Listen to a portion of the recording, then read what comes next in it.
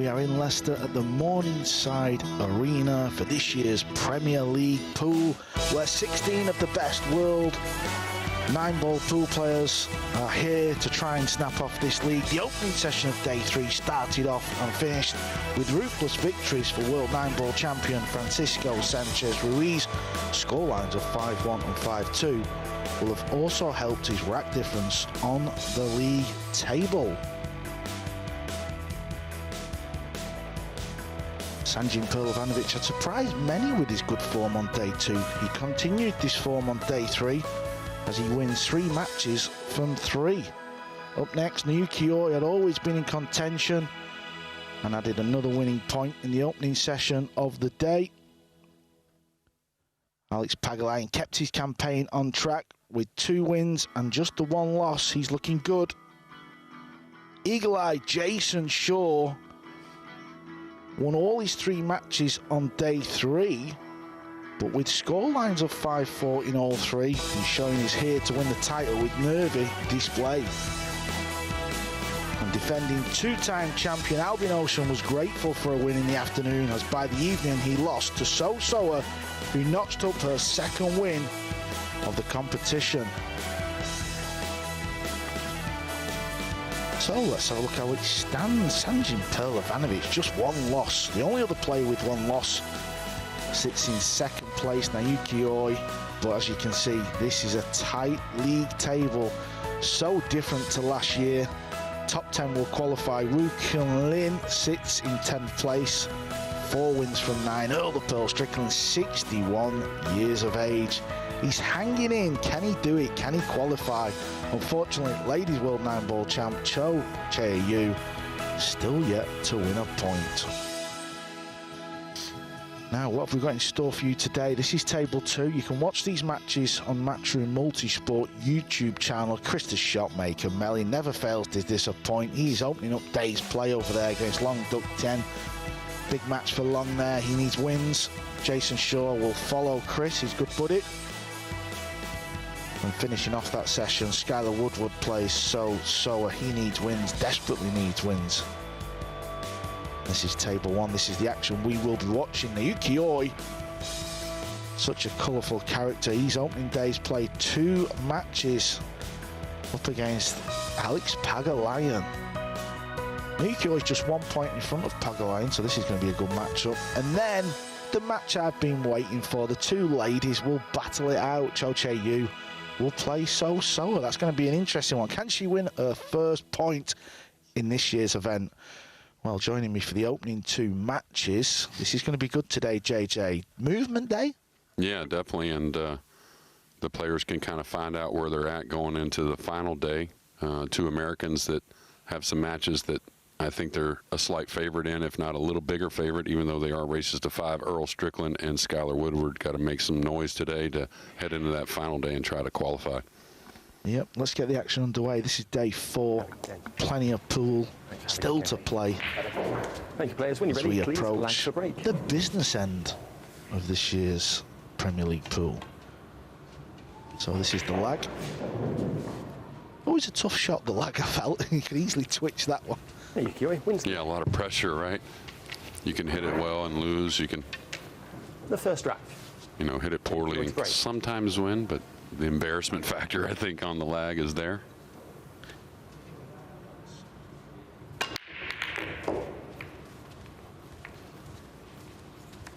A nice break off here, a thin cut on the 1, but definitely something he can shoot at now. His position possible, that's the real ticket here. I know I've watched him practice a lot this week, and he's tried a lot of different breaks, but obviously he's been pretty successful with such a good record here going into day 4. Yeah, he seems to have his own unique break where he really loads the cue ball up with spin and gets that 1 ball squirting out towards the side. Can he beat the 3 here, coming 3 rails around, and the 6? That's going to catch the 6. He kind of hit it a little light as well. So now in a bad spot. I'm not sure the jump cue is really an offer here. Extension called. Now you want to kick to the top rail, I think anyways. You don't want to kick the 2 towards the 3. You got an option here to come to the bottom rail where he's standing, or the top rail. I kind of like the top rail myself.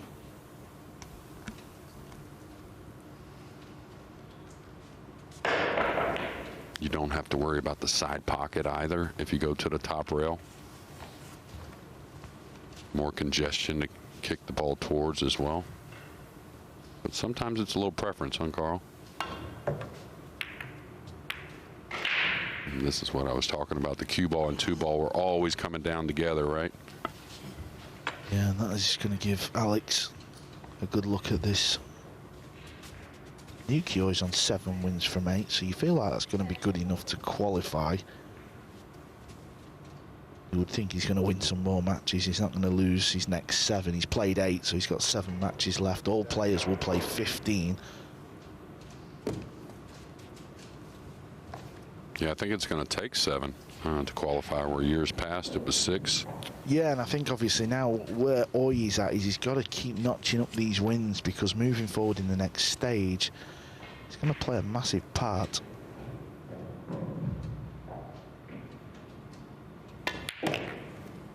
Yeah, I like the fact that the wins carry over.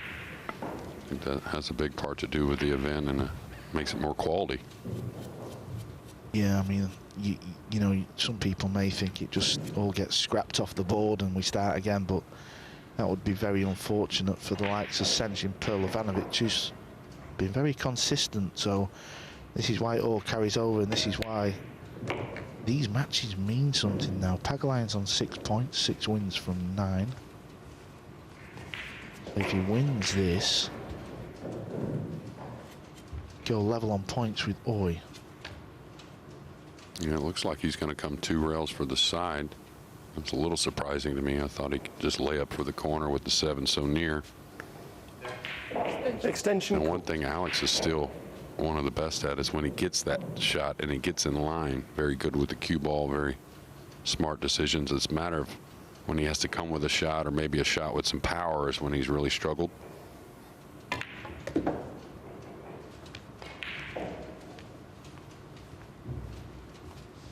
Yeah, and if players are tied on points, we're going to go on rack difference, but we don't need to worry about that just yet. Just the fact that we're over halfway now. Yeah, and anytime in a round robin format, you have 2 to 3 players that are struggling to get wins. That means it's going to take more to qualify on the top end. So I think 7's going to be the number, and you may even see someone with 7 not get in. I don't know if that's mathematically possible, actually, but Alex Pagulayan wins the rack. Yukio hooked himself in the opener, played a kick shot, left it on. Pagulayan steals the rack. Let's have a look at the odds. This is the current outright odds. Sanchez Ruiz, your favourite, best pool player on the planet right now. The man at the top of the leaderboard, Perlovanovic, 11-2. JJ, where's your money at? I know you like a little flutter on the golf. yeah, the Van Boning, he's got to come with some matches. He's won 5 out of 9, I think it is. So, but that 7-1 mark to me. Wu, who's played very, very well since a poor first day, 28-1. I think that's a little out of line. Rack 2. Yeah, he sits at 10th though, 4 wins from 9, so you're going to need a strong day today, but I know what you're saying. That's why they put him up there, to make him so enticing. But I think he's played really solid. So with a few rolls maybe at the right time, can climb that leaderboard.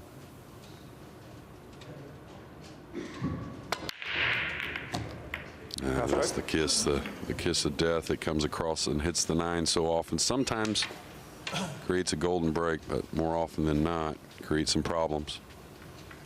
Ball in hand. Please start the clock. And the funny thing is, he likes the way he hit him, right? I mean, I think the way he hit him is what he's going to stick to. It's just a gamble.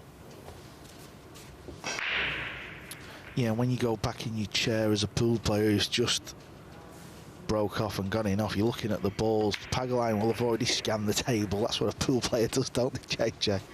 Yeah, absolutely. And, you know, the break shot, not quite as much as it was before. It's always going to be a big shot in the game, but players just kind of thrive off of it. And Anytime you lose the white ball, it's kind of like just a bit of a body blow. Now in a good position here. He's got to, with the 9 there, he's got to be a little concerned with playing position in the side. Just got to have good speed control. It looks pretty perfect here.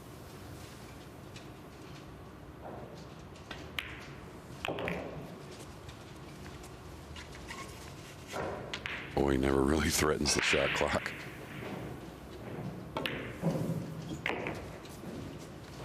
We've had some winter weather here in Leicester, and saw Oy take off this morning from the hotel to make a nice walk through the weather, so it's a little surprising. Just looking at the leaderboard again there, Earl Strickland, American 9-ball legend, 61 years of age, still plays the game at a high level. He's on 3 wins from 9. His opening 2 matches of the day are on table 2. Ukiyo wins the rack. He'll play back-to-back matches against Khalid and Long Dok Tien, who are below him on the rankings. So if he can get 2 wins there, puts him up to 5 wins. Yeah, I think does he play Skyler later in the day? Is that right? He plays Jason Shaw later tonight on table 1. So if he can win 2 matches, this is the table I was talking about. That's where Earl will play. Melling's 1 down to Long Dok Tien. Long Dok Tien's on 3 wins from 10. So the same points as Earl, but Earl has a game in hand. Extension code. Melling 5 wins from 9, so he's hovering. Yeah, we're here to do the math as best we can as this goes, but the players, they just got to get on with it and play pool. See where they fall, and he's a little nice containing shot there from Chris. Yeah, Ukiyo to break. Scores are tied, 1 rack each. Back to the action. Oy to break. Let's have a look. Is he spinning the cue ball maximum?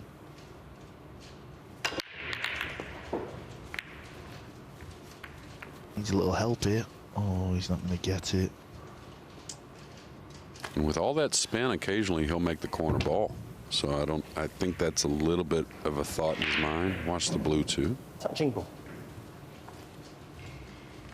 It's not something you can really rely on, so you're still going to try and make the 1 in the side, but it is a bonus. Yeah, and we have a bit of an unwritten rule, don't we, on the tour, where we don't really allow the soft breaks. We don't really believe in it. And with that type of break where you've got to make the wing ball with loads of spin, you are borderline, aren't you, sometimes? Yeah, it was talked about yesterday by a few players, and I think possibly a warning was put into effect for Oy.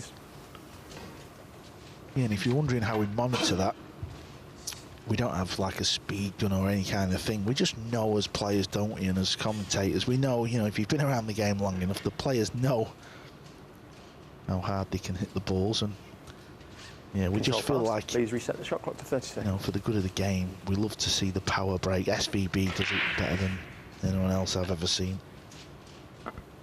Yeah, and interesting, he was on top of the 1, but really no play, and decided to play a push out. Playing a little cross corner here, real open top of the table. That's why, even though Alex knew what he was going to do, wasn't too worried about it and figured he would get a look at the 1. Why would Alex not play that shot? Why would Alex want to play this shot instead of not Oy playing this shot? Well, I think that he thinks he's going to have a chance to get a snooker, and look how ugly the table is. So there was really no pressure to take that shot on. He feels like he may get a better snooker than Oy got overall. And even if he was put in a bad spot, the table's so ugly, he knows Oy's not getting out.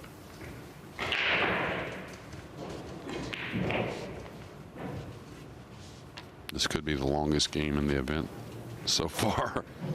Yeah, that's the beauty of 9-ball. Even when the balls are ugly and we play safety in the game, it soon opens up. That's the beauty of this game. It's fast-paced. Over on table 2, Long Dok Tien. He's on the 9-ball to go 2 racks up over Mellin. Alex will play the 1 back down table, trying to use the purple 5. Kind of a 1-ball snooker here. Oh, wow, he decided to clip it. It's a really nice shot. May get behind the 7 as well. How good is that? Wow, what a safety shot from Pagalayan. That was a thing of beauty. You know, when Pagaline was in his prime, and not saying he's too far from there, but he ran out so well, but then also was considered one of the best in this type of tactical play. Foul stroke. And we'll see how creative he gets here. Ball in hand. Foul rule is in effect. Please start the clock. Yeah, 3 consecutive fouls as well, not just 3 fouls any time in a rack. It's got to be back to back, which is very difficult to do at this level, but you do see it now and again. Yeah, you may go years actually without getting 3 fouled or 3 fouling your opponent on the professional level. Now he has a plan for the 4. Is that just to bank it away and put him behind the 7 maybe? I don't know. At first glance, my instinct was thinking, is he going to try and lock him up behind the 8? But yeah, that's probably pretty smart, Carl, actually.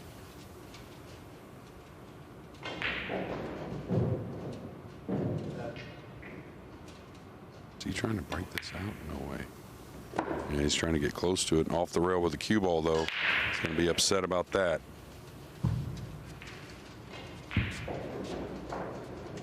Do you chip it and go up table? got to be careful because the 4 will pass the 7 if it stays near the back rail. There is a bit of a gap, isn't there? Even if he's hooked, is he trying to go behind the 7 and get rid of the 4? Yeah, the 4 might not travel as much as he thinks. Still pretty nice. Nearly got there, didn't he? Just another roll on the cue ball. He would have got Oi in all kinds. Yeah, and that cue ball landing on the rail really made that shot a lot more difficult. He had an easy lock-up behind the 8, though. Decided to play the attacking safety route over the long shot. These are never easy. And that's nice to hit it so easy as well. It's a confident player.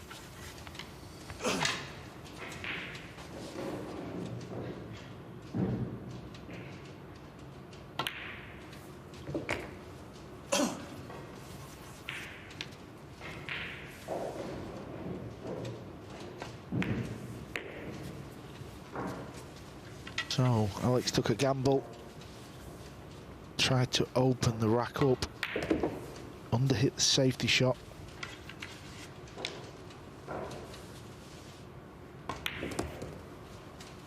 And it was a beautiful long pot from Oi on the pink 4. A great pace to hold for the 5. There's the 9 ball. That's going to win rack 3 as Oi takes an early lead in this match. It's 2-1.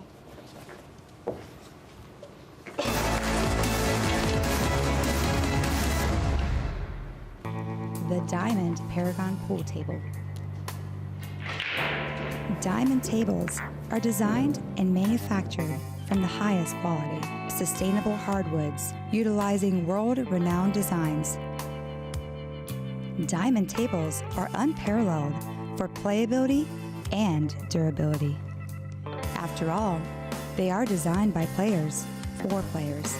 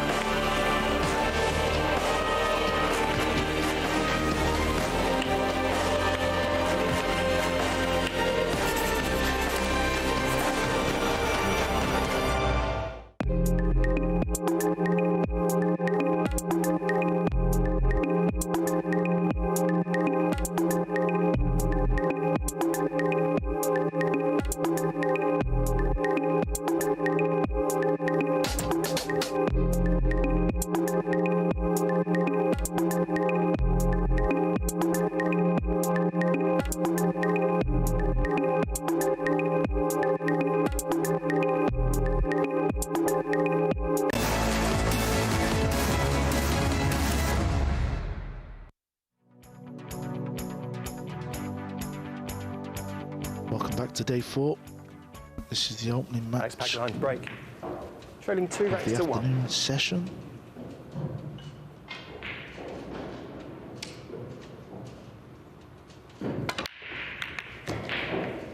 cue ball. Oh, no.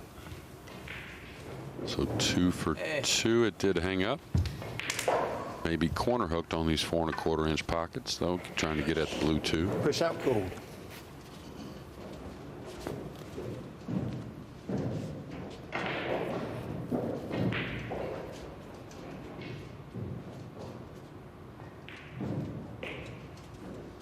And where do you roll out to here, Carl? I mean, it's got to be some type of kick shot or a jump of some sort. I don't think an easy jump is really a possible rollout or push out, rather.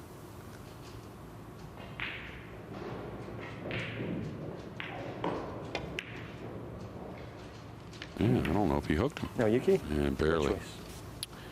I thought you were going to play off the edge and put the cue ball in the same position, but then maybe tie the 6 up as well, because it still looks quite an open table now. Yeah, always going to look at the jump cue here, and I think he wanted to get quite a bit higher and really kind of eliminate the jump and go much more of a kick shot here on the push out. Extension called.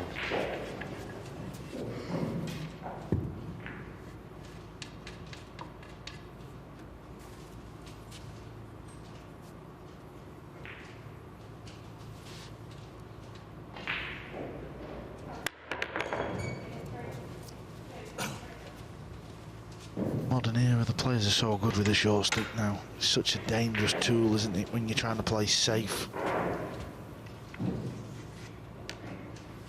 Yeah, when I was kind of being taught, or watching the great players, you played safeties on the rail to cut off that rail to kick at. Now you got to get really up on the ball, and even on push outs, you got to be really careful. Oh, nice shot there. Made that look a little easier than it really was. Very confident Naoki Oi we have here on day 4.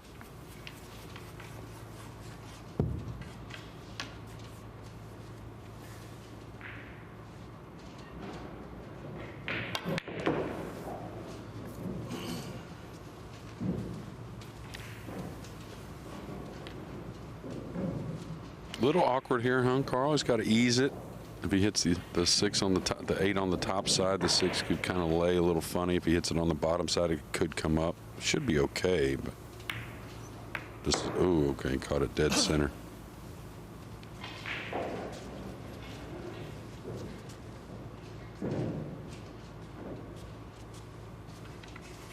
Yeah, let's not forget, Nukio is playing back-to-back matches here, so after he's played this match, he stays on to play Wu Kun Lin. That will be Oi's last match today. He'll be back tonight to play the opening match against Sanjin Perlovanovic.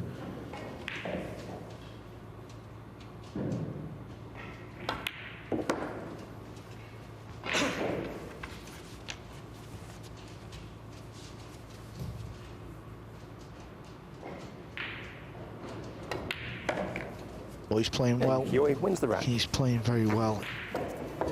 Just the one loss so far.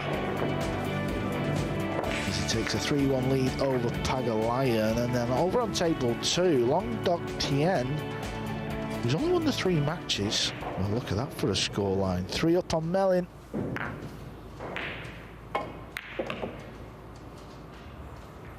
Well, if he can get out here and get this win, it really motivate him on the start of day 4. And you said he plays Earl Strickland, right? Another player he's going to feel pretty good about just because of their position at the moment. Things could get a little hairy down at the bottom. Yeah, I think he started off a little edgy. You know, it's his first time in this event. He's come a long way from Vietnam, and I think he's kind of just relaxed in a little bit now. So maybe he can No, Yuki, Oi to break. show some good signs today on day 4. 3 racks to 1. Oi to break.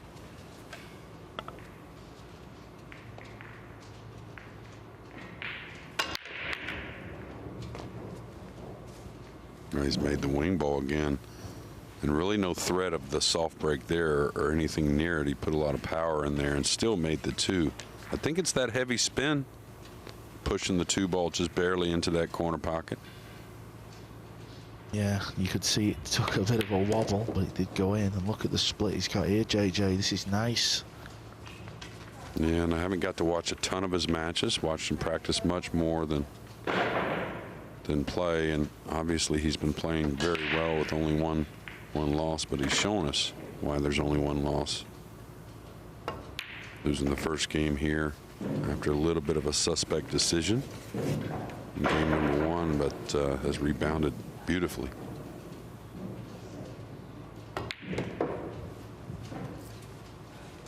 Getting that form we saw a couple years ago where he really made some deep runs in a lot of big events.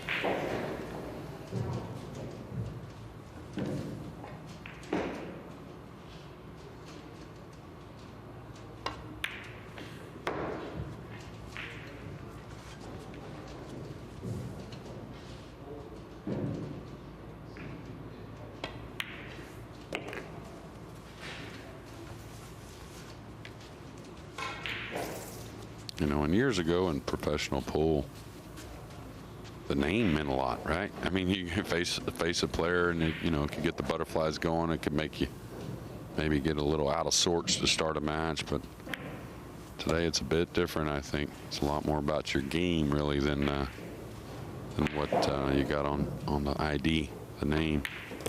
Yeah, all these players, they're used to seeing each other all year now, aren't they? They travel all over the world, so the familiar faces, they've all played each other a ton of times. Now Yuki-oi wins the rack. Oh, he's on the hill, 4-1. Tagline.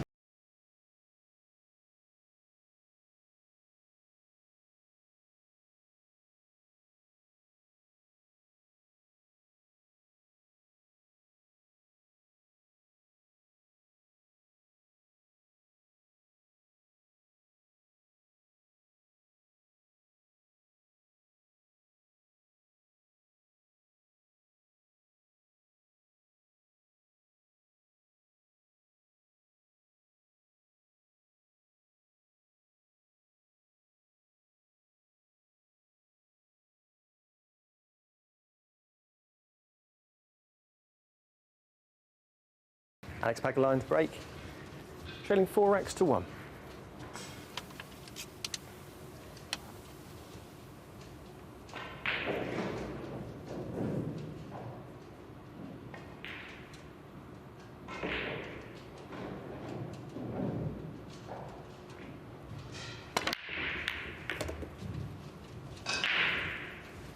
This is going to be a beautiful start to try and get something back going his way, and you know, he's in the position where games are going to mean something, of course. So even if he doesn't come back to win this match, if he can put a few more on his side, could be very meaningful come the end of day 5.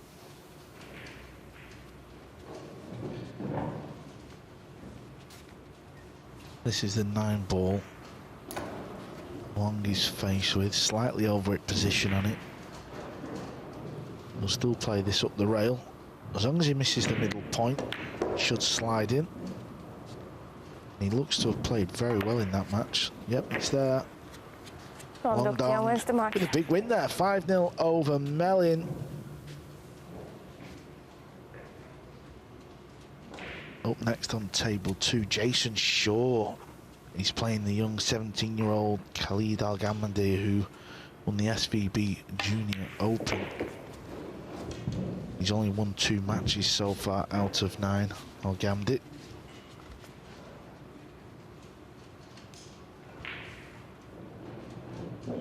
Yeah, Alex in a good position here. Just a little nip draw to hold the cue ball.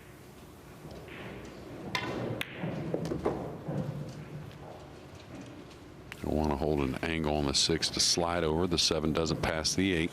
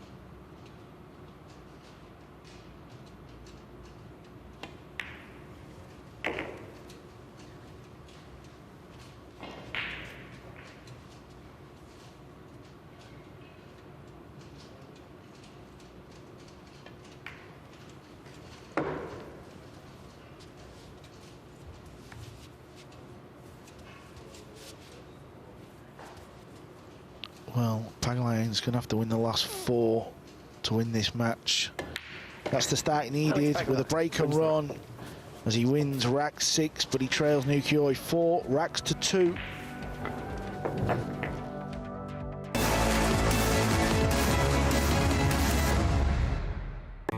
The Diamond Paragon Pool Table. Diamond tables are designed and manufactured from the highest quality, sustainable hardwoods, utilizing world-renowned designs. Diamond tables are unparalleled for playability and durability. After all, they are designed by players for players.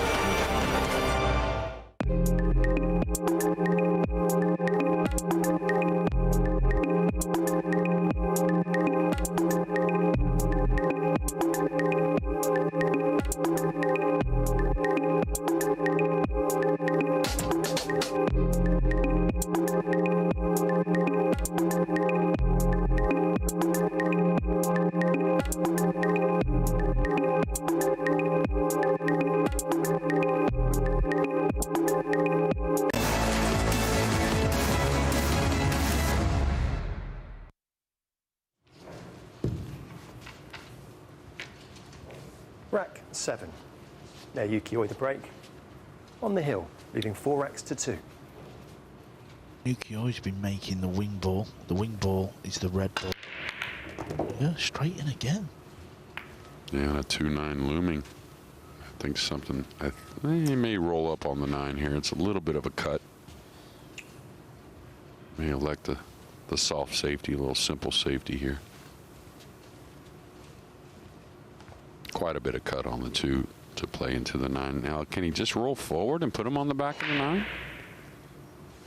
Does look like he could from there. He's looking at chasing the 9. No, he's looking to see if the 2 is possible as well off the 9 in the side. Have to hit that with some speed. Could maybe make the 8 as well. Make all 3. Yeah. Extension. Finish Extension with call. a trick shot. He wants to go, doesn't he? Yeah, and I'll tell you, the roll your ball onto the 9 must be a little funny. You may have to cut the 2 a little bit to get by the 9 with the 2 ball, therefore giving up the cue ball a bit.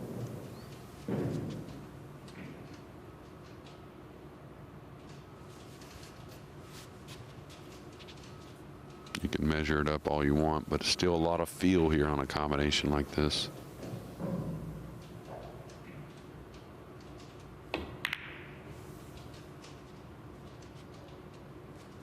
He would have liked that. He would have felt he's made it, I believe. It was a good effort. They're not easy, them.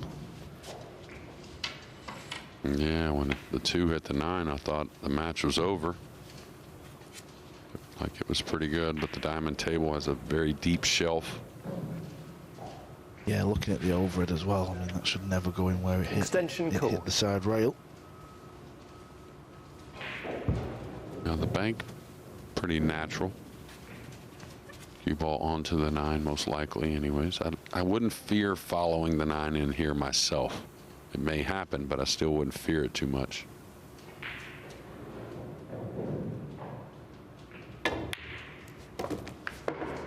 There it is. JJ called it to perfection. Alex Pagulayan Alex wins the played it to perfection. He just pulls it to 1 behind now.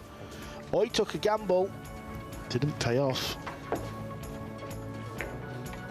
Jason Shaw is just starting out on table 2. They're just lagging. You can watch that on the Matchroom Multisport YouTube channel. Jason 7 wins from 9. His opponent just the 2 wins from 9. Beautiful shot there from Alex. Bank combo. In that match with FSR yesterday, I kind of saw what I felt like anyway. Jason kind of like turned into beast mode after trailing 2-0. Looked like he was taking it personal a little bit, how well FSR's been doing and winning so much. Tag line to break. Just hit another gear from there and played incredible the rest of the day.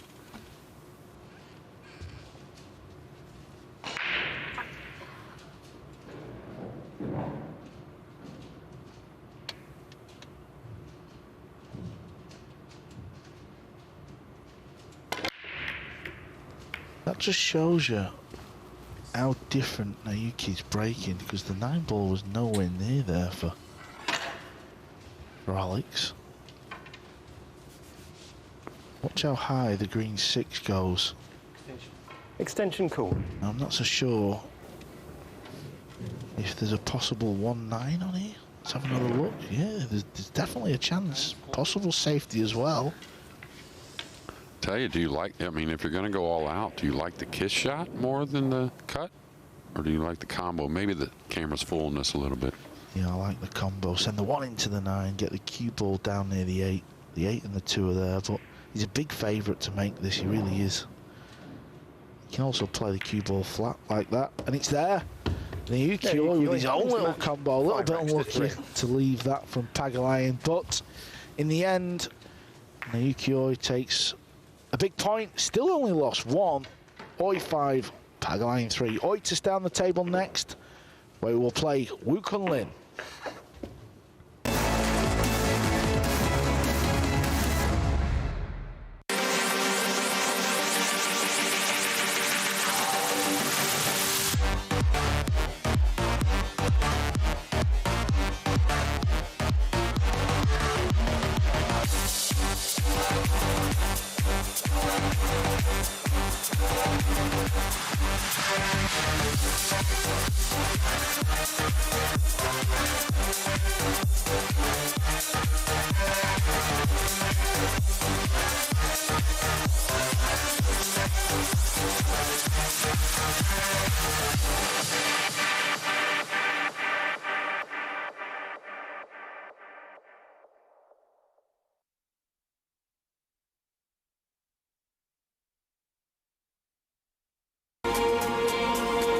256 hopefuls go into action over 6 days.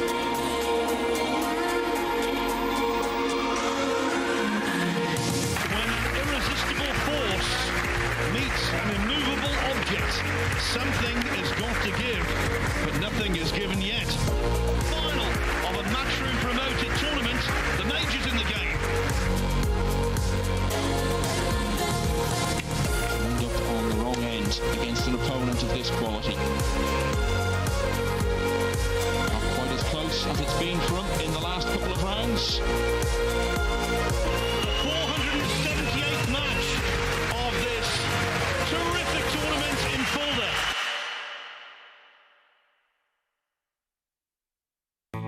The Diamond Paragon Pool Table. Diamond tables are designed and manufactured from the highest quality, sustainable hardwoods, utilizing world-renowned designs. Diamond tables are unparalleled for playability and durability. After all, they are designed by players for players.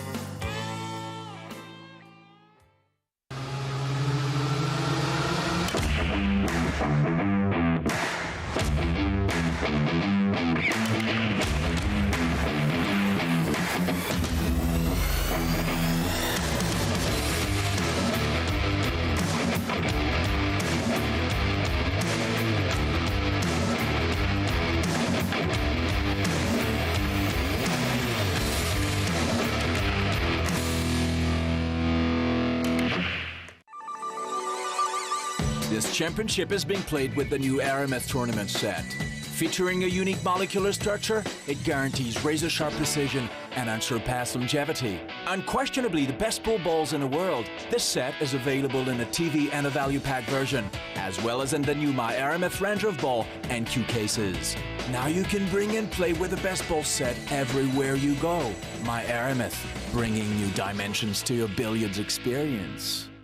of the Kazoo Champion of Champions!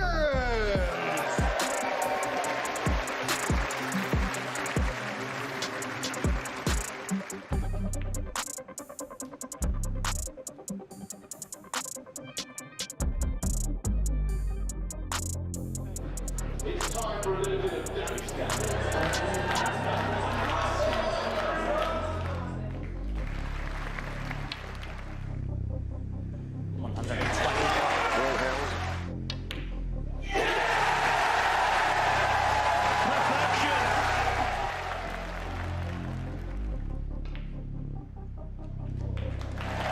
Ladies and gentlemen, let's hear it for your champion of champions, Ronnie the Rocket O'Sullivan!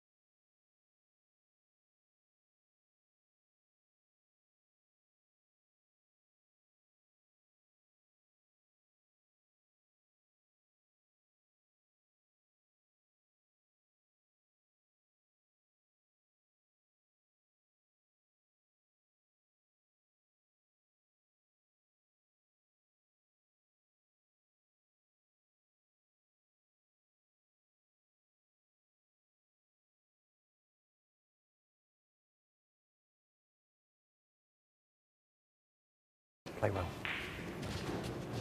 Thank you, players. When ready, please lag for break. Wu Kun Lin. Very, very good player indeed. Not quite set the lights out here in Leicester just yet, but he's going to have to do it today as he sits on 4 wins from 9 in 10th place. Yeah, it's been kind of up and down for him. Terrible day 1, right? Great day 2, day 3, little suspect. Yeah, and the other player sat alongside Oy near the top of the leaderboard. They're going to be looking at this type of player for favours as well. Yeah, and I didn't happen to notice what the odds on Oy were, but he's looking like a pretty decent wager at the moment. Oy was 13-2.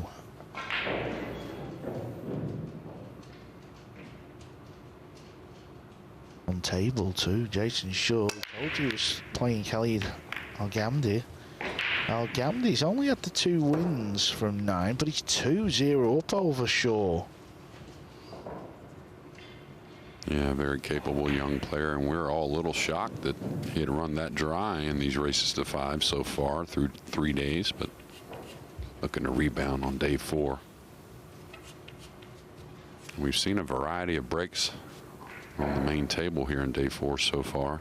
A lot of 9-ball movement, the corner ball going in for Oy, a dry break or 2 for Alex, and now the one in the corner for Wu, and a great shot on the 2-ball.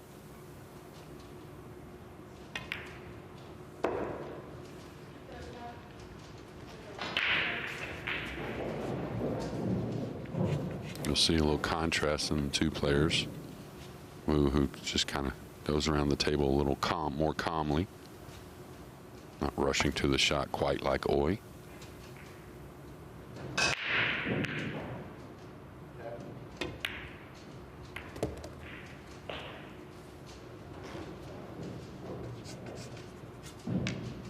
end up playing the 6 up long from where he's at now. Come 2 rails around the purple 5 and have a natural angle to go over for the 6, but he's got to get back across for the 7, so a lot of work.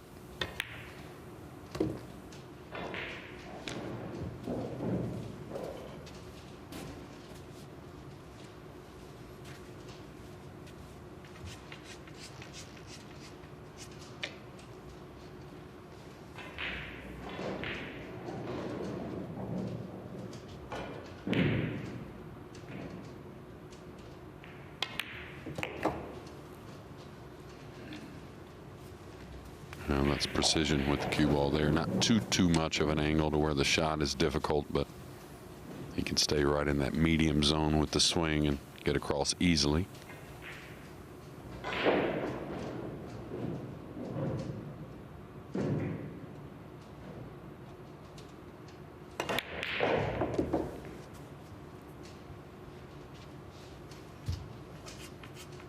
I think that type of shot is easily overlooked, right?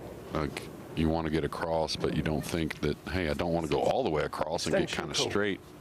Makes the 6 a little easier if you realize the center of the table-ish is really where the prime position point is. He's got to make a little bit more of a shot on the 7. May just hold there.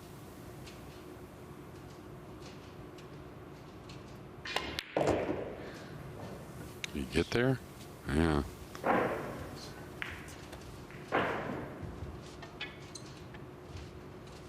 And that's maybe from the 6 ball, right? Maybe not realizing really where the prime position point on the 7 was.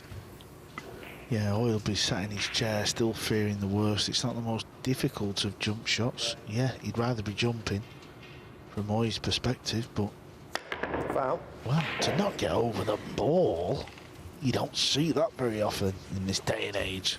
Wow.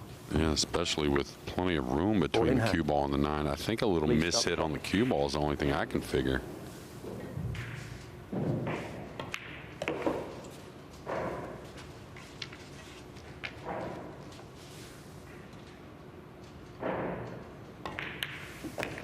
Now Yuki wins the rack.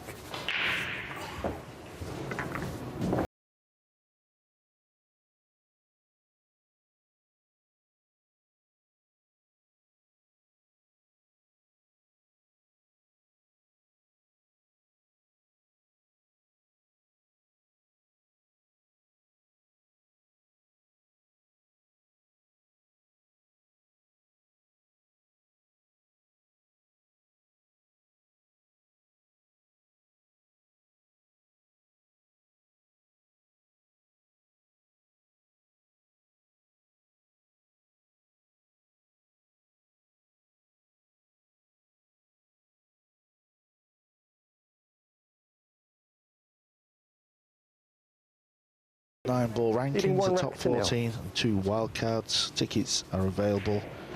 Just head over to matchroompool.com. Do not miss that event. Fantastic tournament. Yeah, big month of May in the London area with the UK Open just at the end of May. And they're starting on the 30th. Copper Box Arena. What a great venue that is, and something special last year. I think it's going to improve even more this year. I think he attacks here, huh? 3-5 combinations, not that difficult. He could try to go into the 3 maybe.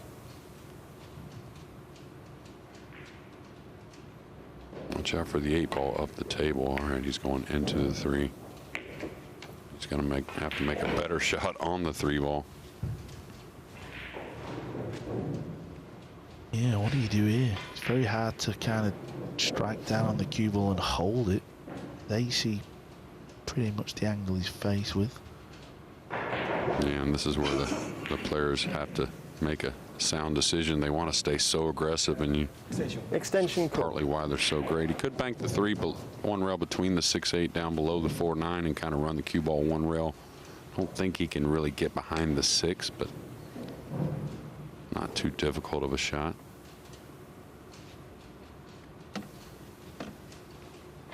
All right, I think he's going. He's cutting this in the upper right, trying to come 3 rails around the 6 for a bit of a long shot. Wow, he's playing great. He's coming around for the combination. maybe the 4 on the side. We'll see.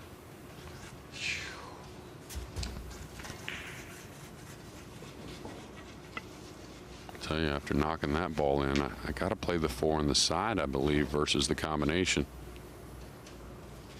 Gonna have to dig on the cue ball. Allow it time to draw 1 rail above the 5.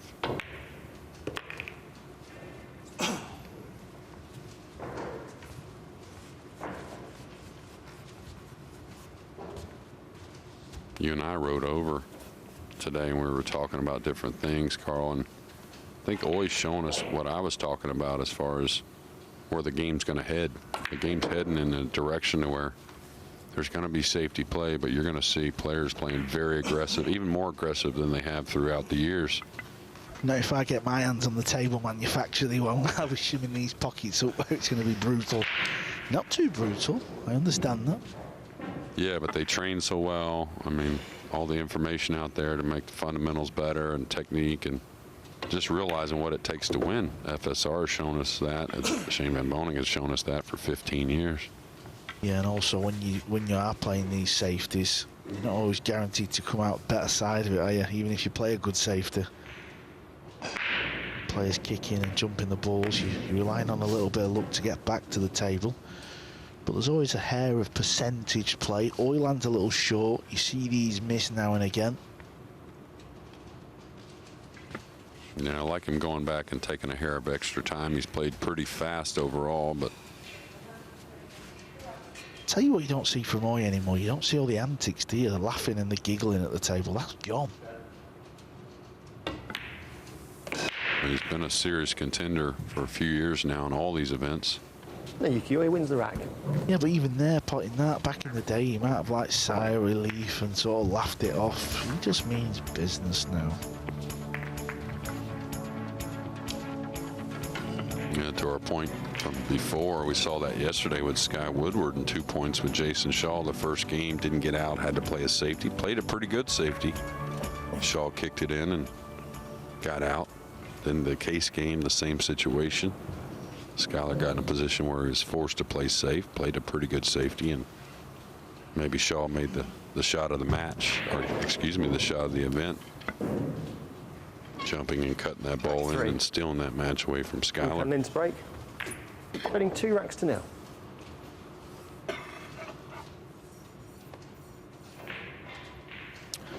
Wickon Lynch should have won the first rack, hooked himself behind the 9 on the 8 ball. Real poor effort with a short stick. He's breaking in the third.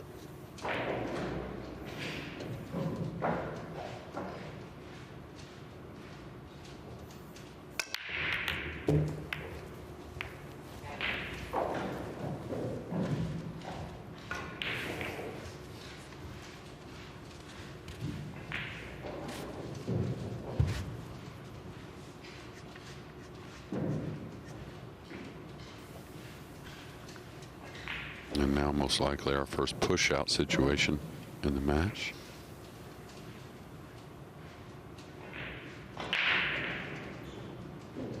Looks like he's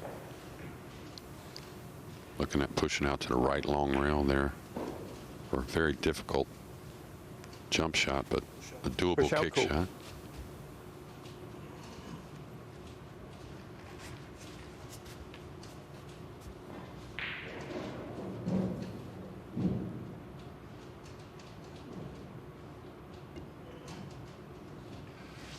Yeah, Yuki, your choice. He gave him a lot more of the cue ball than I thought he would. Don't think the jump's really the shot here, though.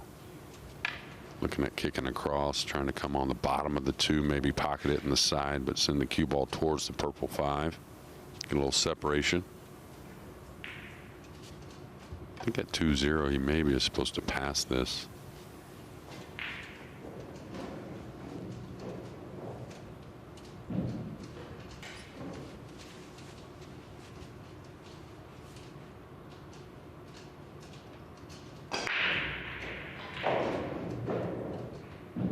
I think alternate break and winner break both show or have their values on where you can play the score a little bit or the situation a little bit or maybe how your opponent's playing a little bit as well. I like the pass here at 2-0 up. It was Wu's break. Well, he gets to break in the next game. I think he's got to take a chance letting Wu kick at this.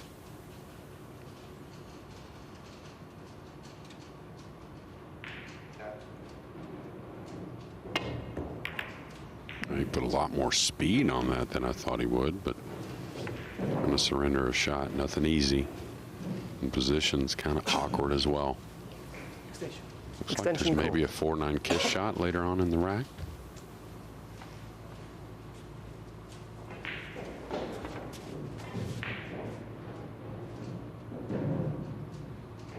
Oh, he's kind of surveying.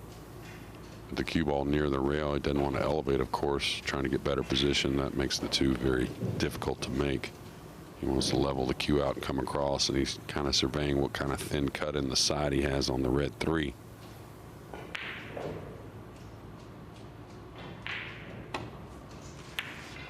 Get that a little thick, so he's going to be over the balls and may have the left side of the cue ball here, and that may be pretty fortunate.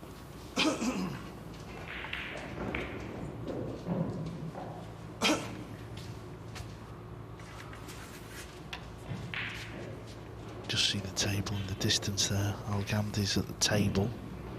2 balls left. That's tied at 2-2 still. Be a big win for the young man over there if he can get the job done. It's a fortunate kiss on the 5, is it? Yeah, it didn't get quite high enough, I think, to play the kiss shot. I'm not so sure the 4 passes. If the 4 passes, he's okay. He's got to kind of play off the 8 with the cue ball. Just a little subtle draw. This is going to get awkward with no pocket by the 7.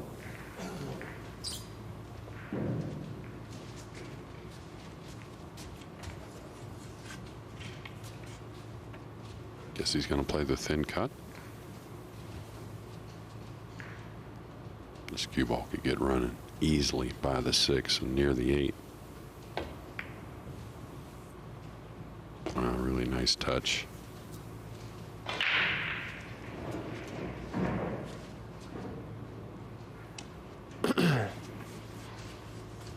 Yeah, the foundation of the game is to knock the balls in, and that's what Oi's doing here, no matter where the cue ball seems to lay.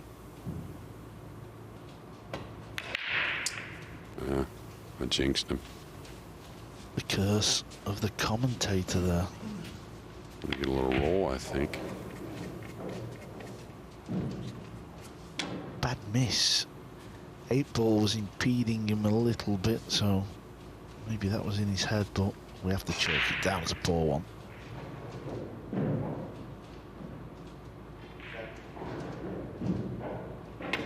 Trying to just duck the 6 near the 7, get a good cue ball. That is a good effort. Yeah, he's left a piece of it. Yeah, but better to leave that piece than the kick from underneath, and he's cut the kick off with the 9 in the way, so I think this is a more difficult play. Oh, he's not even going for the little piece of the ball.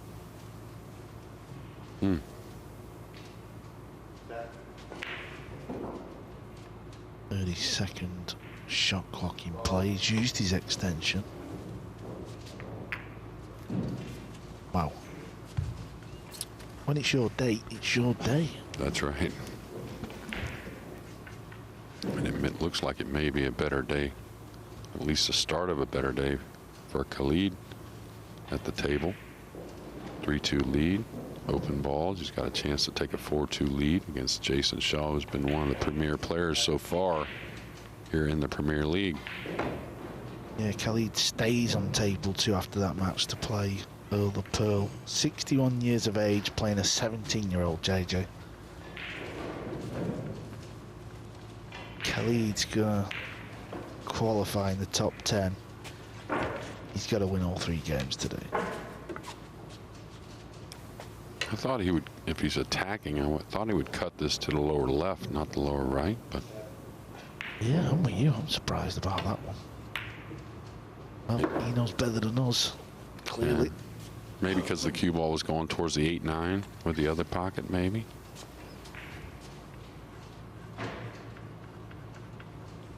This is in between, can't really follow his ball some 3 rails back up. I think that's what he's going to try, but this is the type of shot, if you're trying to get 3 rails, easy to overcut it, really trying to help the cue ball. I like what he did. Even though he missed it, I liked him just playing the 2 rail speed.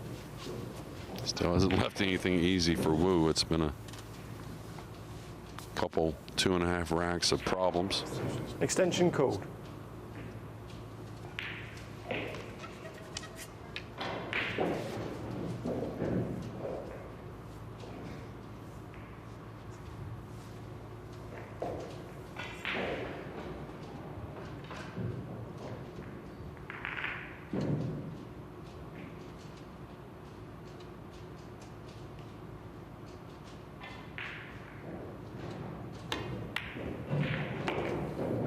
Really solid there. Going to get a little shave off the 9 and still has a pocket.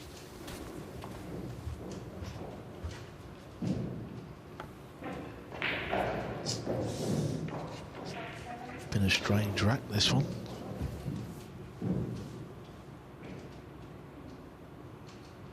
It's extremely thin, this one. The angle always from the camera deceives us a little bit.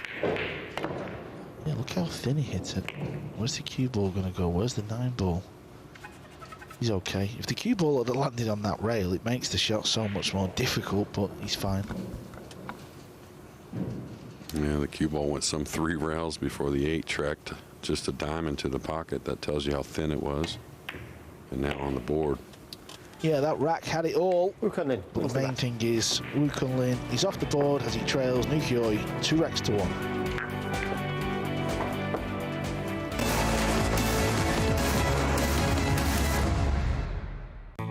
The Diamond Paragon Pool Table. Diamond tables are designed and manufactured from the highest quality, sustainable hardwoods, utilizing world-renowned designs. Diamond tables are unparalleled for playability and durability. After all, they are designed by players for players.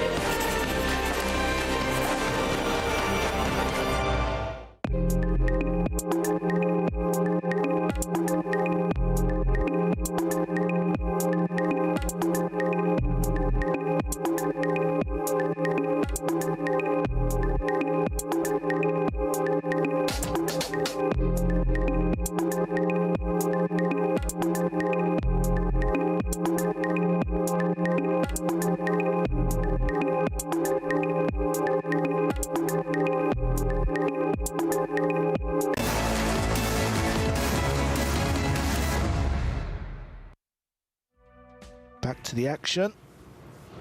This is day 4. Plenty of pool we've played. Yuki to break. We are across the halfway stage now. 15 matches each. All players will play. Everyone's played 9, 10. Only one player has played 11 matches. That is Long Duck Tien. Judgment Day. That's what it feels like anyway for a lot of these players. Yeah, he's made the one on the side. I think he's got a cross side bank here he can attack with and just draw the cue ball back a little bit for a shot on the 3. Got a little bit of a safety in mind too if he misses it. I think he should attack here.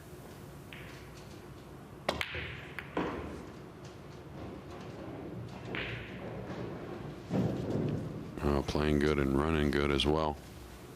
And he did something weird with the cue ball there, I thought, going forward.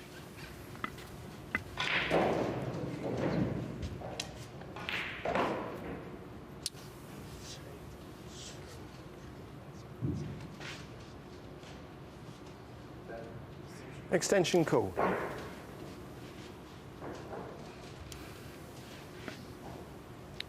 This is the action on table 2. Khalid is at the table, 6 balls left. It's only won the 2 matches. He's playing Jason Shaw. Jason Shaw has only lost 2 matches. He sits at 3rd. Khalid can still qualify, but he's going to have to win all 3 games today. And this will do his confidence the world of good because he stays on that table to play Earl the Pearl. Can he knock these 4 balls in? No. Yeah, you have to be patient in this format. Sometimes the things don't go your way for a couple days, right? Easy to get frustrated. Yeah, and this is what is so good about this league for Khalid. The fact that, you know, he's such a young man trying to make his way in the game, and he's turned professional now. He's quit the junior scene. He won the SVB Junior Open at the US Open last year. 4 months later, he's here. 3 balls away from beating Jason Shaw. Yeah, it's a race to 5. But he's still going to be feeling it. Can he knock the 7 in? Well, he can. He fires it in, JJ. Yeah, a lot of confidence there, and hopefully he gets out here. I think he got a little odd here where he may have to go into the 9 if he wants, or take a longer shot, but he can get himself going. He's got to win a few matches now, the predicament he's in, to where he's a little bit of an underdog. He may have overhit this. Played a strange shot there. Yeah, he really hit it. It wasn't that bad of a shot, just way too much speed, I think. Yeah, just play it soft. Just get it out there. A bit of a gap. Take your choice to top left and side. Now he's going to have to come with something big. This is horrible. May have to just play the bank into the top right. Yeah, he's playing it. He's jacked up. Oh, he's scratched as well. Well, what a chance he had to win against Jason. Jason's still in the match. Yeah, and I wouldn't doubt, you know, with this record, there's maybe been a couple of those situations where he's had a chance to win some matches and maybe some things got away from him. You know, Wu with his easiest position in the match so far, ball in hand on the 2. Yeah, just going back to table 2, Jason Shaw yesterday won all 3 matches 5-4. Can he win a 4th on the spin? Yeah, no worries here for Woon Kun Lin. Even if he gets a little straight on the 4, maybe near the rail. 5's over the pocket, so should tie this match.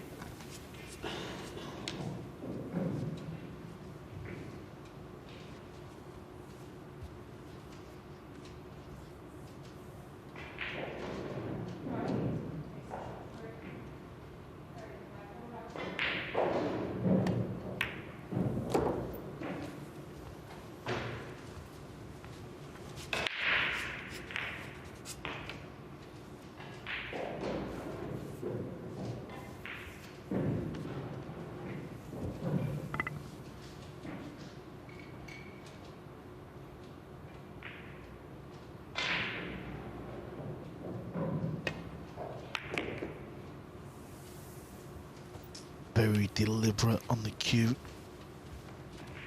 He's not going to be rushed, that's for sure. Plays the game at his own pace.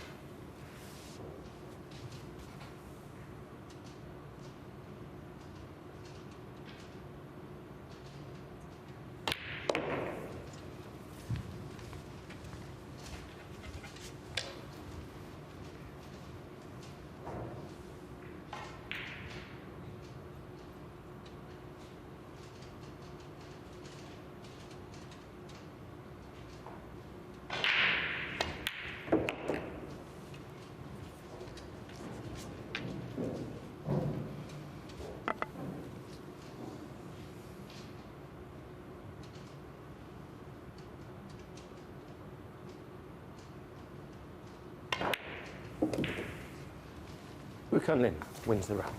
And you see, he ties the match up again. I always had the feeling this could go close, this match. I mean, a lot of the matches usually do go close, 5-4, 5-3. This is the nature of race to 5. Shaw's at the table over on 2. Had to play safe. Yeah, really nice Nice safety played there. And interesting, after the break, Shaw had a cut shot on the 2 going into the 3. It was a little gamble on position, but decided to play the safety. And Khalid kind of kicked out of the first one. He's got to come with a better shot here, though.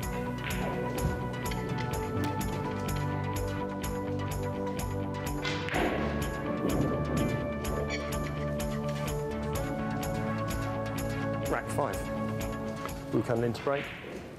Scores are tied, 2 racks each.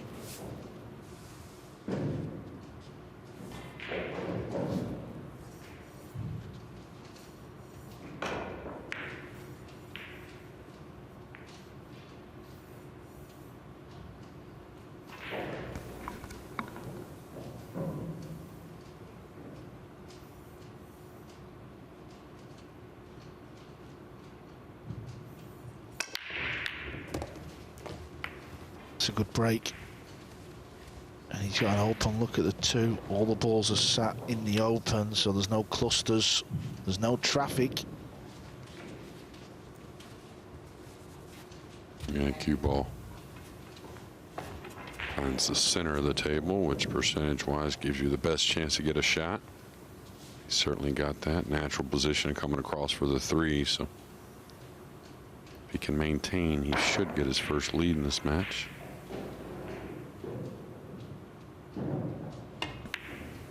I think Khalid has kind of fought his way into a shot over there at 4-3. Pretty easy shot on the 2 position. Getting to the 3 kind of difficult, but doable.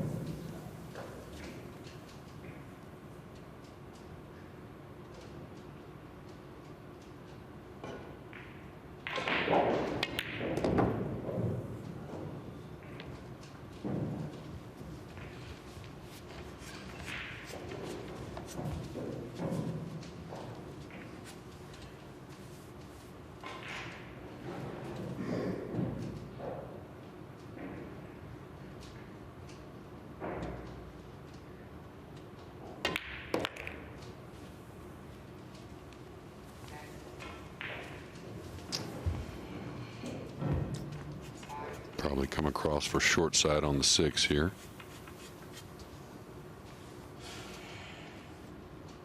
Main thing is stay off the rail with the cue ball. That way, if you land straight in, not too big of a deal. As he come around to the center of the table to cut the 6 in the lower right, that looks like the better shot.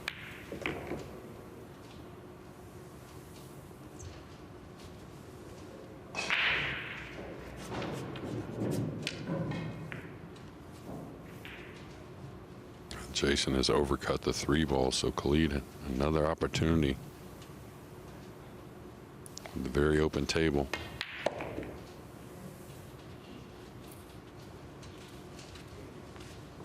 Hits a good pure cue ball, does Wu Kun Lin.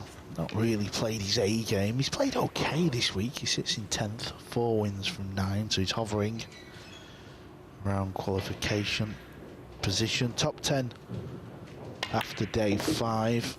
Qualify, we will lose the bottom 6. And then we go again. Everyone plays everyone again. Then the top 6 will qualify. Wu Kun Lin wins the rack. And then when we have a group of 6, the top 4 qualify. That will make our semi-finals. So it's 3-2 here on table 1. Over on table 2, this is the shot for the young man. Long shot on the 5 when he fires it in. That's okay, he can just make the 6 now, float across to the right hand side of the table, guaranteed a good angle on the 7. Big shot coming up. He's already had a chance to win the match. Can he get it done with a second time of asking? Rack 6. Well, he can. He doesn't want to point. Doesn't want to beat Jason in this match, by the looks of it.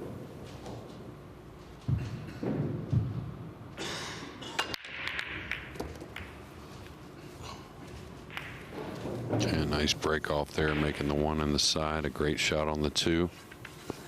Just got to gather some decent position on the 3. There is some work. 4 to the 5, back to the 6 to the 7. So a few things going on here in this rack. Got to have good speed here. Looks decent. Can he go forward here, Carl, and beat the scratch? Come inside the 6 maybe? Or does he have to draw the ball? Looks like he can come inside the 6, 2 rails. That's what you were talking about, just missed that gap.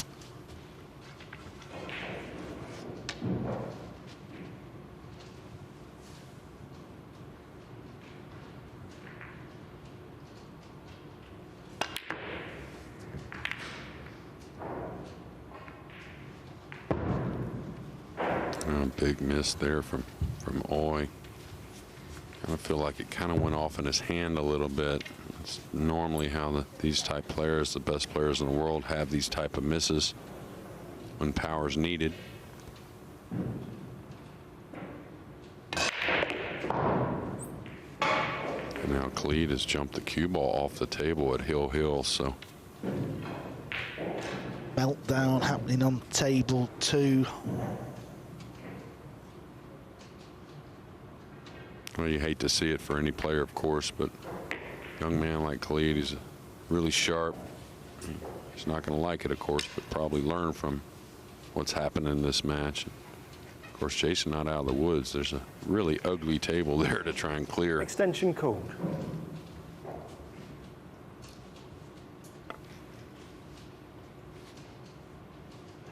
Jason contemplating a 3-ball combo at 4-4? I think he is.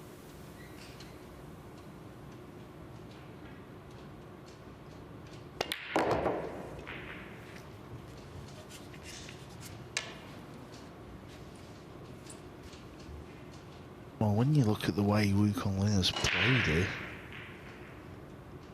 it's hard to believe he's not notched up a few more wins. Real tidy player. Had a good run at the World Nineball Championships as well. So he can play, he knows. That was a little heavy contact, but it's fine, you could hear it. Never mind see it.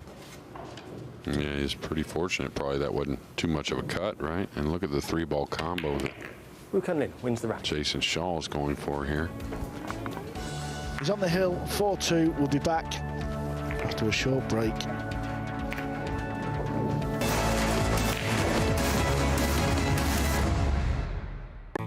The Diamond Paragon Pool Table. Diamond tables are designed and manufactured from the highest quality, sustainable hardwoods, utilizing world-renowned designs. Diamond tables are unparalleled for playability and durability. After all, they are designed by players for players.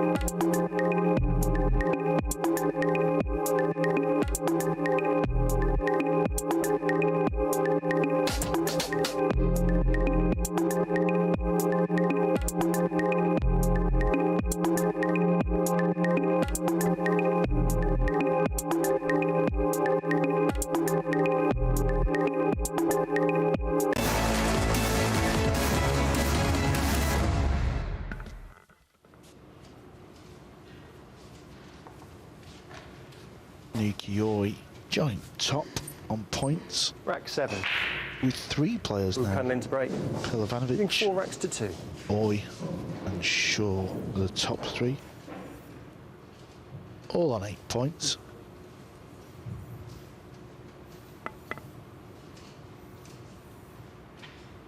Oy needs to win the last 3 racks here though as he trails 4-2. Wukong to break.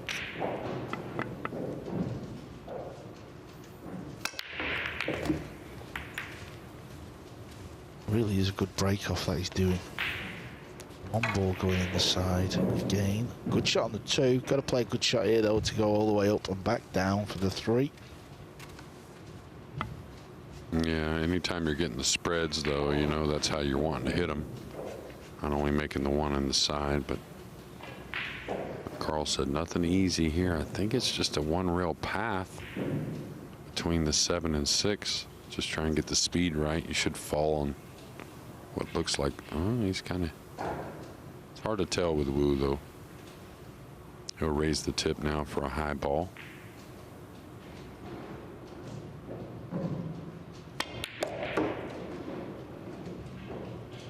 Wow, he didn't get past the side. He'll still attack, but hit that ball really well. Still has to make another great shot here on the 3. Good thing is the center of the table is very open to come up and down, and the 5 for the upper left.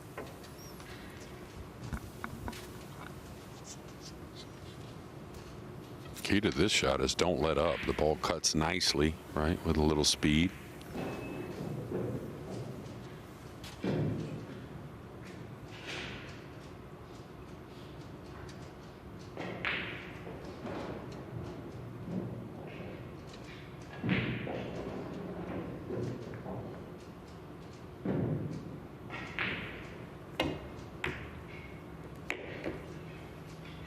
Good pot. A little unfortunate. He can cut this one down. Yeah, he's sizing up the cross side bank just to see if it was open, but I think I'm with you, Carl. He does take on the cut. I thought. Maybe the camera's fooling us a bit.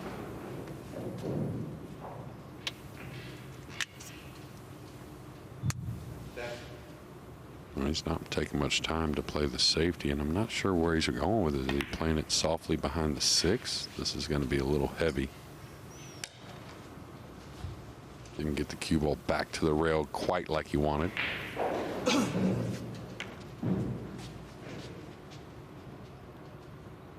Not too tough a shot here for Oi. It's not easy to get the snooker, but I think he can play the 5 back down, trying to use the 7. This is way light.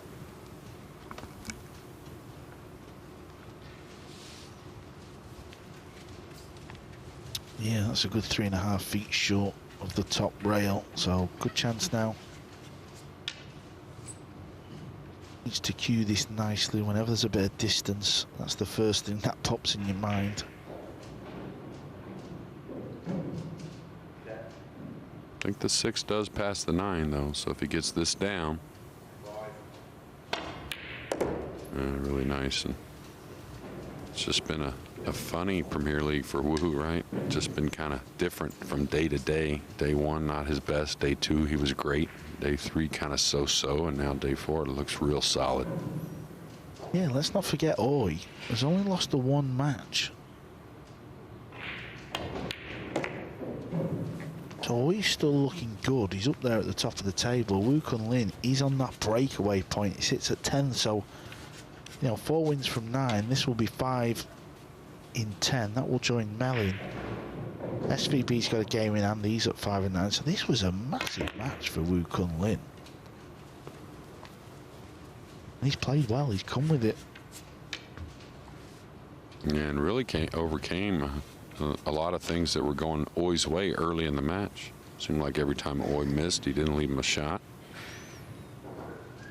Haven't seen any frustration from Wu. Just kind of settled in and kept grinding, and he's going to get a big W here to start day 4.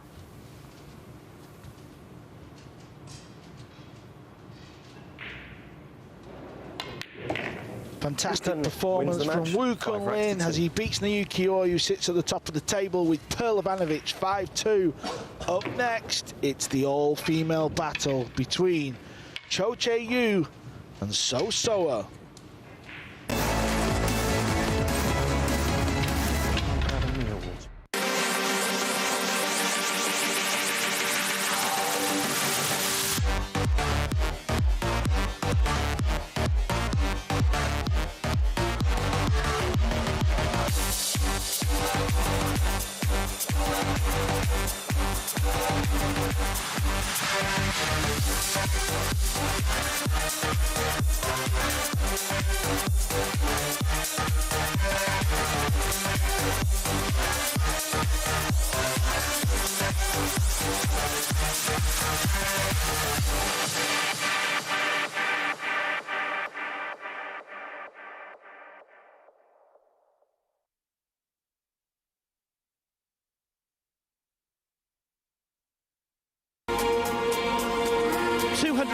6 hopefuls go into action over 6 days.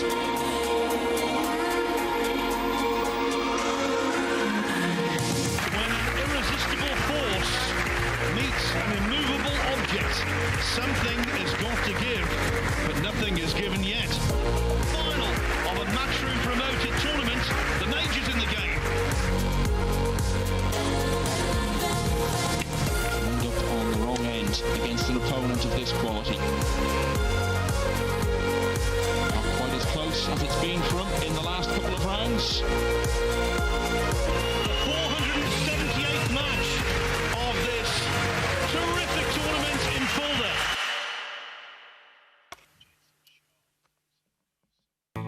The Diamond Paragon Pool Table. Diamond tables are designed and manufactured from the highest quality, sustainable hardwoods, utilizing world-renowned designs. Diamond tables are unparalleled for playability and durability. After all, they are designed by players for players.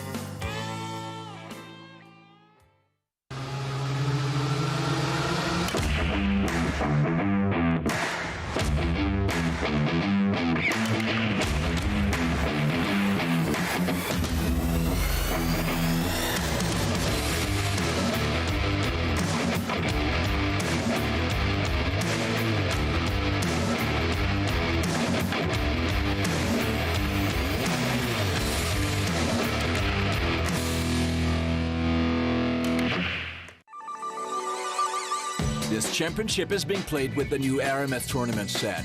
Featuring a unique molecular structure, it guarantees razor-sharp precision and unsurpassed longevity. Unquestionably the best pool balls in the world, this set is available in a TV and a value pack version, as well as in the new My RMF Range of Ball and cue cases. Now you can bring and play with the best ball set everywhere you go. My RMF, bringing new dimensions to your billiards experience. Of the Kazoo Champion of Champions!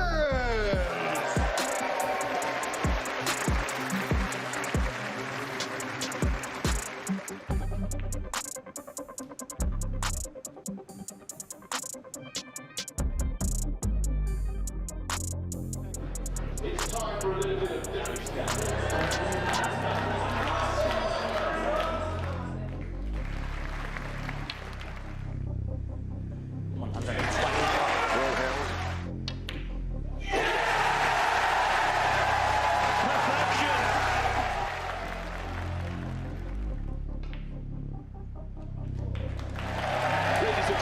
let's hear it for your champion of champions, Ronnie the Rocket O'Sullivan!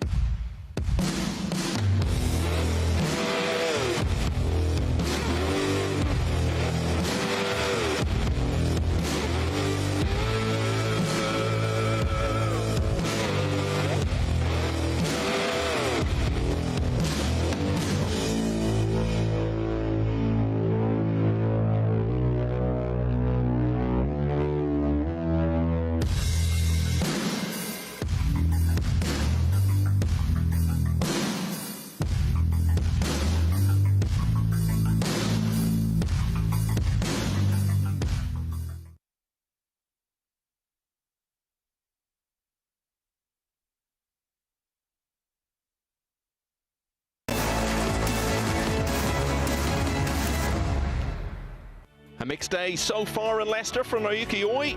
He made it 6 wins in a row when he beat Alex Pagulayan by 5 racks to 3 at the start of today's play on table 1.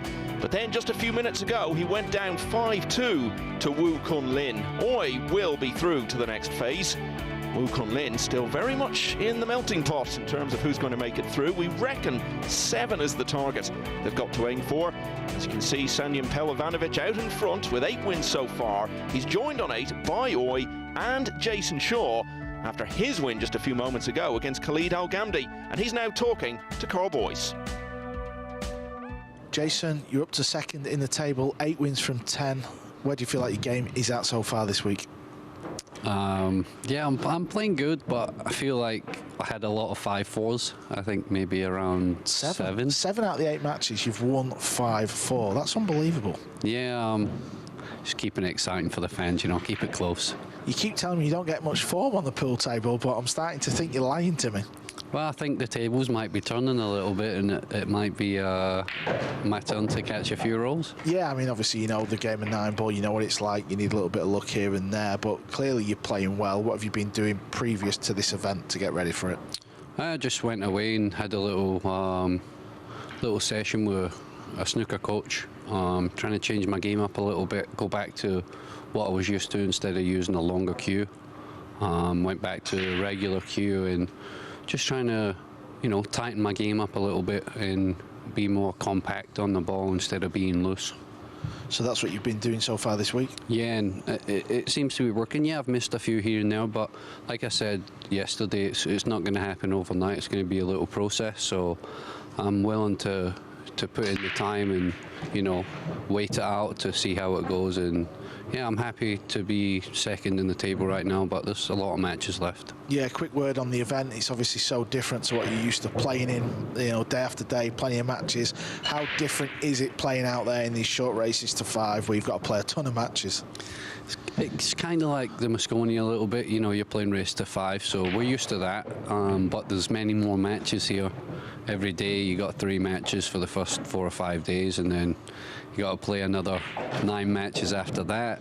Then you drop down to 6, you got another 5 matches, and then semi-final. So there's a lot of pool to be played, and I enjoy it though, because you can get your hand on the table. Even if you lose a couple of matches, you know you still have a bunch of matches behind you, so you don't get too down on yourself.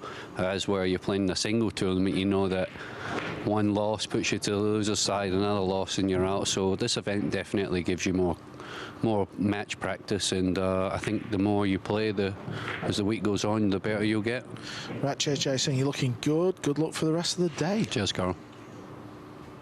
Always got plenty of insight to share, has Jason Shaw, and on 8 wins now, he's past the point where there's any doubt about his participation in the next stage. Khalid Al-Ghamdi has got to try to bounce back from that straight away. He's up against Earl Strickland. I can tell you the American, though, has won the first rack, and that's the first of 2 matches in a row for Strickland. He'll be up against Long Duck Tien. Straight after that, also on 2.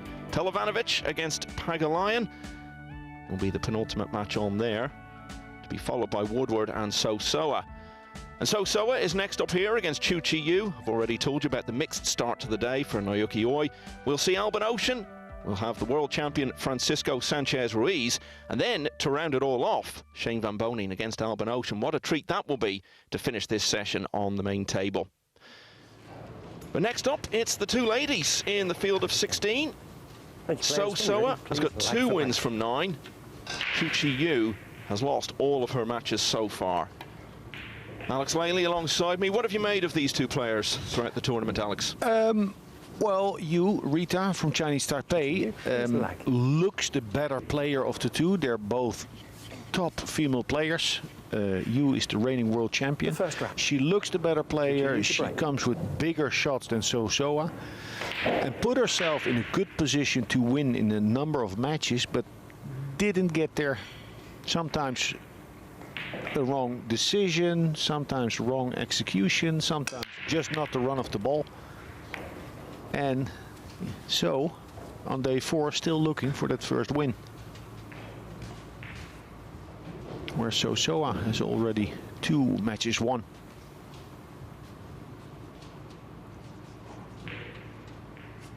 Good break by Yu.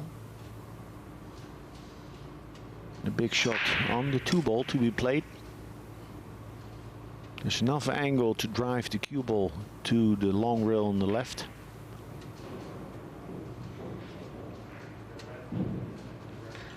She's an aggressive attacking player. She's taking time. I would almost think she's considering a safety, but now that I see where she addresses the cue ball, this is offense. Big stroke, nicely done. One thing we have been talking about, Alex, do you have any idea where the Rita name came from? No, but I do know that in Asia, many people, not just pool players, they have a Western name. but I don't know if they choose it or that it's given to them. Nice shot. Well, she'll have been looking at this one as one of her most likely chances to get that first win. This is only the second year we've been playing this format. Nobody went through without a win last year. Hekland Kachi finished bottom of the table, but even he managed to win 2 of his 15 matches. Yeah, it's interesting to see what will happen to you if she gets to a winning position once again. I mean, the longer it takes, the bigger that monkey on your back. And this miss on the 4, very uncharacteristic. She's a Fargo rate 782, I believe. That's really high.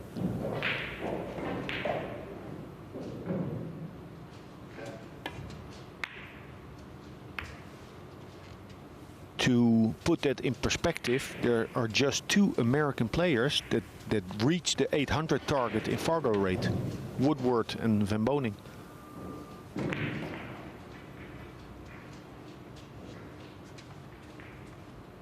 Bringing 2 cues to the table. There's a 30-second shot clock in play. Players don't want to lose time having to walk back to the chair. Getting the jump cue out.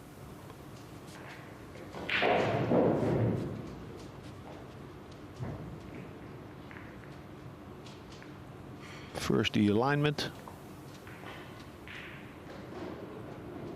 then the elevation. Nice effort.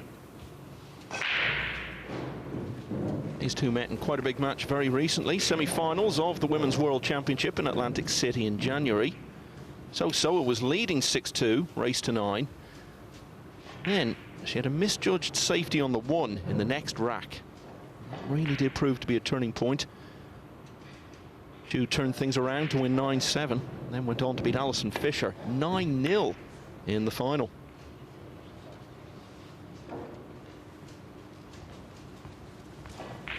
It's a good outcome there.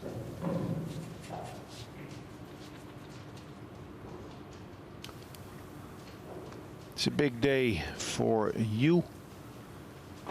3 matches to be played. She's playing Albin Ocean and SVB. Great opportunity for her and for women's pool. A lot of pressure for her at the same time, though, isn't there? Because she's still looking for that first win, and with opponents like that coming up later in the day, she knows this has got to be her best chance of getting it before Thursday's out. Please start the clock. Yeah, but in a way, there's less pressure if you play the likes of Ocean and SVB. Soa beat Albin Ocean yesterday, played a terrific match.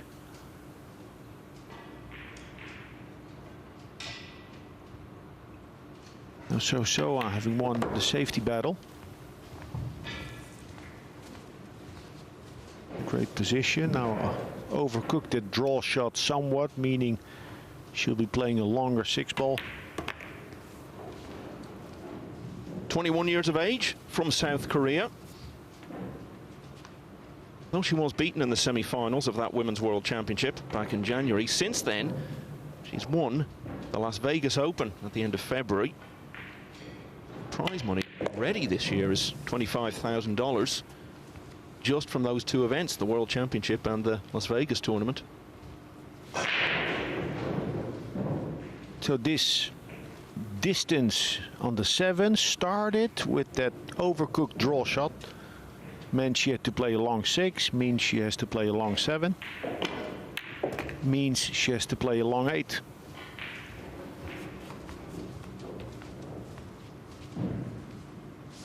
I wouldn't try to do too much with spin.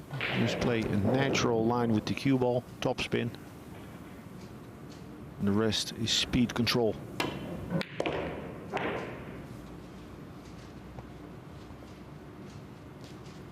On the money. Well, of these 2 players, Soa has had the better of it so far in the tournament with a couple of wins. She's had the better of the opening rack. She leads 1-0. Khalid Al-Ghamdi is struggling again. Really should have beaten Jason Shaw, couldn't get the job done.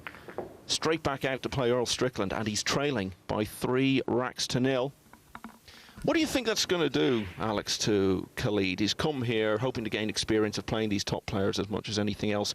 But the fact that it hasn't gone so well for him, could it actually be a negative? Of course, yeah. He comes in telling himself and understanding that it's an opportunity. It's a showcase event for him.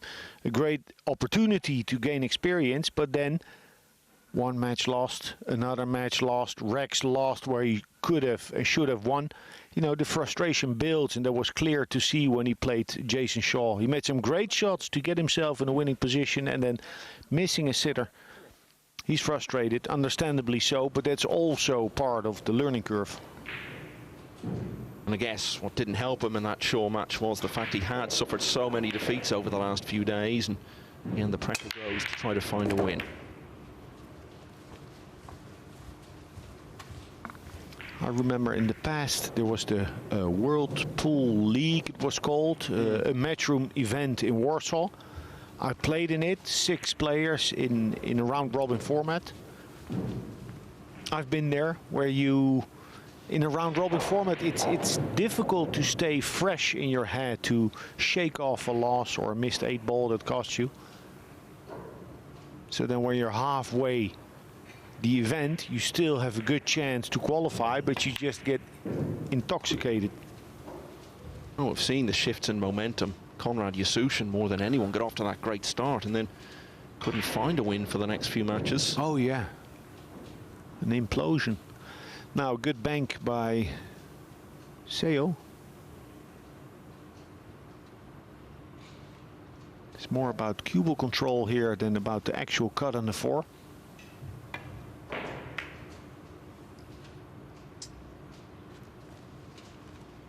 Yeah, trying to catch that 4 just a little fuller in order to control the cue ball. Maybe a better shot would have been to play double speed, let that cue ball travel 4 rails and come back past the 7 and 8.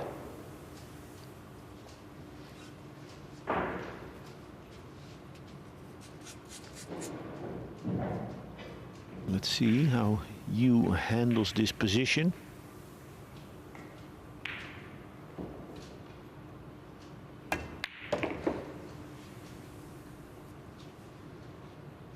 Oh, the reigning world champion. This is far below her level. Again, that may well be a product of her experiences over the last few days. Even if it is players of a higher level than she's used to, when you keep getting defeat after defeat, you get sucked into a sort of quagmire. Seen it in both years of the Premier League from some very good players. Yeah, confidence comes by foot and leaves on a horse, they say in the Netherlands. Dutch always have a great way of putting everything.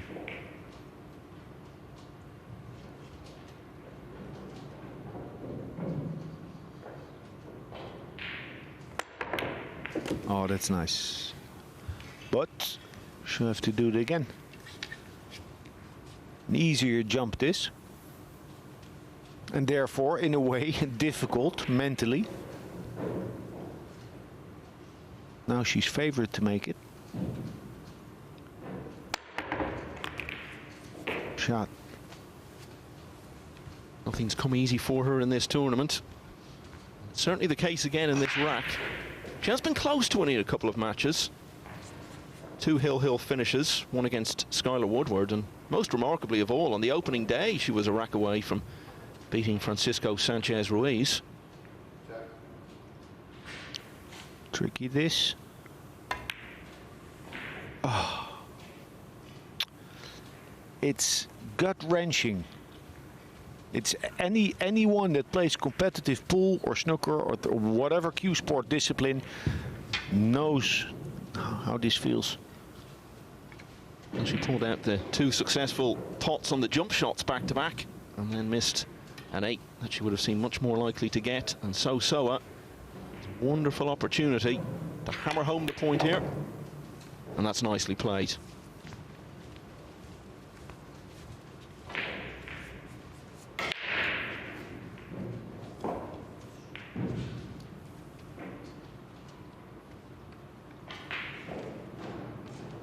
Seems to play a high ball.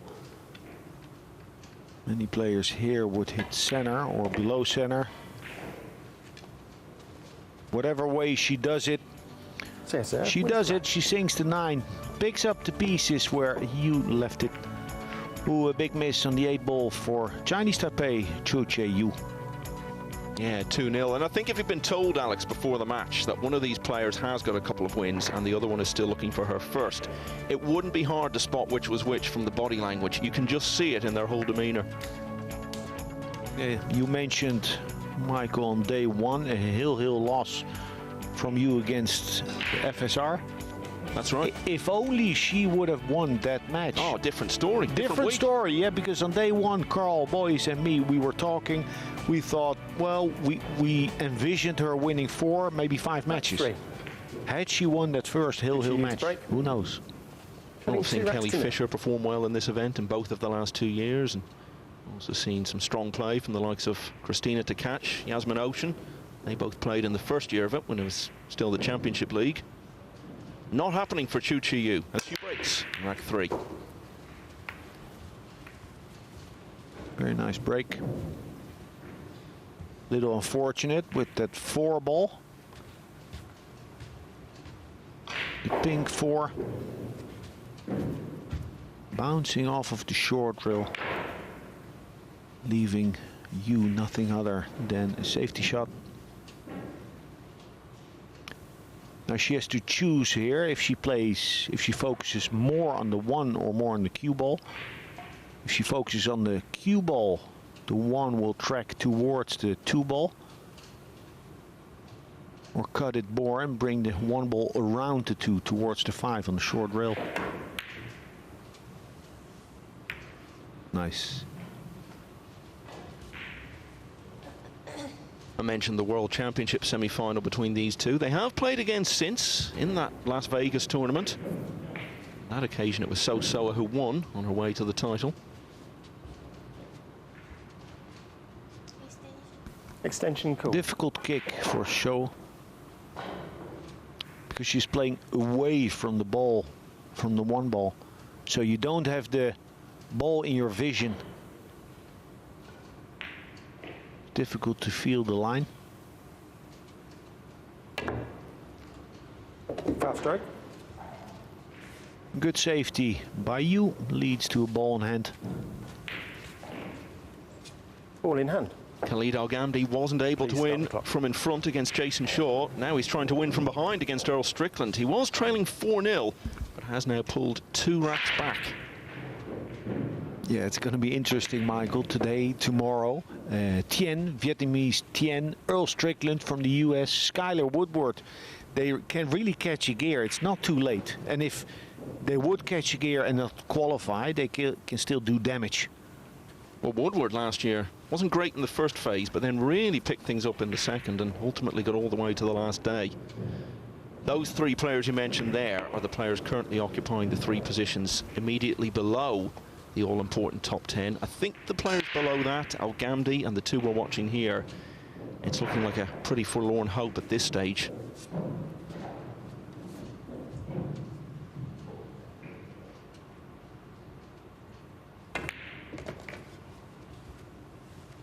Needs a big stroke here, which she possesses. Now make sure to hit it deep enough, the cue ball. Come above the 6. If she comes below the 6, the pocket low left comes into play.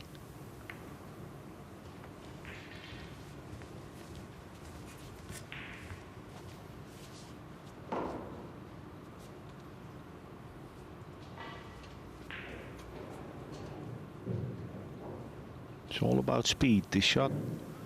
Don't overrun your mark. Yeah, I like this. Maybe this is even what she chose to play instead of trying to come in straight on the 6. Choosing to leave an angle on the 6, you have a natural route for position.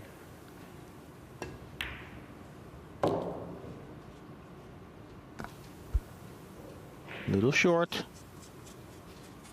A lot of angle, so much angle on this table. This ice rink of a TV table that she would maybe choose to leave a longer 9.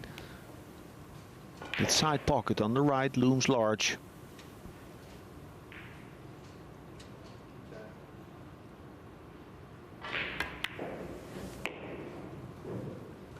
Clearly visible, she hit that 7 fat on purpose, catching a little more meat, making it easier to come across the side pocket.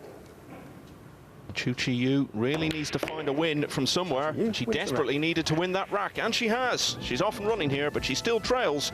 It's 2-1.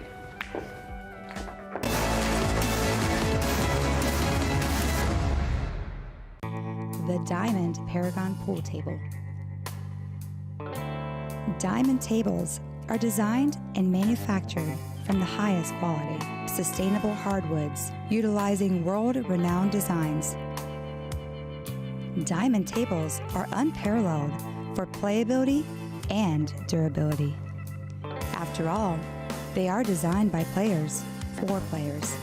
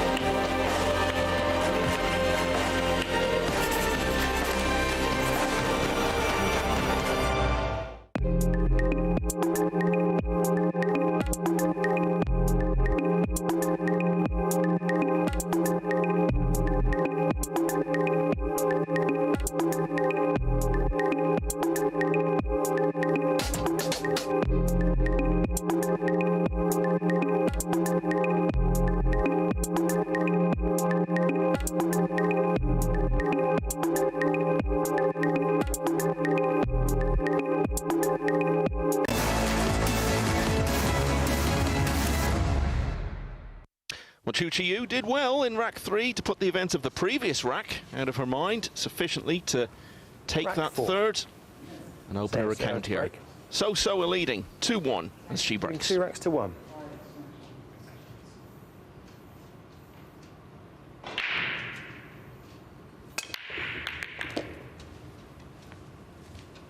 Oh wow, that works. Now normally players would like to park the cue ball in the center of the table in Nineball because that's the most likely spot to see the lowest numbered ball. But here with the cut break you often see that cue ball get to the lower side of the table. And in this case it works wonders. 3 ball sitting ready. Now the biggest challenge here will be that 7 later on.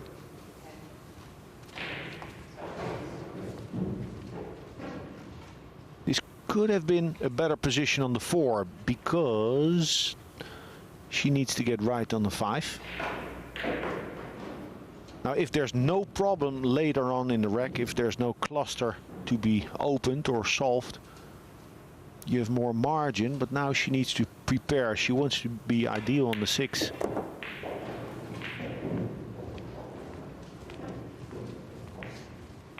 Big story developing on the other table. I was telling you, Khalid Al-Ghamdi was 4-0 down to Earl Strickland. Just the 44 years between these two. Well, Ghamdi has got it back to 4-3, and as you can see now on the right-hand side of your screen, he has a chance to level. Yeah, it's becoming very interesting here in the Morningside Arena. On both ends of the group table. You imagine what Earl will be like if he loses 5-4 from 4-0 up against a 17-year-old. Stay away from him for the rest of the day. Now, I'm convinced, I think I'm convinced that that 7 ball doesn't go. This is a good angle to open the 7. Good speed. No luck. the way she went into the ball, she needed a little luck. Maybe another player or she at better times would have chosen a slightly different angle to get into the 7-8. Two real kick shots, super sensitive. Play this without spin. Foul stroke.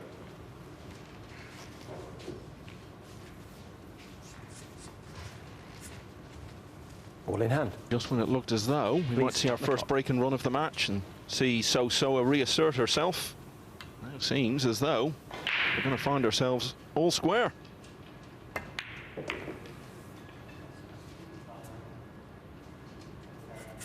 Now if Rita at the table would go to win this match, to win her first match in this event, 2 matches later today against 2 world champions, I see her win one of those if she goes on to win this match. Well, she didn't have to work anywhere near as hard for that rack as she did for the previous one, but she has come from 2-0 down to draw level. As you saw, it has gone 4-all now on the other table. This would be one of the stories of the week if Al Ghamdi could win from that position, particularly when you consider the strong position he was in against Jason Shaw, and he proved unable to finish the job. And we were talking earlier, Alex, about how Al Ghamdi might feel coming away from this experience, having lost so many matches. But if he could pull off a result like this, it would certainly make a huge difference to his state of mind. Yeah, and as a learning experience, as a lesson for the future, that it doesn't matter how low you feel, there's always a turnaround around the corner. Extension called. Difficult position. He can, if he would try to cross the 1 and play safe behind the 2 ball, he needs to play a slow 1 ball. I think he played this really smart, even though the 1 ball slightly exposed or easy to hit off of the rail. We'll get back to the feature table. Yeah, and needless to say, we'll keep an eye on that clash of the generations.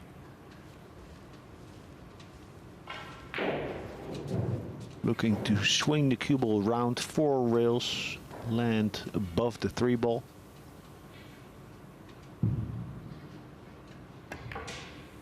Ooh.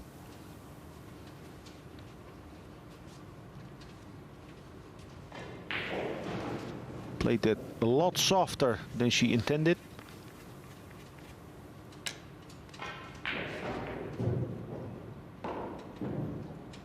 Ghamdi has potted the 1. Has a look at the 2 over on the other table. All sorts of ways of looking at that in terms of the age gap. You consider Strickland won the last of his 5 US Opens a few years before Al Ghamdi was even born. Assuming that Earl is older than Khalid's parents. Don't rub it in. Well, he can't hear me. That's the one safe place if you want to say something about Earl, is when he's out in the arena. Good position to kick and stick. Full hit on the 2 ball.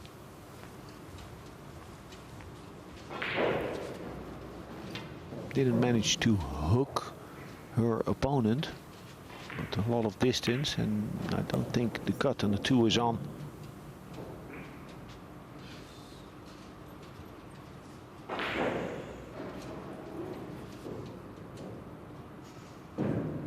Extension called. Opting to use her extension. It looks like she's addressing right on the cue ball. That would mean that she's cutting. Twirl that cue ball thin onto the 2.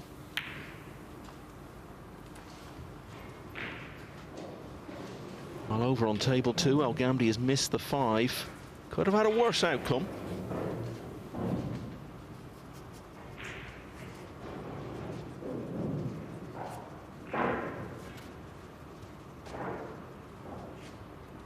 Looking at a 2-rail kick, Cho Che-Yu.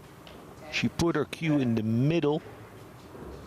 Extension called. So if you're playing a 2-railer, top rail, long rail, you put your cue in the middle of those two balls, of the two ball and the cue ball, pointed towards the pocket, and then approximately a parallel line.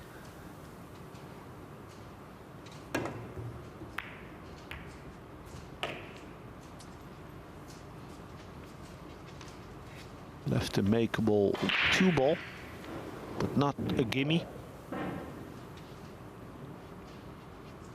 Meanwhile, Earl Strickland has managed to pop the 5, so it's a chance for him to get over the line. Remember, he was 4-0 up in this match. And these are huge moments for him if he's to have any real chance of getting through. He's on 3 wins from 9 matches. So he needs a really big finish to this first phase of the tournament if he's going to get through to the weekend. Oh, can you believe what he's done to himself?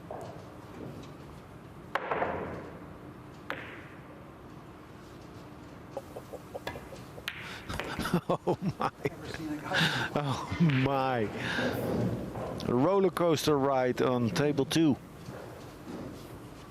that I would not like to be a part of as a player.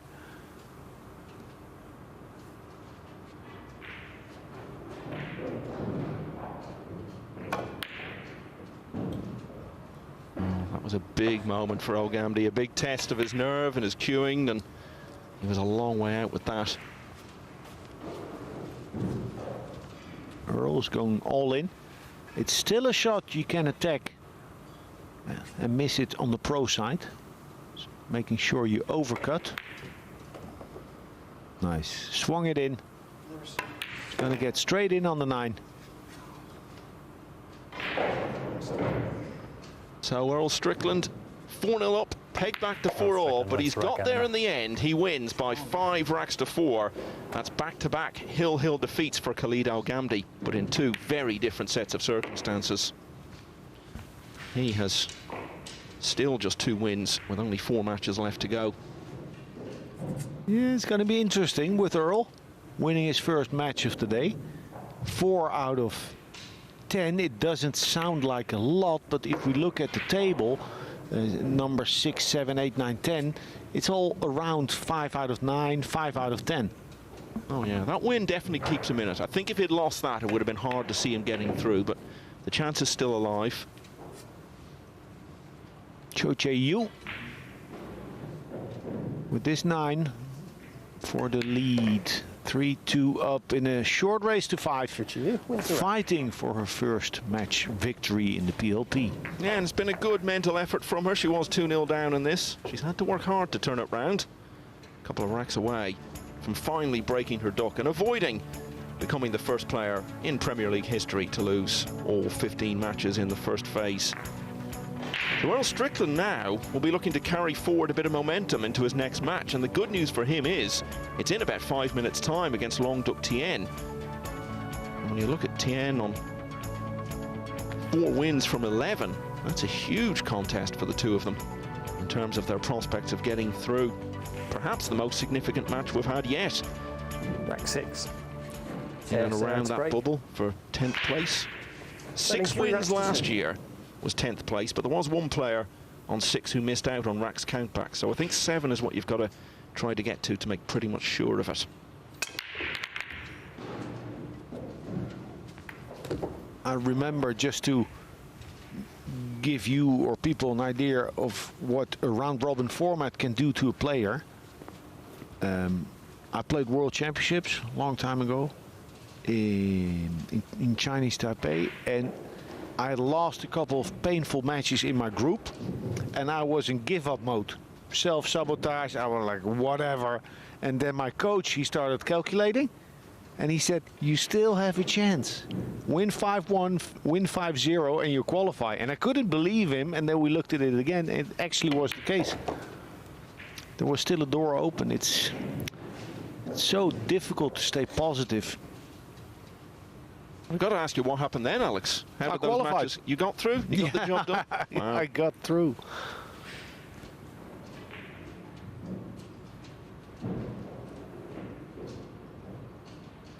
Twice across. She doesn't need a whole lot of spin.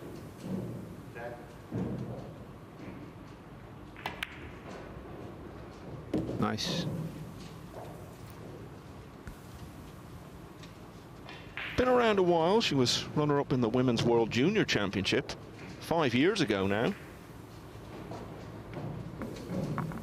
Was also runner-up in the women's division at the Asian Open in Singapore last August.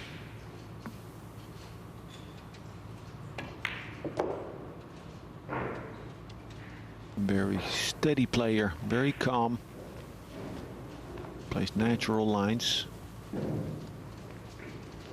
Yeah, she never looks in any way hurried around the table, but she's managing to do it within the confines of the shot clock, so if that's what works for her, then that's just fine. Now, playing that 5-ball and going forward somewhat with the cue ball would have made this easier to get from the 6 to the 7.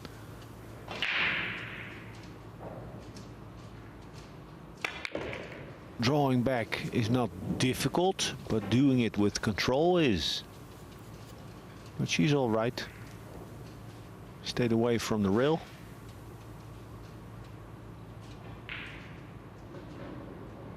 Going forward, long short. No, playing it very softly.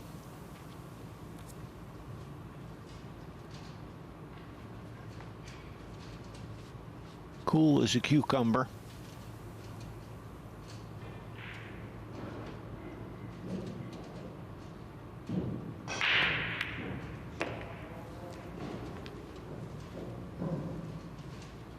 Well, So-Soa needed a big response to losing 3 racks in a row.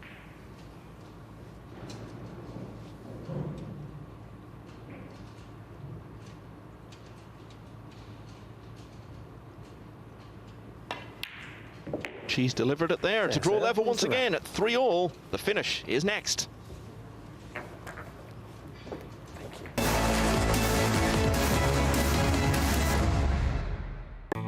The Diamond Paragon Pool Table. Diamond tables are designed and manufactured from the highest quality, sustainable hardwoods, utilizing world-renowned designs. Diamond tables are unparalleled for playability and durability. After all, they are designed by players for players.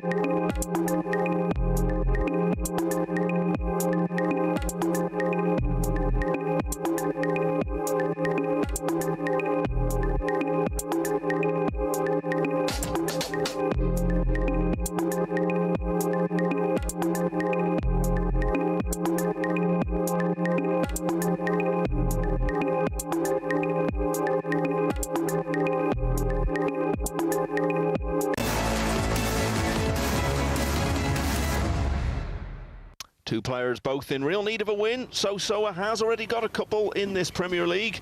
Ju Chi-Yu has yet to find one. She was leading 3-2, but now they're back on level terms as she breaks in rack 7. Break. Scores are tied, 3 racks each. World Championship winner here breaking in a race to 2. She wants this so badly. Bow. I think no one here likes to see anyone leave Leicester without one match victory. It would be tough on her. But So is not looking to hand it over to her. 2 rails.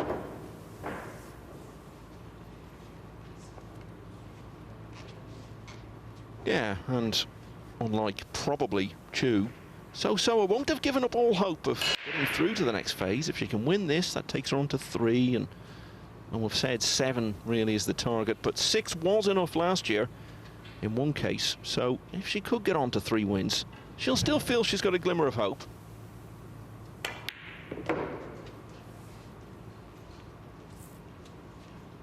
Omar El Shaheen and Lucius Yap, both on 6 last year. El Shaheen got the nod on the racks count back. Big stroke this. Wouldn't try to break it up, I think. Make sure to see the 4. Nice. I said nice before I saw the actual impact, the cue ball line, but look how this ended up.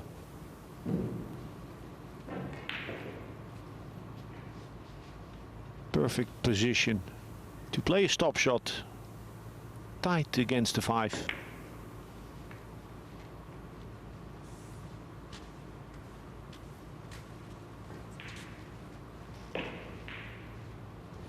Two rails. Difficult two-railer to judge because the entry on the first rail, on the short rail, is flat. But the nice thing about it is that the player will use the side pocket as a reference. If you track towards a pocket, gives you just that little bit more feel. Watch out here. A lot of slide on the first rail. Comes out more flat than you expect. So if she misses, I expect her to miss short. Short. Foul stroke. Ball in hand. Please start the clock. 2 fouls. Yeah, and that's why I would always advise players to sometimes practice kick shots and spray the cue ball with silicones. Then you get that slide on the ball.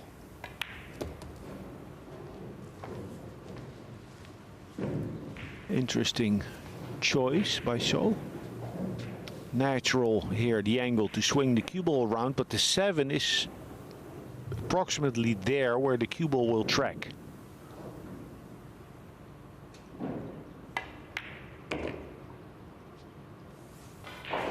Good shot. Very nice shot. And we mentioned earlier, she did beat Albin Ocean in her last match. Her other win came against Konrad Yasushin.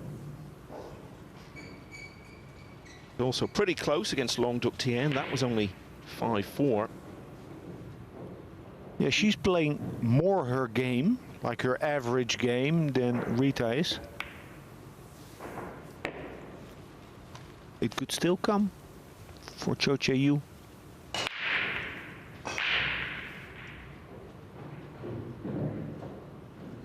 This is a very good position for the South Korean to take the lead, to go to the hill.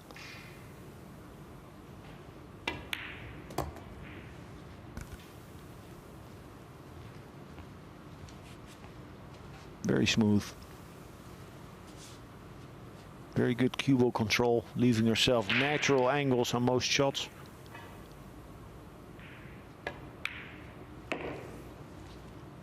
The same again in that case. So with the simplest of 9s, she turns it around again from 3-2 down. So Soa now leads 4-3, and she'll be breaking on the hill. News from the other table, Long Duc Tien is 2-0 in front against Earl Strickland. As we were saying, that's a huge match for both of those players. Strickland on 3 wins, Long on 4.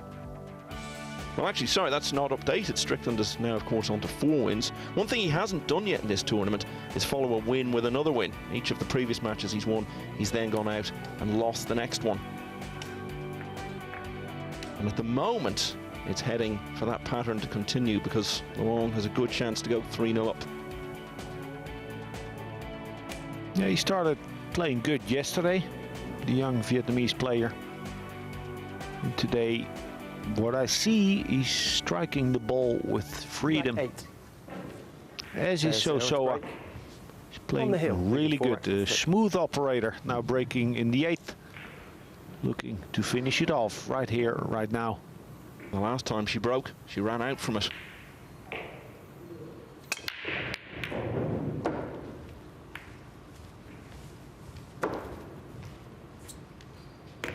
Wow. That's also run off the ball. She sort of mishit the one. Too thin, lost control of the cue ball. It comes out smelling like a rose.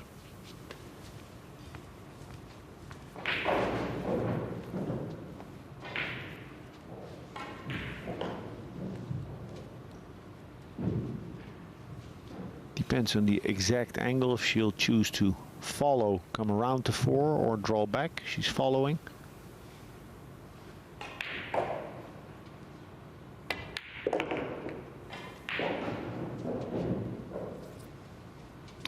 I like how she plays.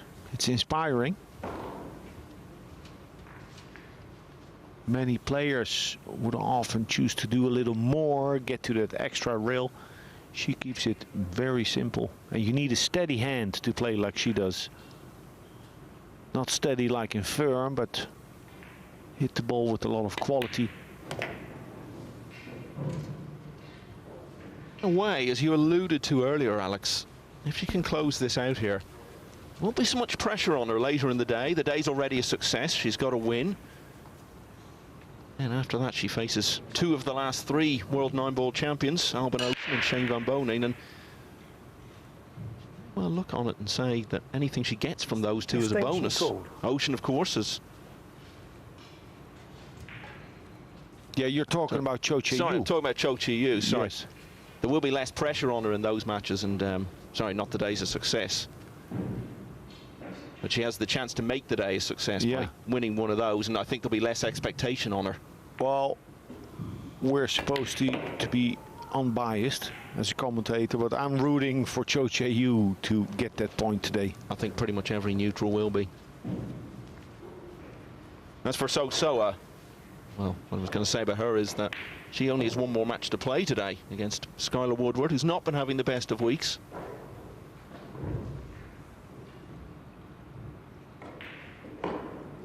Drawing back.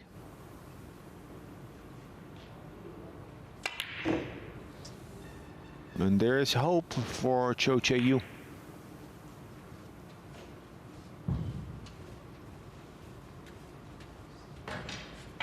She missed thin or thick. Yeah, thick. And the thing is, so she missed it thick and she came close to the side pocket. So I believe subconsciously, how she envisioned the shot, she needed to miss thick in order to get the cue ball there, or hit it with less speed.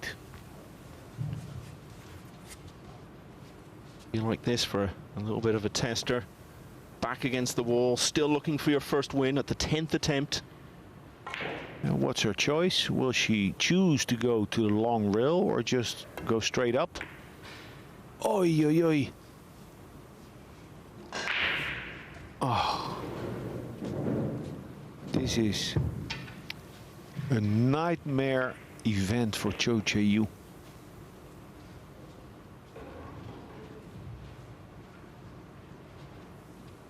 And listen, Michael, I believe with champions, they'll always bounce back stronger from an experience like this, but at the moment, I'm sure it's traumatic for you.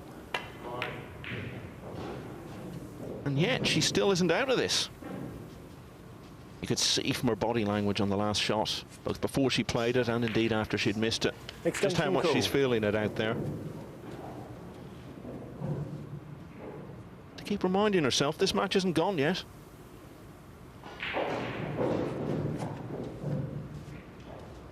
Two ways to cut this ball, played with spin, play the cue ball short, long, long, or with a rolling cue ball. Addressing low. So it looks like she's swinging it round. Nice, that's a good shot. That's a good shot by Cho Che-Yu. Suddenly everything looks different for her, because now she's the one who's going to be breaking on the hill in the deciding rack. She's fighting so incredibly hard, and it's difficult. So you fall, you tremble, then you get back up again. Positive self-talk. You can do this, you got this, then you miss again.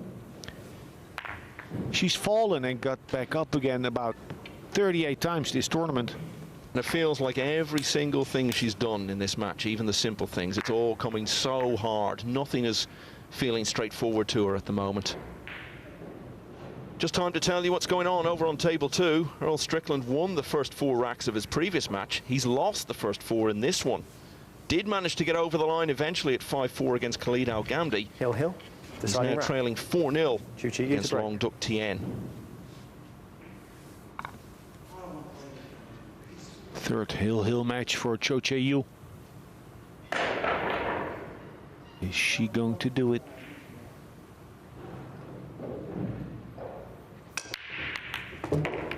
Beautiful break. 9-ball. Watch the 9. What a way this will be to get your first win. Oh, but hey, she has an angle.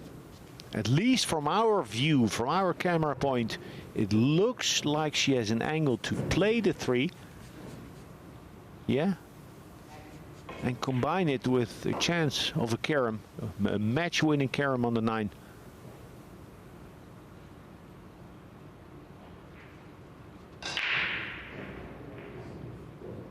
Oh, a reset. Knows what could be at stake here.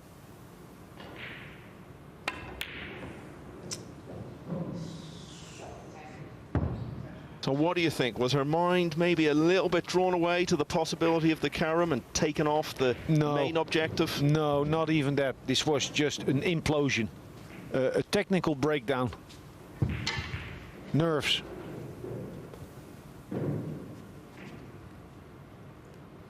Just the nerves of after all these missed opportunities during the PLP to finally get it over with. But this is not over for So. She can make that 6 past the 8-ball, but it's tight. She can also play with speed, go to the kitchen with the cue ball for a 6-9 carom. Very makeable.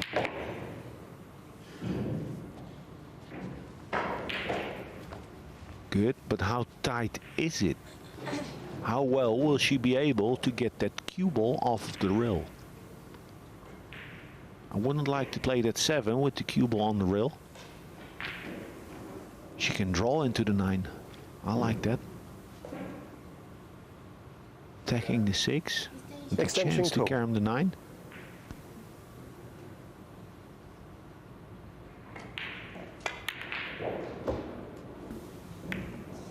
Oh, what a match. We love seeing the high quality, don't we? But we also enjoy this, watching two very accomplished players, both clearly fighting the mental battles to get over the line. Yeah, at the moment it's So against So and you against you.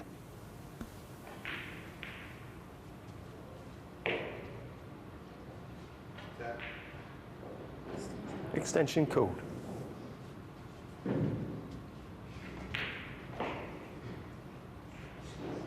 Earl Strickland has averted the whitewash anyway.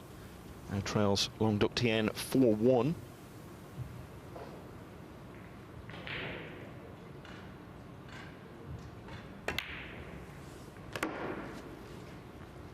Shot. This is it. The match-winning shot. She wants to put the cue ball there where the 8 is unmissable.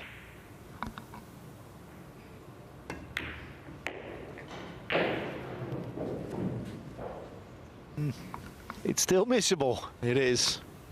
I think with this tension, anything is. This goes in, she may have the easiest of 9s for the match.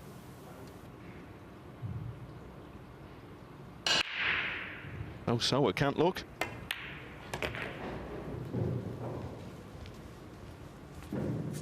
The long wait is finally over. Nobody lost all 15 last year, the first year of this format, and it isn't going to happen this year either. Cho Chae-yu, at the 10th attempt, has got that first win. She has beaten So Soa by 5 racks to 4, having to take the last 2 racks to do it. She's got 2 recent world champions to face later in the day, Albin Ocean and Shane Van Boning. So Soa will look to bounce back with her 1 remaining match today against Skylar Woodward. We will be back on the main table in a few minutes' time. Albin Ocean against Konrad Yasusin.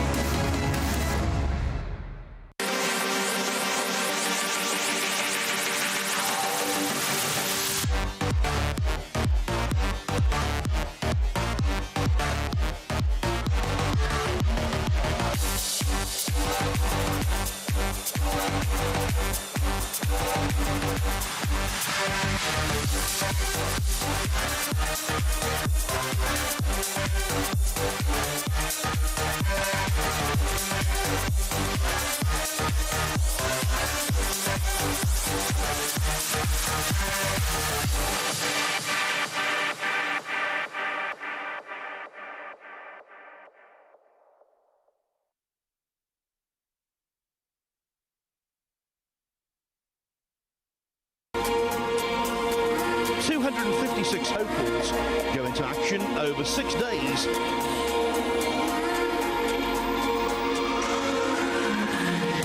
When an irresistible force meets an immovable object, something is got to give, but nothing is given yet. Final of a matchroom promoted tournament, the majors in the game.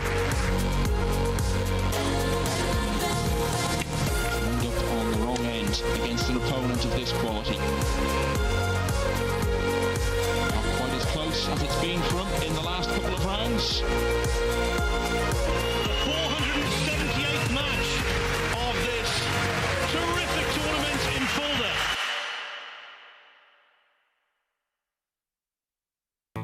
The Diamond Paragon Pool Table. Diamond tables are designed and manufactured from the highest quality, sustainable hardwoods, utilizing world-renowned designs. Diamond tables are unparalleled for playability and durability. After all, they are designed by players for players.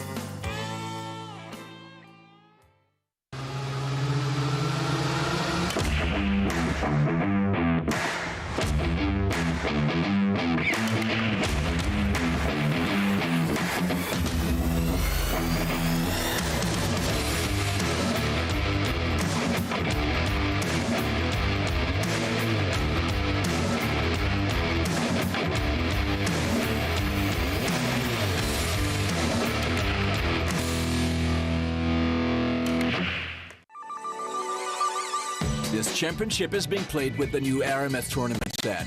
Featuring a unique molecular structure, it guarantees razor-sharp precision and unsurpassed longevity. Unquestionably the best pool balls in the world, this set is available in a TV and a value pack version, as well as in the new My RMS Ranger of Ball and Q cases. Now you can bring and play with the best ball set everywhere you go. My RMS, bringing new dimensions to your billiards experience. Of the Kazoo Champion of Champions!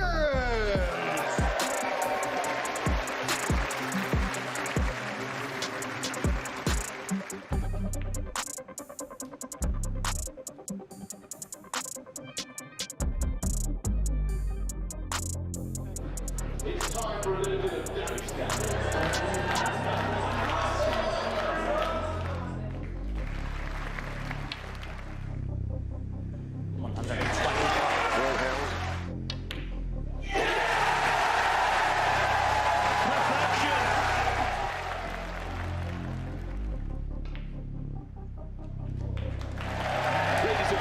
let's hear it for your champion of champions, Ronnie the Rocket O'Sullivan!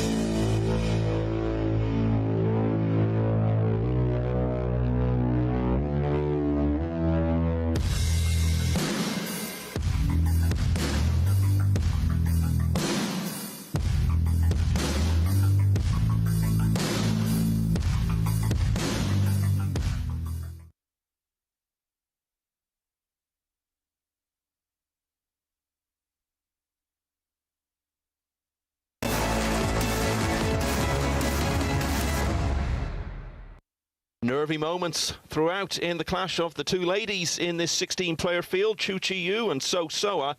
It was Soa leading 2-0. She then trailed 3-2, led again at 4-3. But in a really tense finish, Chu Chi-Yu got the job done 5-4, and at the 10th time of asking, has got that first win. Who knows, that might free her up a bit to get a few more in her 5 remaining matches. And up next, it's Konrad Juszczyszyn and Albin Ocean, and you can see they're both in nice position at the moment in the table. One more win would pretty much guarantee Ocean's progress to the next phase. Juszczyszyn is also on the brink of getting through. On table 2, Long Duc Tien started with a very comfortable win over Chris Melling, played very nicely to win 5-0. Khalid Al-Ghamdi couldn't get over the line against Jason Shaw from a strong position, and then came from 4-0 down to almost get the job done against Earl Strickland. Lost them both 5-4. Strickland, though, has gone straight back out there and played Long Duc Tien, and just a few moments ago he was beaten by 5 racks to 1. Sanjin Pelovanovic and Alex Pagulayan will be starting there very shortly. And here on table 1, Naoyuki Oi, mixed fortunes for him at the start of the day. 1 win, 1 defeat, but it's still been a very good week for him, and he will be in the next phase. And then that all-ladies match I spoke to you about just a few minutes ago. We've got the world champ, Sanchez Ruiz, coming up later against Chris Melling, and then the 2 players who won that title immediately before him.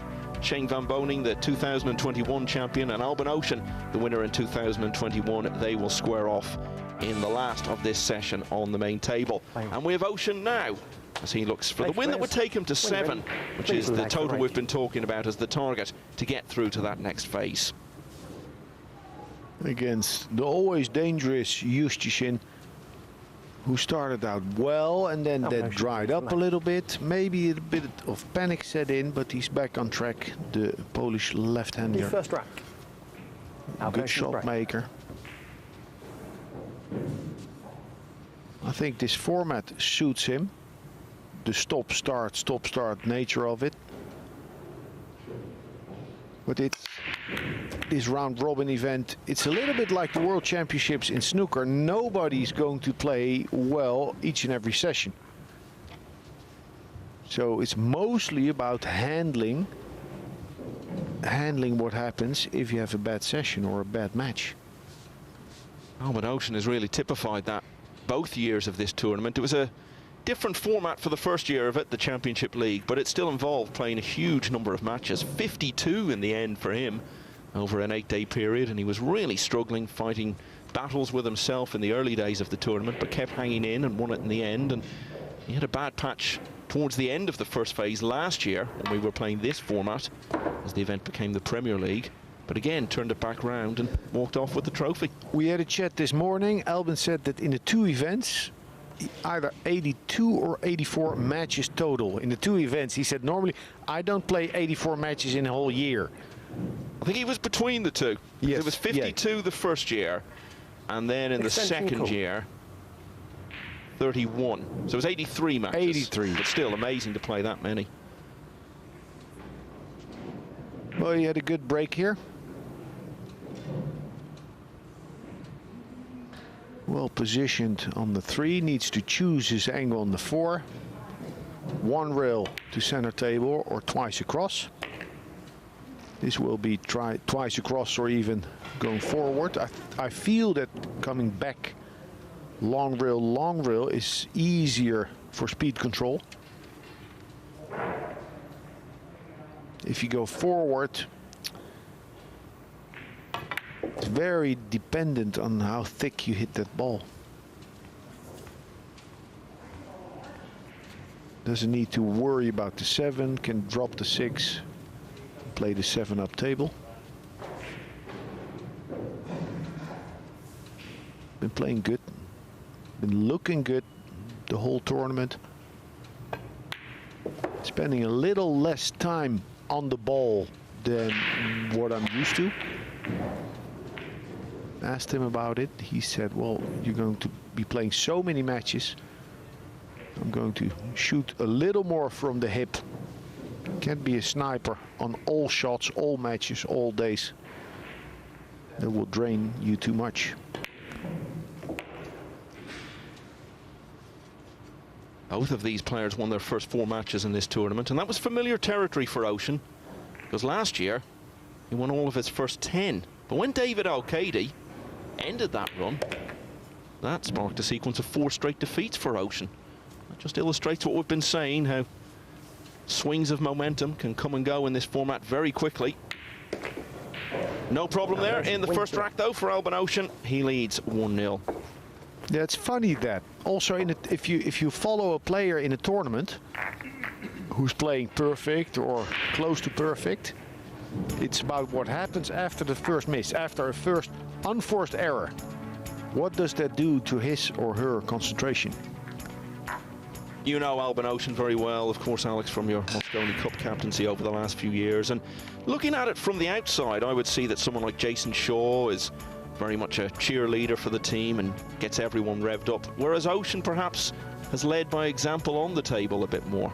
Would that be a fair assessment? Yeah, he's a bit more introverted.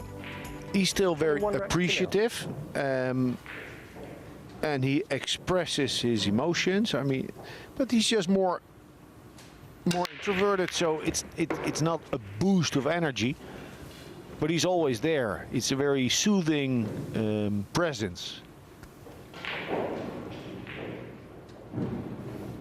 It's like I'm thinking about making a pasta sauce, a tomato sauce for the pasta, if you forget the garlic. It can still be a good sauce, but there's something missing, and for me it would be like that, having a Mosconi Cup team without Albin. I'm basically saying you can't have a pasta sauce without garlic.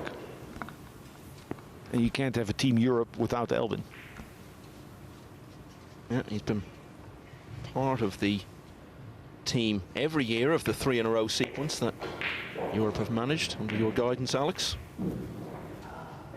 Yeah, and now I'm out of the gig, so it's up to the next cook to decide on the ingredients.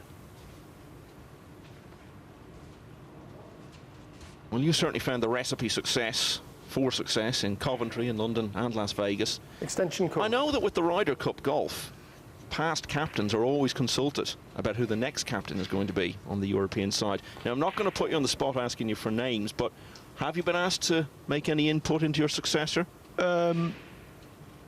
No. No, but I think I've made a couple of suggestions. Yeah, let's see.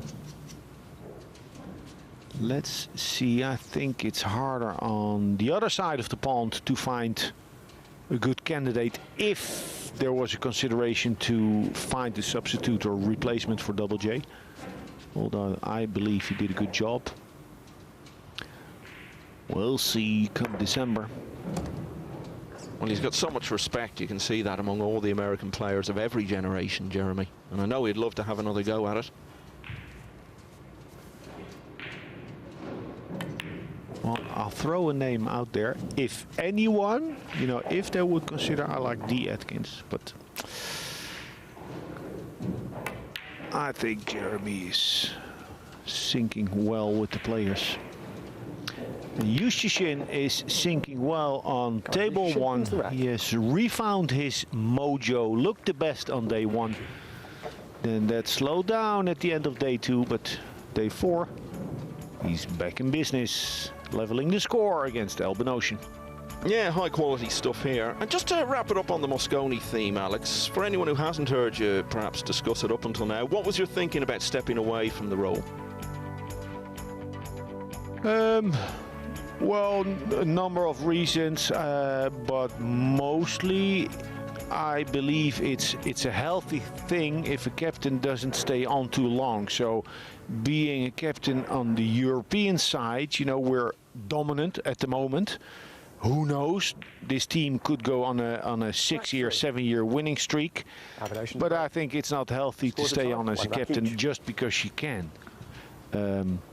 And, you know, if you close one door, other doors open. So I'm looking out for new opportunities. Some things came to me. You know, I'll be fine. Although I will miss the camaraderie and the intensity. Well, the camaraderie and the team spirit has just been so evident in the European side over the last few years, and understandable you would miss it. But one final thought about it then, a few years down the line, if circumstances were right, would you consider stepping back into the captaincy? Yeah, 100%. Okay. I reckon there's a pretty good chance we'll find ourselves in that position. So back to the action at hand, a long 2-ball. Safety is difficult. He can try and attack the 9. The thing I like about it, it's a wild shot, and he would let the 2-ball run wild, but there's no way he's going to scratch. And there's the 4-ball that could come in handy.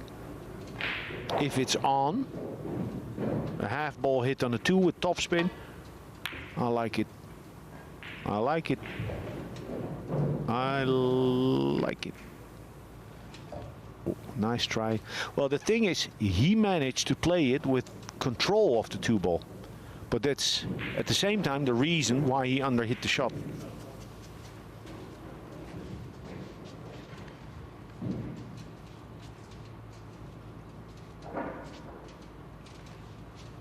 Good bank pool player, Justin. If he's playing the straight back. Big target. Don't baby the ball, don't be shy.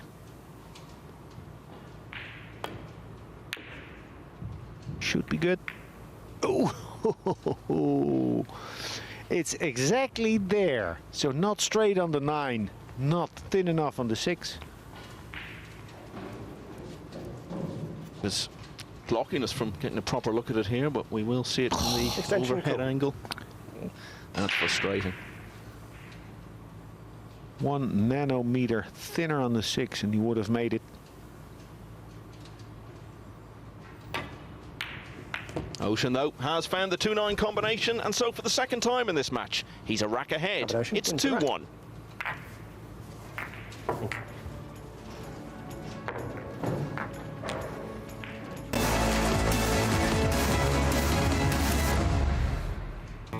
The Diamond Paragon Pool Table. Diamond tables are designed and manufactured from the highest quality, sustainable hardwoods, utilizing world-renowned designs. Diamond tables are unparalleled for playability and durability. After all, they are designed by players for players.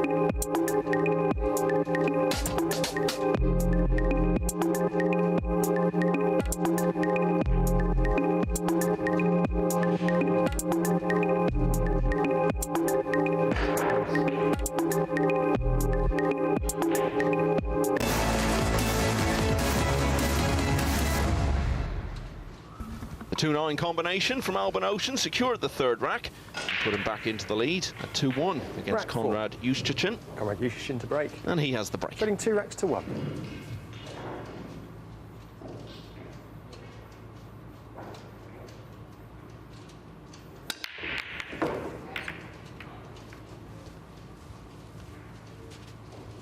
Can't complain, even though the shot on the 2 is long and quite straight. But if you lose the cue ball going forward, leaving it on the lower side of the table, you need more luck to have a shot. This is topspin. Make it with topspin. I think he has the angle. He also did look at the 4-9 combination, possibly that 9. Yeah, the 9 would pass the 5-ball.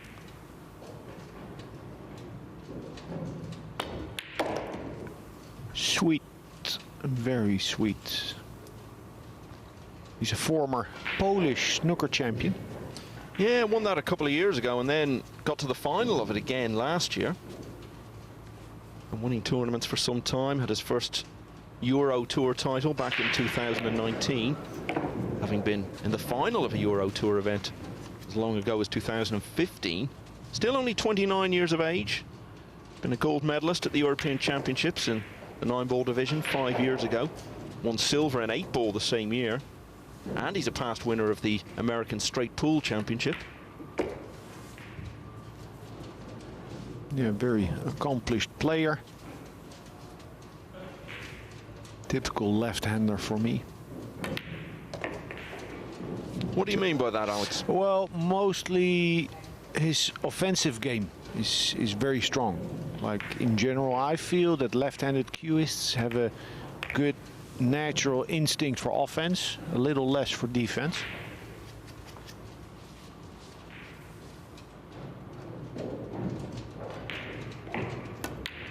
The high early standard of quality in this match continues, and they're level again at 2-all.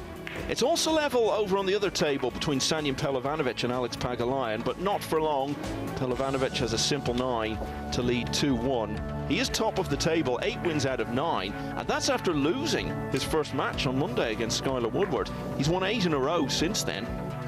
So much momentum behind him, and 8 wins, you would think he's definitely going to be in the next phase, and now it's all about feathering the nest, really, trying to build up as many wins as possible to carry forward and give himself the best possible chance of then making it through to the final day. 6 players will advance to next Monday, and all wins carry forward in all phases of the tournament. Albin Ocean knows all about it.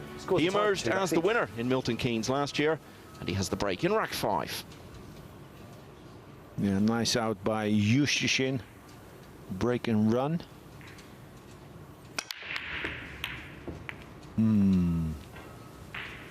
Yes, the cue ball was tracking straight towards the side pocket.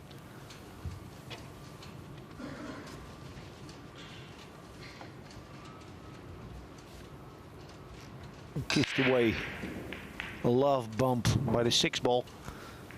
That's how it is. But Justicin is happy how it is. Dry break. An open shot on the 1.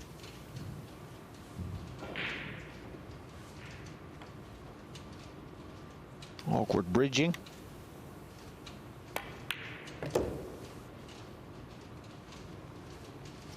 This is just fine.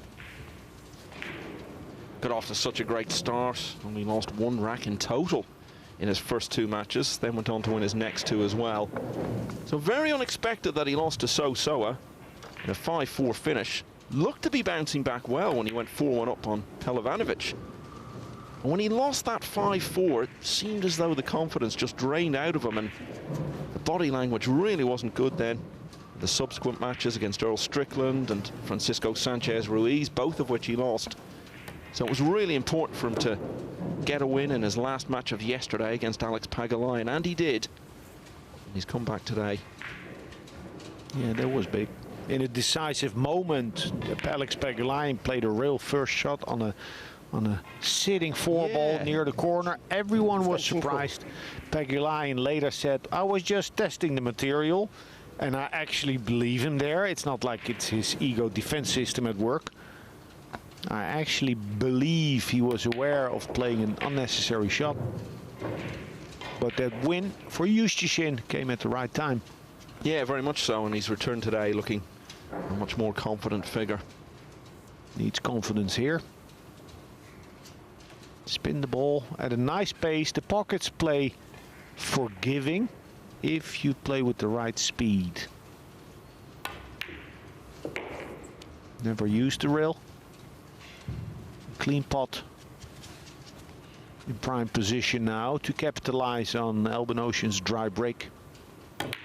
Yeah, the first dry break from either player in this match, and it looks as though it's going to see the man from Poland go into the lead for the first time.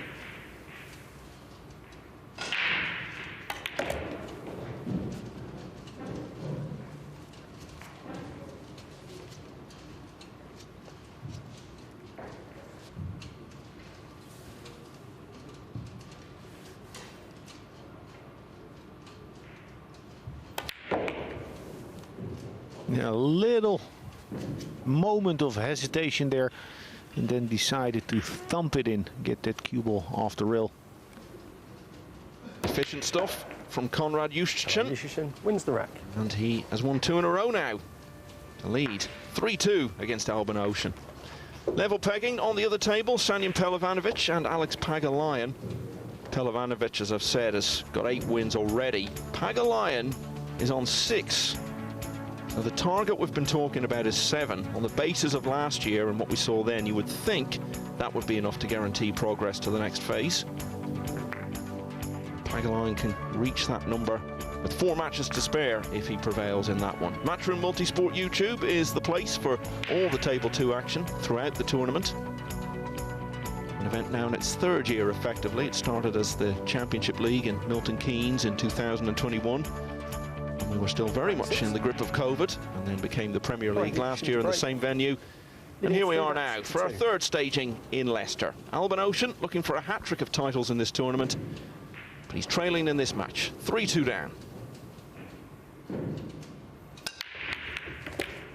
down. Same thing for Juszczyszyn. He did make a ball, but his cue ball, as Albin Ocean's cue ball in the previous break, tracking towards the side pocket. And in this case, again, the green 6 ball with the love bump. Well, he's run out from the break in both of his previous attempts in this match. Very decent chance to do so again. Yeah, would be very surprised if he doesn't run out from here. I think his highlight of 2022 came at the European Open. He was the man who finally ended the run of Khalid Gamdi, who had made so many headlines throughout that week in Fulda. Followed that by beating John Morra. And it was actually Albin Ocean who ended his campaign then at the quarter-final stage on his way to winning that title. Also a quarter-finalist last year in the World 8 Ball. Extension call. Yeah, was thrilled getting the invite for the PLP. It's difficult to get your name on any invitation list being a Polish player. There being so many strong ones. Zielinski, the first name that comes to mind. He'll play the World Pool Masters.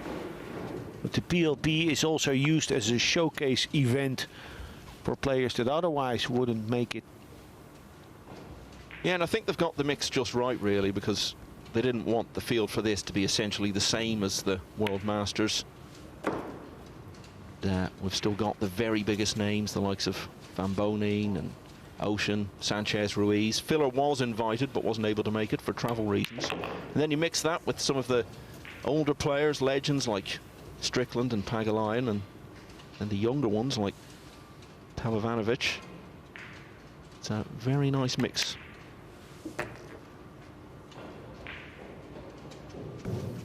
Yeah, Konrad Juszczyszyn looking very good. Yes, it was an open table, but you still need to do it. Just looks a different player to the one who was struggling through that run of successive defeats.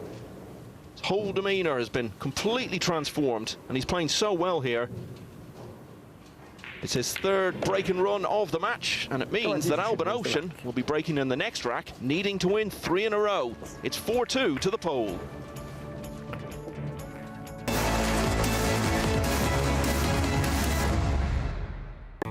The Diamond Paragon Pool Table.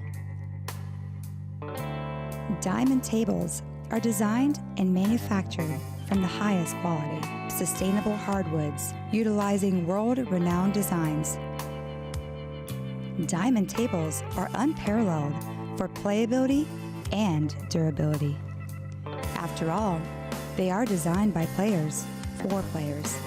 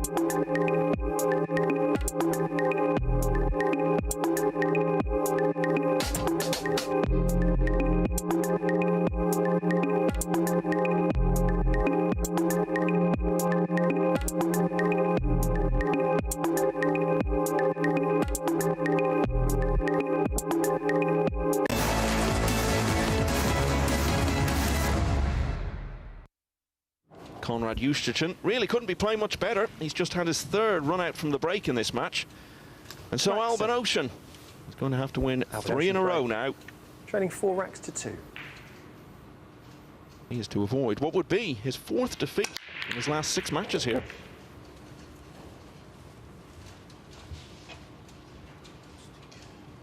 A big break and a big shot on the 2 ball.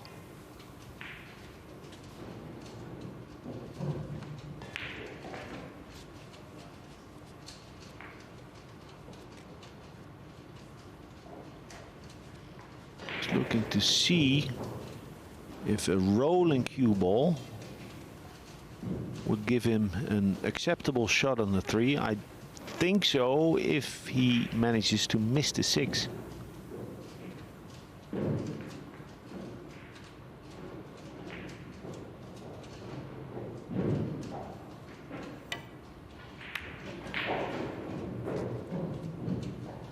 Nice. Very nice. Very clean. No. Sorry, Alex, go ahead. Next challenge. I was just going to say that we referred to the quarter-final meeting of these two in the European Open. Ocean went on to win that title on his 32nd birthday. He won this as well. But it was an unpredictable year for him because went out in the last 64 of the US Open. At the UK Open, he had that astonishing 9-0 defeat to Robbie Capito. So he'd been very consistent throughout 2021. It wasn't quite the same in 22. He did, of course, get to the World Final as well in defense of his title. Still good, I think. Yeah, that was a surprising thing that he made Team Europe on points, didn't need a wild card. Where I felt throughout the year he wasn't looking that strong, but still did enough and won the European Open. So that's the quality of his game. I think the way it's structured, if you can do well in one of those really big events like the European Open, so many points on offer, and then you add to that the fact that he got roughly the same number of points, maybe even exactly the same number of points from the World Championship, even though he didn't win it. If you can come with a couple of big performances like that in the right events, you can largely take care of things like Mosconi in itself. But that will be harder to do now because there are more big points events. So just doing well in a couple of them might not be enough anymore. He's looking good here. Very fine response. Played a good shot on the 2, played a good shot on the 3, even though he complained with that little bump where he had shape on the 4. And that's all you can do. Hold serve. Put some pressure on your opponent. He has to take it. He's not getting it.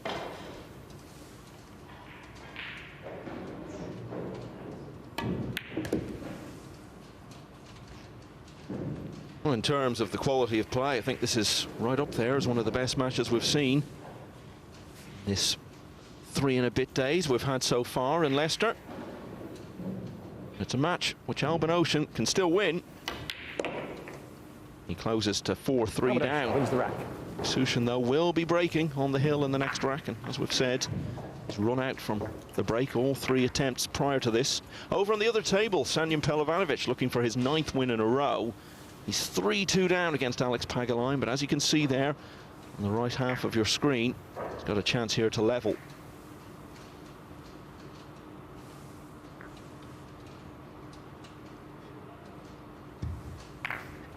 Look at that, Pelovanovic.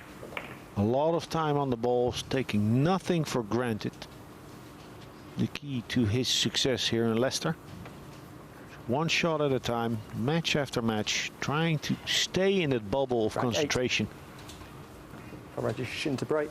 We've mentioned it on the hill. In this format. 4 to 3. One miss, one lost match can burst the bubble.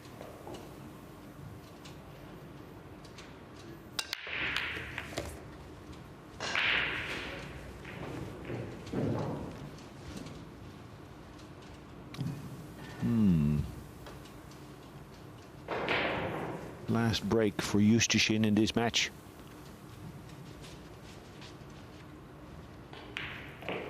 He does see part of the 2, but it's difficult to play safety from here.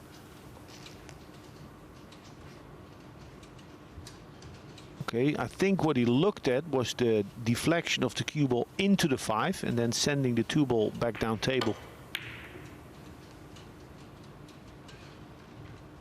Played a good 2 ball, would have liked to hit the top side of the 5. Because this makes a real big difference. Cue ball close to the top rail or where it is now. A lot easier to handle for Ocean. 7 balls, a big ball to go behind.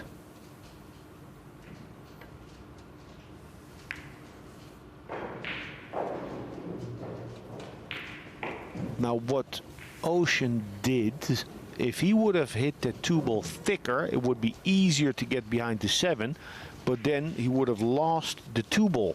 2 ball would end up in mid-table. So the way he played it was more difficult for the cue ball, but a more controlled 2 ball. So he didn't put all his eggs in one basket.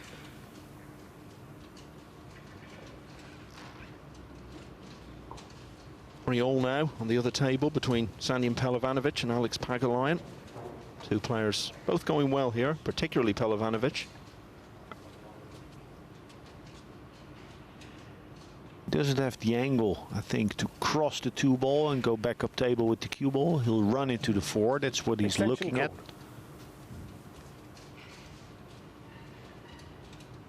If that's the case, then he's missing a natural route for the cue ball.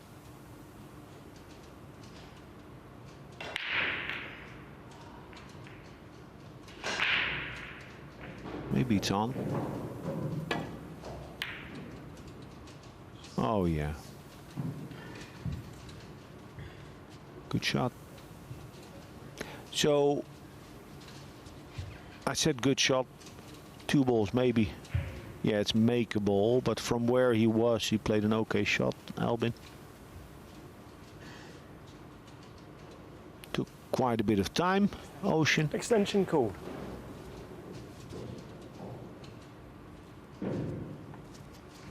The easier the safety position is, the more you should take care of it, because then you're not supposed to fail ever. No, the thinnest of cuts. Doesn't like it. Playing something else.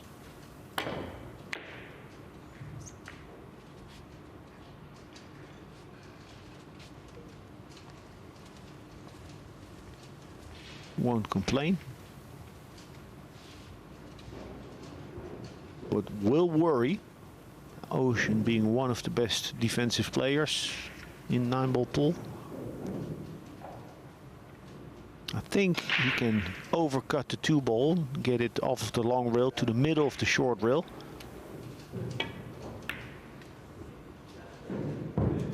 Yeah.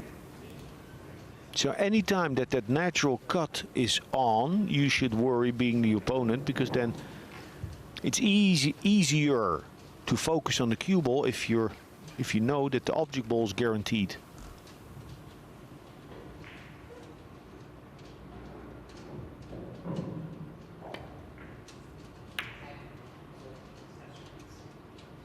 Oh, but for one rotation. But for one rotation. Albin can cross the 2 ball, bring it back the 2 ball in between the 3 and 5. Or he can bring the cue ball back to where it is now.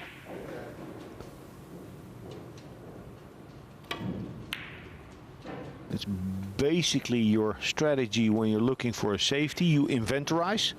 I can do this, I can do that, or I can do this, and then depending on how you feel and how the table plays, you choose one of the shots that you have. And a basic mistake that many lower level players make is that they always choose the most aggressive safety, thinking that that's the best.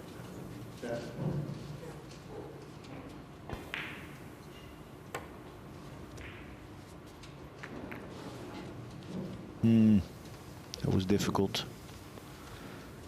A mistake. In my book, a mistake. He was in a difficult spot, but the shot that he tried, there was no future there.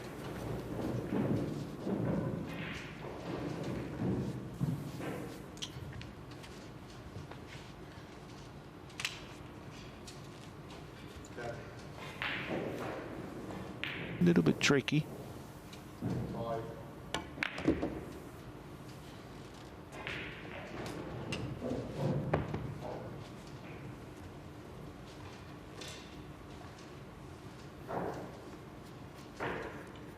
Enough angle to stun the cue ball in position for the 3. Little below center.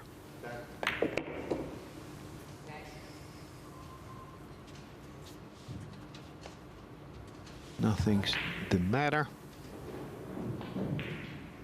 It's actually nice sometime to get to play a shot on this table where you get to go to a rail with the cue ball and then bounce back towards your next shot. Instead of playing a kill shot and a kill shot after a kill shot, this. So you're coming in towards your next shot.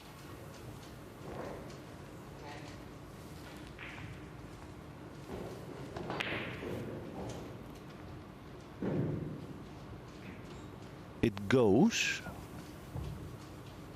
I'm pretty sure it goes. And then he was looking at where to land on the 7. Uh-oh. Lucky to run into the 8.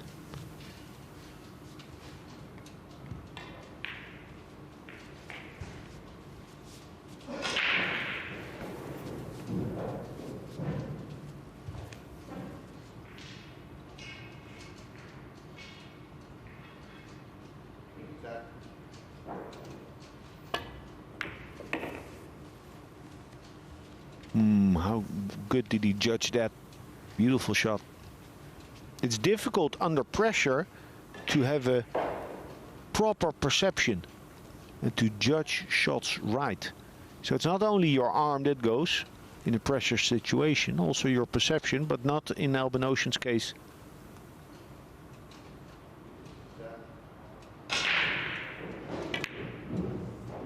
And one of the features of Ocean's game, throughout all the successes he's had in the last couple of years, has been his ability to produce when his back's been to the wall, usually in longer matches. In a smaller context, it was something that was required at 4-2 down, and he's produced. This rack has been a really good effort. Ocean has won 2 in a row, and now he's going to be breaking in a hill-hill finish.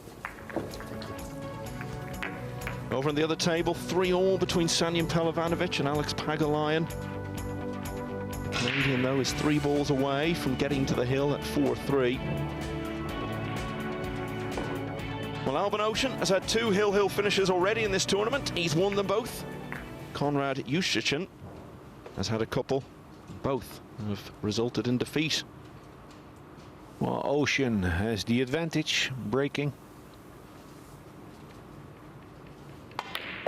Nice steely run out from Albin Ocean after Juszczyk's safety mistake. Was difficult, that finesse kick shot. Hill. Absolutely. Was not a straightforward chance, but he took it well. And here he is now, looking to complete the turnaround. Move on to 7 wins from 10.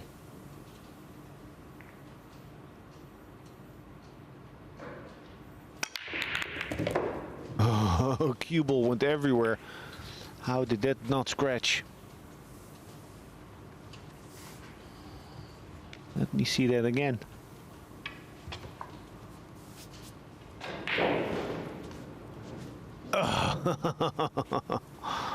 And in position on the 3.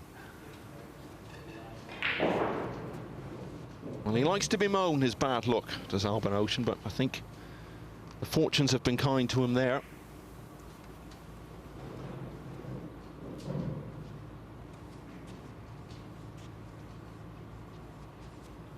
Would like to have an angle, and I think he does, to just let the cue ball go. Long rail, long rail.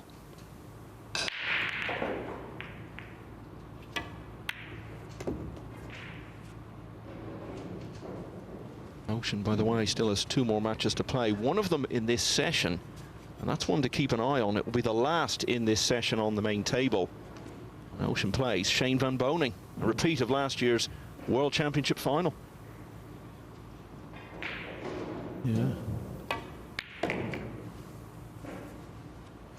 Important to mention that SVB only, between brackets, only has 5 wins out of 9. Yeah, he was in good shape earlier in the tournament, but things have faded for him a bit, so he needs wins today.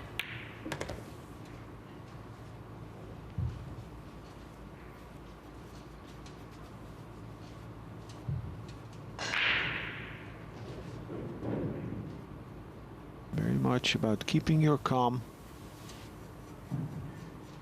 Judge your angles right. Extension call. Leave a longer shot when you need to. That's where many misses come from at this level, when a player loses discipline, loses patience, and tries to get closer and easier onto the next shot.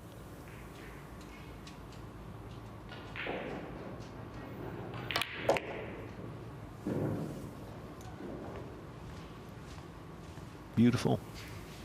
Well, it would hardly have seemed likely when Konrad Juszczyk won his first 4 matches that he might be in danger of missing out on a place in the second phase. But if he loses this, he'll only have 1 win in 6 since then.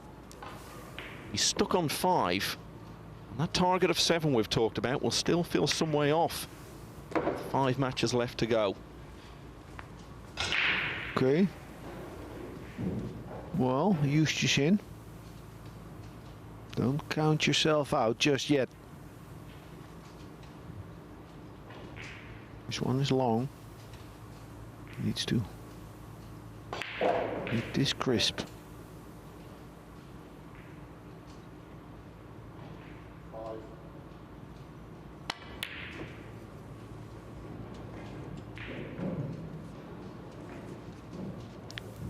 Cannot complain, Albin.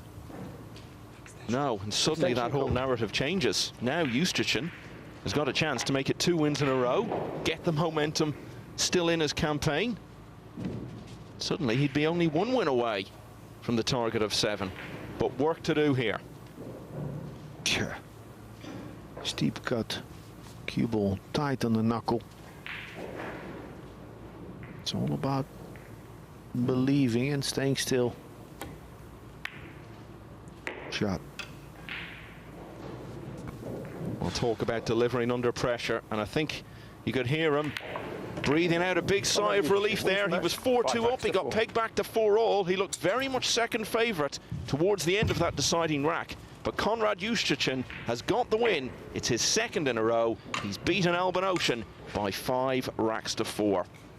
So much to look forward to in 2023. More and more new tournaments coming along all the time. But there's also still room on the calendar for one of the very oldest.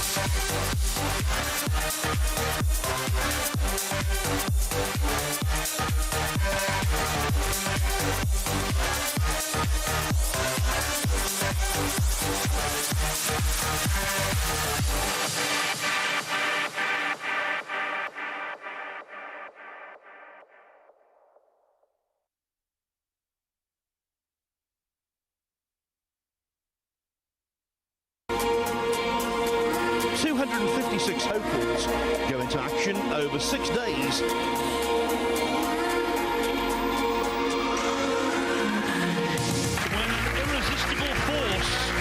Meets an immovable object. Something has got to give, but nothing is given yet. Final of a matchroom promoted tournament. The majors in the game. Wound up on the wrong end against an opponent of this quality. Not quite as close as it's been for him in the last couple of rounds. 478th match of this terrific tournament in Fulda.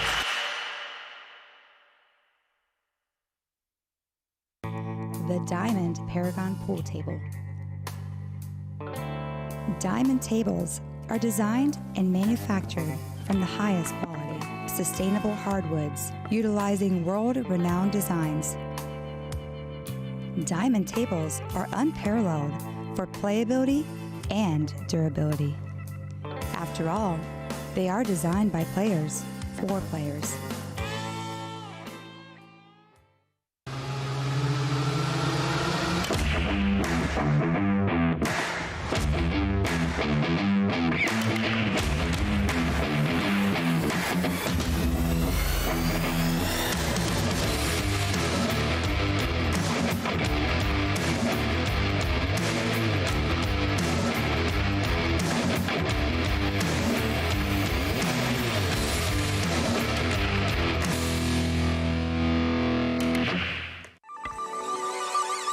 This championship is being played with the new Aramith tournament set.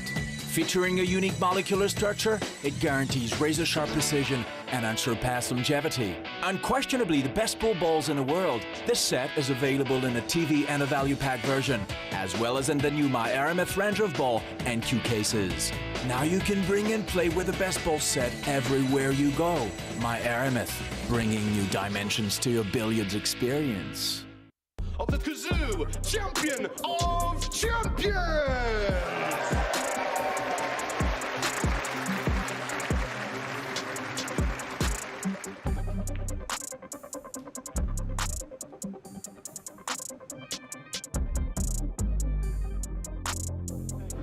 It's time for a little bit of damage down.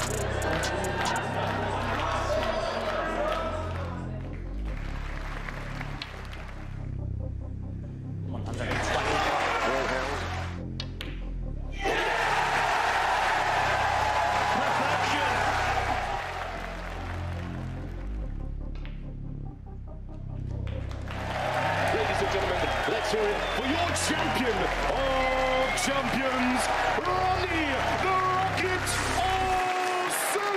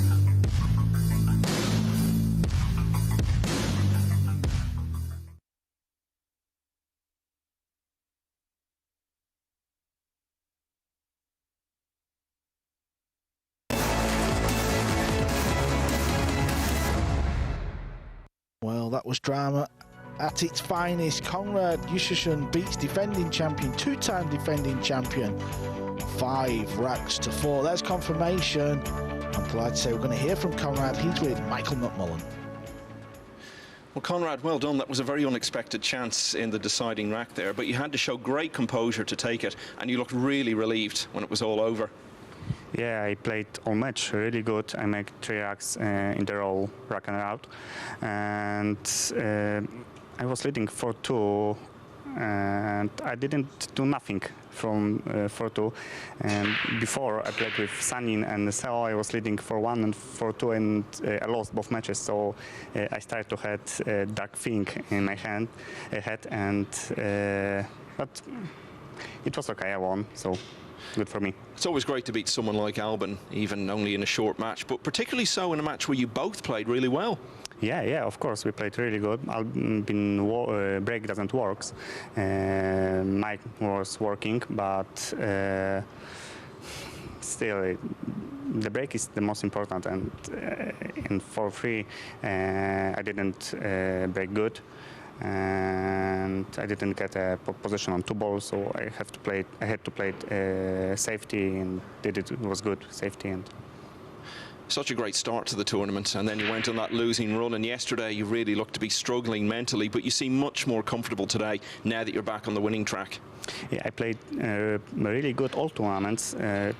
Just one match play bad with Seo. She played also really good, perfect almost. But this is race to 5. Everything is possible. Well, you're back in with a great chance now of getting through to the next phase, on the brink of qualifying. We look forward to seeing you later today. Thanks for talking to us. Thank you. Well, this is what it means. That big win there for Conrad, 5-4 over Auschen. He leapfrogs him. They're both on 6 points, though. Sanjin's still at the top, 8 points. 3 players on 8 points. And we can all see by looking at that just how tight this league really is this year. Complete contrast to last year. Mellin sits at the breakaway points. Of course, we're going to lose 6 players tomorrow, day 5. So after tomorrow's play, the top 10 on the leaderboard advance to the next stage. So let's have a look what we've got on table 2. Flying through table 2 as well, by the way. Alex Pagulayan beats Sanjin Pelovanovic. Big match there for Alex Pagulayan. Next up, though, they've already started. Skylar Woodward needs wins. He's playing Soa. That's on Matchroom Multisport YouTube channel. And this is what we have got on table 1. 2 cracking matches to finish the afternoon session. World Nineball champ against Q Sport extraordinaire Chris Mellin, the shot maker. And then to finish up, USA versus Europe. And just nice that the fact that I'm in the com box with double JJ for that last one. Thank you. Have a good game. Yeah, and I'll tell you, the one player that's really stirred up the mix as far as, you know, looking at our table content and how the groups kind of sit is the end today, right? He's kind of throwing a wrench into some of the players' plans on making a comeback. Yeah, he's relaxed a little bit. He's got used to the settings and the surroundings, and he's decided to go out swinging, and he's played some good stuff today. Yeah, you said a lot of pressure on Sky Woodward, of course, to have a big day, but also a lot of pressure playing in his first match as what would be a big favorite. And definitely a must-win for him.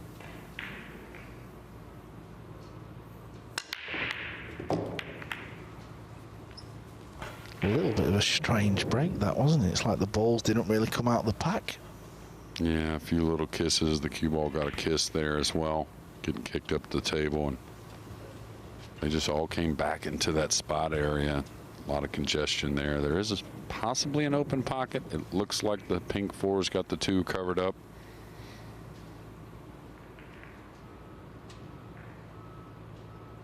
It's got a couple little options here safety-wise. He can bank the 2 straight back down the table, trying to collide into a sliver of the purple 5, and now he's going to look to maybe overcut the 2 and run the cue ball. Could play the 2 underneath the purple, excuse me, the pink 4 and behind the 7. So this is where I think he really shines a lot of times when there are options. He seems to pick the correct ones so often.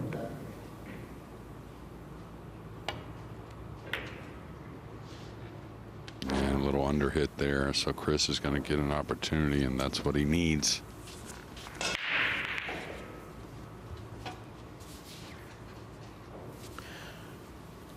On table 2, Woodward lost the opening rack to Soa.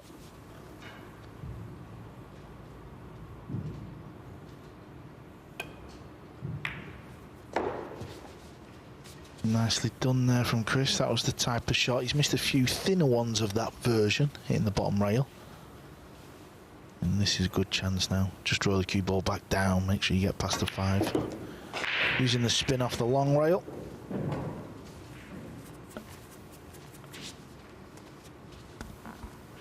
Chris, who's had a little bit of hardware issues through the first couple of days. Had his tip changed and then worked on again, trying to get it right. Wants to stay away from contacting the 9 here, and I think he's okay. Well, moved it enough to where there wasn't a concern with the brown 7. Yeah, Chris plays his own unique style of 9-ball. Sees it a little bit different. Yeah, now he's trying to figure, do I want to elevate here? That way, if I come across the table, maybe the 9's a concern getting on the 8. Looks like he's just going to take a little longer shot on the 7, which is pretty smart.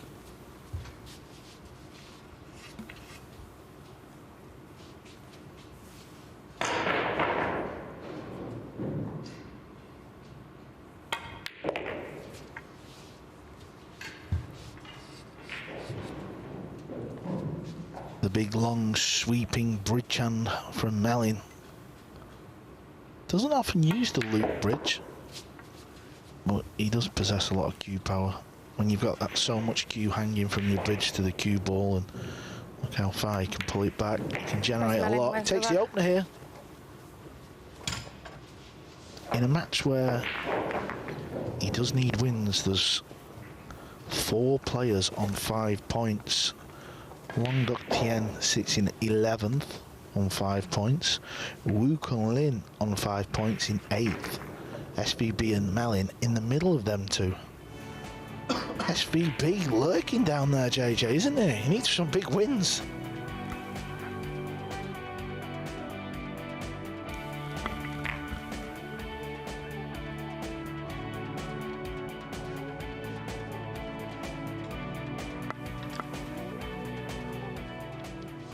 Second rack, Chris Mellin break, leading 1 rack to 0.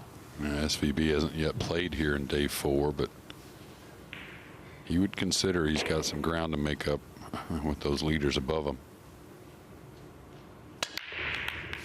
Now Chris taking a little piece from his opponent here, pulling the cue ball a little more inside the box. Very similar break off to Ruiz.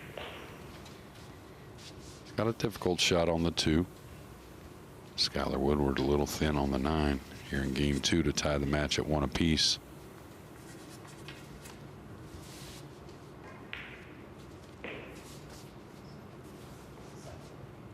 Looks like Chris is going to spin this around in between. I thought he might just go with a high ball.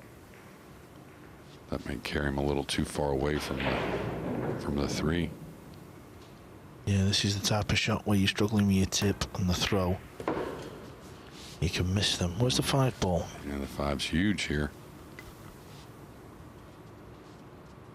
I think he's just barely snookered. He can see a piece of it. So caught in between there, maybe, Carl? Couldn't quite slow roll it. Didn't want to put the speed enough to go 4 rails back at the 3. Taking the full cue here to jump, it looked like to start Extension with code. anyways. Now he's gone to the shorter one.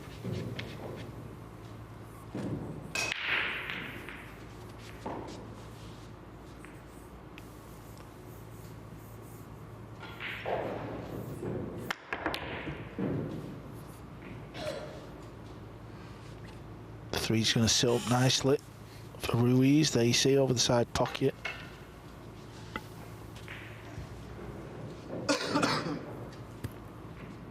Yeah, and Chris is a capable jumper of the ball. Not someone who pulls it out all the time, but it's just a department in the game you can't be far behind the rest of the field, right? Yeah, I mean, I would never put him up there near the quality jumpers, you know, the players who go close time and time again. He doesn't seem to hit it too clever.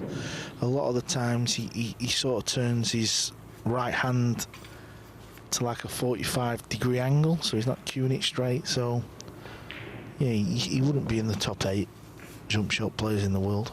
No, and I wouldn't put pinning him there, but my point is, you know, if you're going to play a full schedule, and you know, I know Chris plays a lot of disciplines, but he's going to play all the majors trying to make his 9-ball ranking go up. But you really can't be that far behind, is what I'm saying. You have to make that a better part of your game.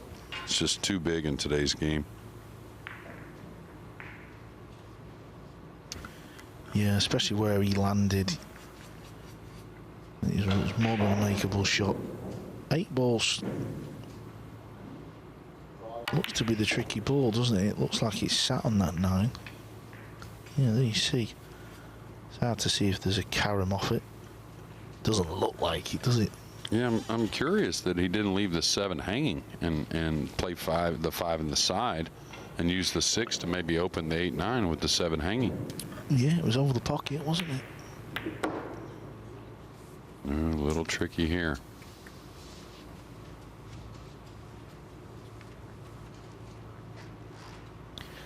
If the 5's off the rail a little bit, he might chance his arm now and go into it.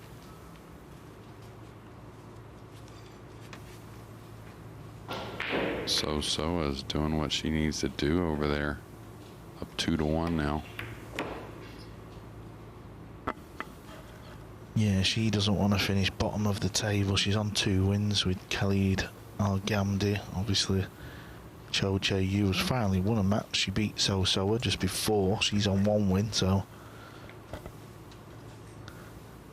doesn't look likely they can physically qualify now. I mean, no, doesn't look good. I'm not sure what Skylar was. Did you see that shot? No, I didn't see it. He's been struggling though, hasn't he? He really has.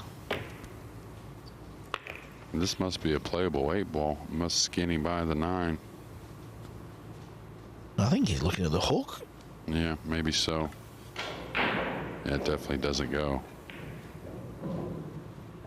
I'm not sure if we're going to get another look at the shot that Skylar took on with a high ball. He's going to stun this through. Kind of stun the cue ball forward rather than hitting it really soft.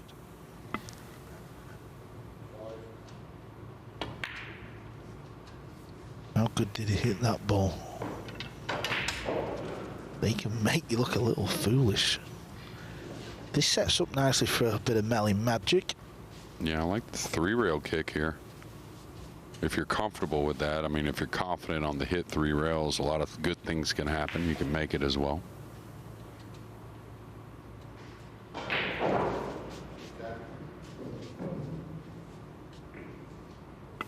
Using a little system there just to help him get a measure, and the rest of it's on feel. No good this time. No highlight reel this time, buddy. Ball in It's hand. always going to be tough, though. Start the clock, please.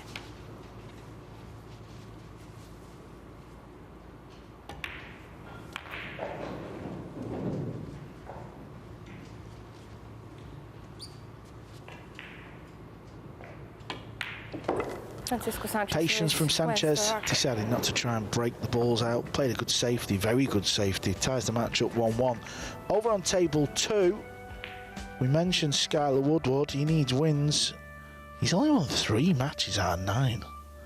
Did so well at this event last year. So-Soa, she's only won 2. But she beats Skylar. She goes on the same wins.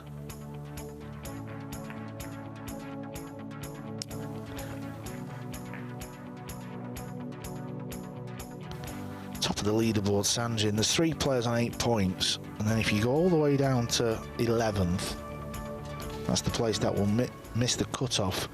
They're on 5 wins, so it's only 3 match wins, isn't it? It's not a great deal, but we are running out of matches. 15 matches every player will play. Yeah, and Sanjin's rack differential quite a bit ahead of the other 2 players with 8 wins, so in a great spot. Doesn't he break good, Sanchez? We've seen a lot of... This is the beauty of this event. We're seeing so many matches. We're seeing, you know, we're seeing players time and time again, and we've really got to study how the players are breaking. He's so consistent at making the one and arcing the cue ball back out into the centre. Yeah, he seems to avoid the 9, right? More than anyone. Yeah, he goes below and arcs it back out. Really is a skill. Yeah, and he made a huge adjustment. If you watched day 1, he was frustrated on this table and actually broke from the dead center. He had a golden break doing so, and he's figured it out, pulling the cue ball about 1.5 balls width inward, keeping kind of the same stroke he's really kind of robbed the world with the last year, but he's definitely figured it out, and Chris has done the same in this match. Surprising here on the jump a little bit, just because the 2-rail kick offers a lot of good things as far as a safety. Maybe trying to pocket this 1 rail. Yeah, you see his back arm there, how it's so like flat across. Well, for some of the older players, and Chris, of course, I think around 40, maybe early 40s, but no, it wasn't as prevalent, right? The jump cue. Yeah, 44, I believe Chris Mellin is. No. Still, I mean, when you've got a cue action like that, you're always going to be a good potter of the ball as well, aren't you? You know, his fundamentals are so good. Yesterday, I filmed the What's in the Bag with Sanchez. I couldn't believe how superstitious he was. He's like real superstitious. Got to learn a lot about him doing that video. Wow, look at the touch there, just to nestle up. Froze on the 7. Well, it's a pool player for you. In America, it's a pretty real thing, the superstition throughout the pool rooms. Yeah, I mean, I never really had that. I mean, one thing I used to do, I always used to have to put the cue ball a certain way on the break. Yeah. I had to have the dot facing the sky. Right. But he's got key rings and the same towel, and they were all going on. Well, you know, you've done what he's done. You're not going to try and change much. Beautiful hit here. It's not going to really get him anything but snookered again, but still not surrendering ball in hand. Yeah, we don't like to get paid with 50s unless it's $20,000 or $30,000 worth. Those are considered unlucky.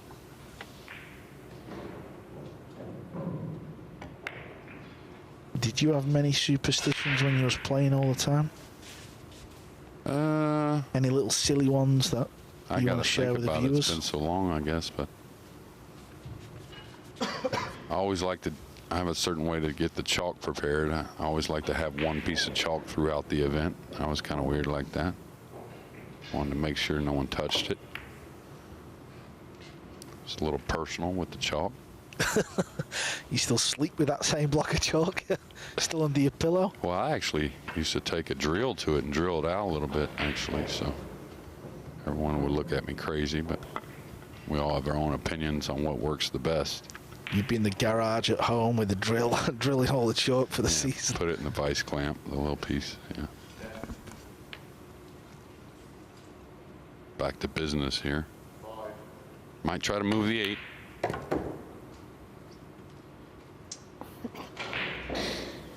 So he's got to play a nice position shot here. Not only working the cue ball, but getting an angle probably to get to the backside of the 6. Doesn't want to take on the 6-8 combo. And it's not a terrible combination if you get really good on it, but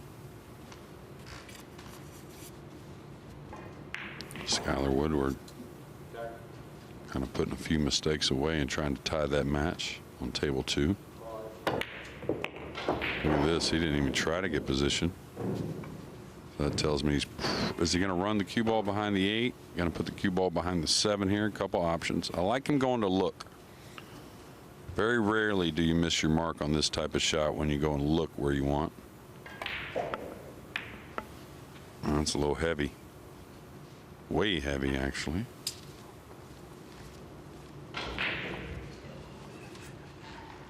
Now Chris is going to be forced to take on that combination, but he should be able to come 2 rails and get, you know, somewhere around the middle of the table.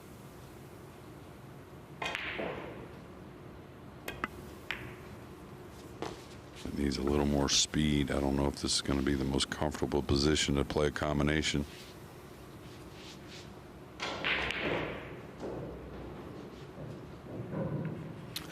The dreaded combination. Used to hate this shot. Yeah, I think it was yesterday I heard you talking about the combinations. Yeah, just something about aiming for the ball and not the pocket. Darren Appleton was fantastic at this type of shot. Never used to. Well, Chris is obviously like me. I'd have left him straight on the 6 though. I mean, Sanchez's favourite to kick this in, but it's just, I don't know what it is. I mean, Chris is such a natural potter. Maybe if he feels the same, well, you've got to aim for something else. Just don't sit right. Well, I think there's some experience on combinations, like certain ways to shoot him, I think enhances your chances. I think him holding the ball there made it tougher rather than just a high ball. Now, Ruiz wanted to catch 2 rails on that kick shot and come much closer to the 7, so big shot here in rack 3.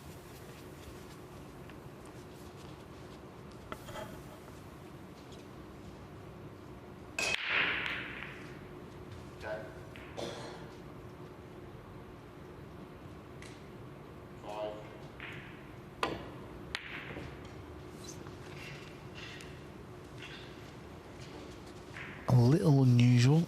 Wasn't guaranteed to make the ball, but the fact that he's done what he's done in the last 12 months, you're kind of looking at that thinking he can't miss it, but that just shows you. Yeah, and all the stuff he's done in the last 12 months tells you he's made most of those, you know, big percentage. A little scrappy through the first 3 games for these two, but getting on with it. This was all about speed. It's okay. There would be an argument for saying it's a little bit short, but he's fine. Yep, there goes the 9 ball. Sanchez had a long shot on the 7. He rattled it. Rack goes to Mellin. It's 2-1.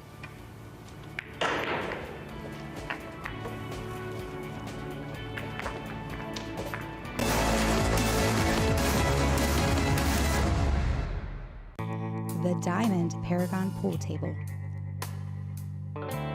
Diamond tables are designed and manufactured from the highest quality, sustainable hardwoods, utilizing world-renowned designs.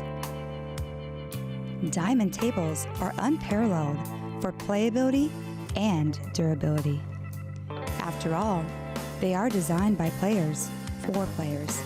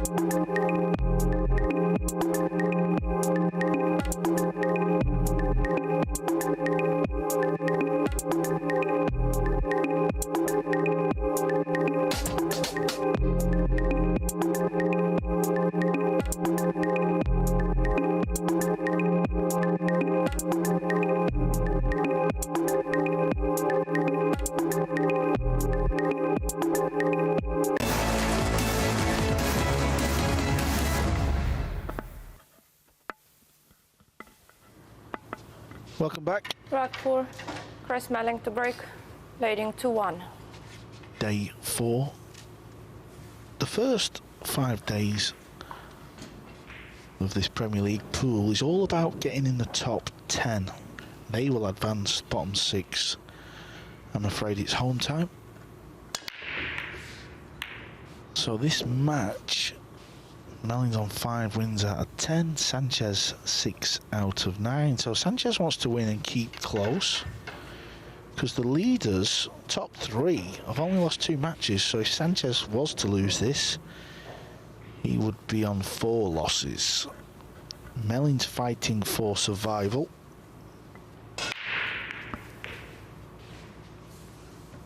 A little bit like Skylar Woodward over on table 2. He's leading Soa 4-3. He's got a shot at the 2 ball. That match is available on the Matchroom Multisport YouTube channel. I'm sure you know that by now. So check it out, see if Skylar can wrap that match up. Yeah, you don't want to think about every game and how much impact it has, but rack differential, right? That's going to play a huge part, it looks like, for Skylar, maybe Earl, maybe Thien, maybe Melling, who knows, maybe even SVB. So Extension code. Skylar in a good position to try and get this win, but he is going to give up 3 games, maybe doing so. Trying to get the cue ball in behind the 7. Oh, it looked pacey. The fact that it's caught some of the 7 has left Chris hooked. Chris may just roll on to the 1. Yeah, it's not a bad kick to go 2 rails and try and clip it, because the 2 and 6 can slow the 1 ball down a bit. I like the left long rail a little better than the right long rail. You're not going to really make it or take a chance at making it, but making it isn't going to offer position anyways. So coming at this angle, you like still going off the top rail to flick it. You wouldn't just roll onto this ball. I don't mind either way. Either shot has value. He played it heavy. That's nothing wrong with that either. It's kind of what he felt, you know, a little more success in, maybe.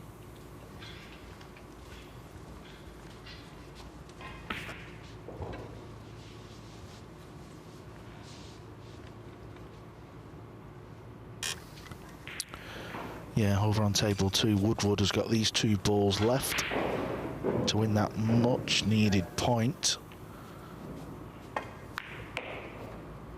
This 9-ball is going to put him on 4 wins from 10, sorry.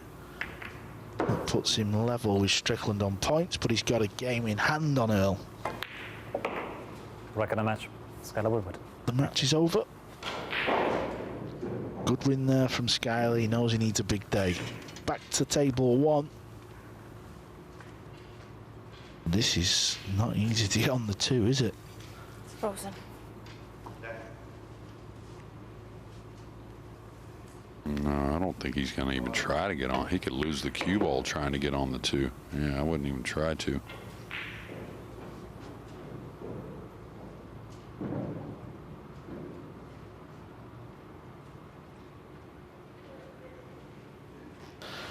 This is still a little tricky as well. This is not an easy safe. It's an underestimated part of the game of 9-ball safety. Can win you a lot of racks. And this is the perfect example, the situation he's got. Yeah, this is what I was thinking, JJ. It's all right running the 2 into the 6, but you know yourself, you're going to hit that 6 in a certain way where it's always going to go near the corner. Yeah, and how good was the speed coming behind the 3? Didn't really have a bank shot on either. Maybe Sanchez could have just split the end of the table, send the 2 up to the back, but you don't really see that often in the game. Not like you would in the game of snooker. He may have gotten him here. It's close. We're both smiling a bit. Well, when you're the world #1 and you're the world champ and you've had the 12 months of your life, these little rolls can go your way. He's been a fortunate boy there. Yeah, it's easy to smile no matter what the situation. Now, if it's just a little piece, I thought he might go to the full cue here and jump the ball. And especially for people that aren't as, you know, great at jumping the ball as others, the full cue seems to feel a little bit better in their hands if it's possible. You know, if it's doable. Yeah, even though Sanchez got a nice roll to leave Chris this shot, you know, it's never really a little bit of luck or a fluke until the rack's over, is it? So the fact that Chris made the jump shot, looks like he's going to steal the rack in the end. Both players have had a couple of shots in this rack. That's nice on the 7.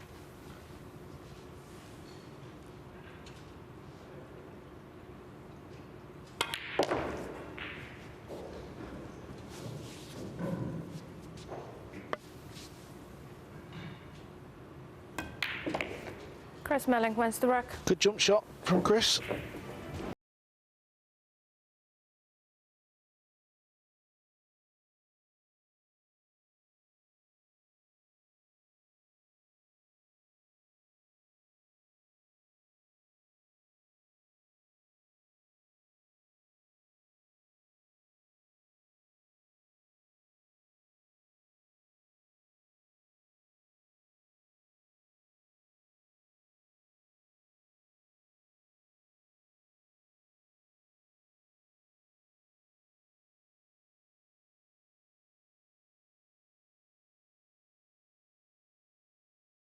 won a feature in, used to be 24 players, break, trailing by 3 racks to 1.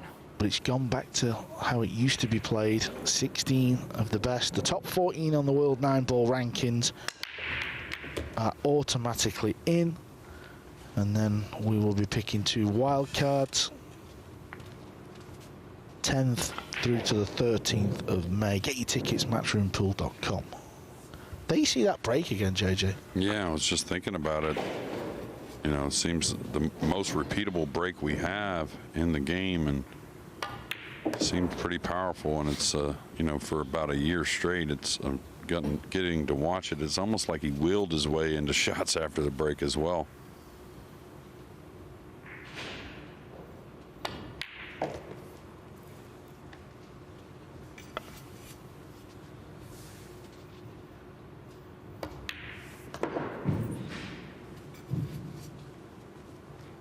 Man, not taking much time on this rack at all. All the balls a little grouped together though.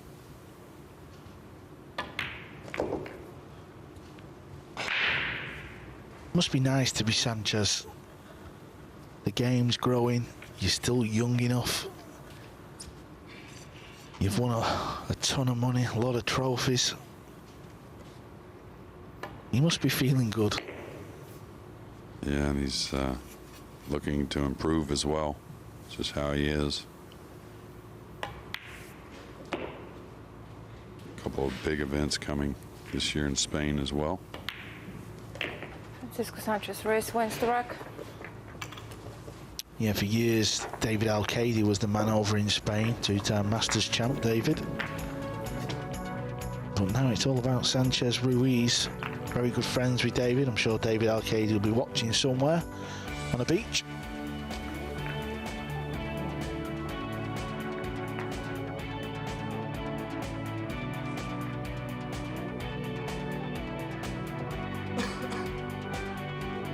You know, and you look at the group table and how it stands, and you can see that this match means more to Chris, but it means a heck of a lot to FSR as well, and all these matches do, because the records do carry on when we do get down to that final 10 players.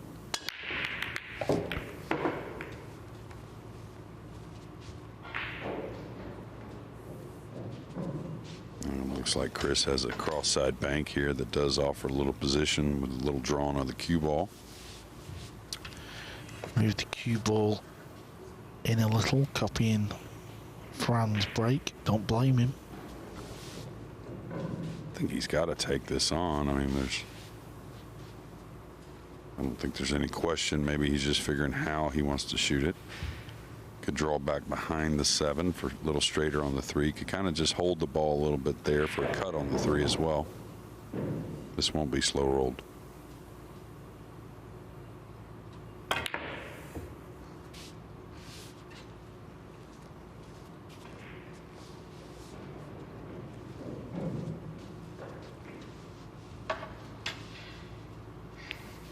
Chris just apologising.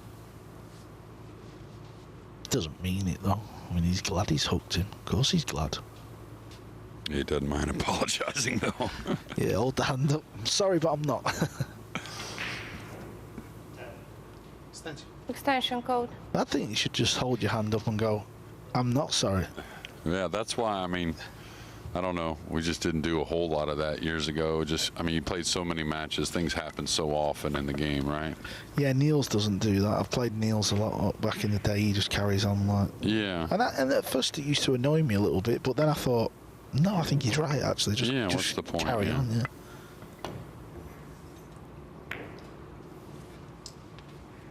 A nice hit there is not going to get what he wants, but he's gotten it a little flat. And on the slick table, this is the type of shot, it's easy to end up a little short coming with the top spin off of a full hit.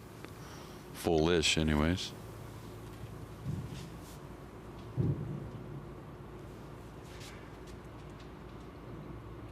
Would you consider the cross-side bank on the 3? I mean, I doubt it, but you're going to still try to get in there, but it just hugs a little bit.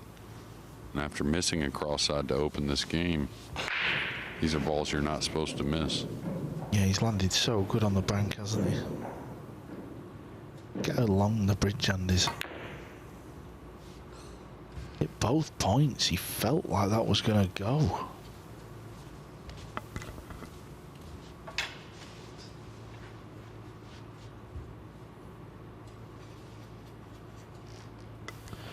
You know, you can play a game, can't you, on a pool table, JJ? A game called Bank Pool, and obviously we don't really see that on TV and things, but you know yourself, some of the events throughout America, they'll have that game being played, a tournament, and it's a different game, isn't it? There's players who can play that game who are not very good at Nineball and not known in the Nineball pool world. And I remember when I went to the Derby City Classic years ago, I went once, and 2016 I believe it was, and I entered it and I thought, it's a bit of a nonsense game this. I thought, I'm not really sure, so I entered it, and the first round, this guy, about 80-year-old, could hardly walk, come to the table. I thought, oh, this is a nice draw. He beat me 3-0. Yeah, well, he probably hadn't played Nineball since he was probably 20. You know, it's one of those games you can fall in love with. Certain areas of the country, it's like the game. It's a pretty pure game, though, when you see it, and it's a pretty exciting game to watch. Yeah, I mean, after that, obviously, I watched a bit of it, and I've watched it since, and yeah, there's a bit to that game. It's quite a neat little game you can play on a pool table. And yeah, and obviously, if you do play it, it can help your game here, can't it? Because that bank shot there for Chris, they would never miss that shot. Yeah, I was going to say that after his opening miss on the bank, though, it's just kind of like the jump shot. That's something you have to bury to be able to win big tournaments. That's why the guys all shoot at it, all the players. Well, this is the last match of the afternoon session, and it's turned out to be a beauty. We're all tied at 3 racks all.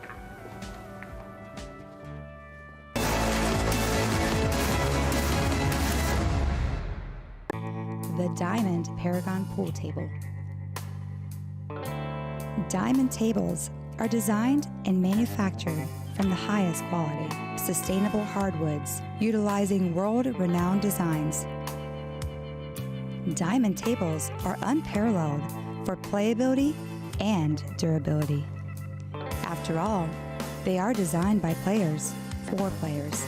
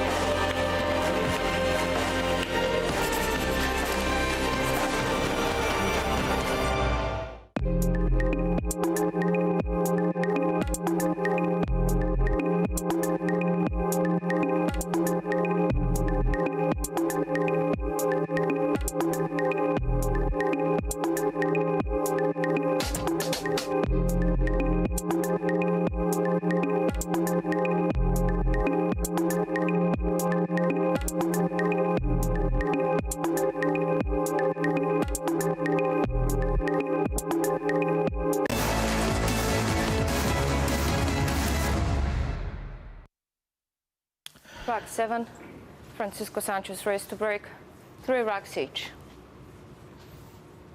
Watch the cue ball from Ruiz. He has this skill of trying to arc it below the 9 ball. Can he do it again? Will it hit the 9?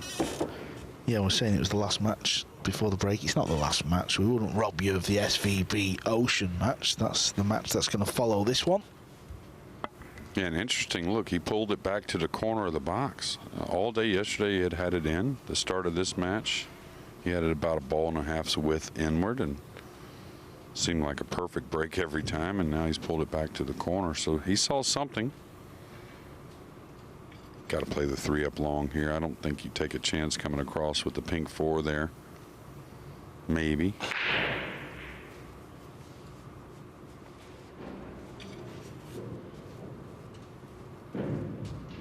With the 4 near or the 3 down, you know, in the lower right corner, past the side, not a difficult play.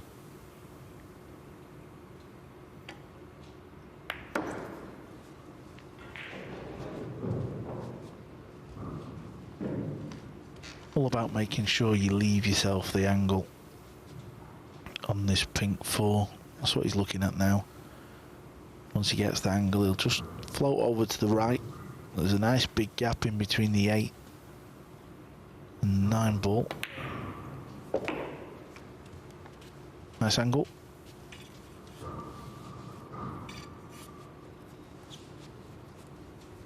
He's got to stun it a little more, though, rather than just rolling with English. Oh, he could, actually. Yeah, he hit it thick as well. Kind of moved on that one. Very rare.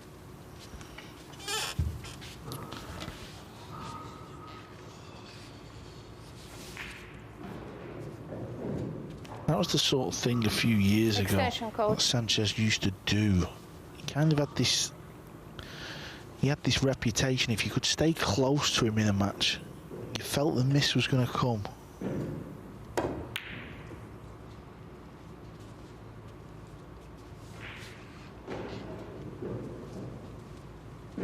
Well, Chris Melling follows it up with a miss, so this is turning into that was a lot more difficult than Fran's shot. Yeah, but one you fancied him to make, and a little scrappy with these two so far. Extension Sometimes you play races to 11, races to 9, whatever it is that you say, well, I played a little bad the first half of the match, right? But this is the first half of the match, these races to 5.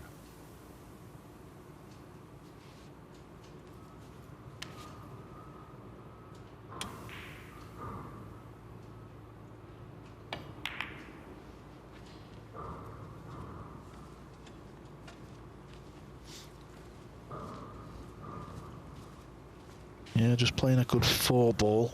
I knew he couldn't really hide the cue ball, was maybe just trusting to a little bit, see if the 6 and the brown 7 would help him.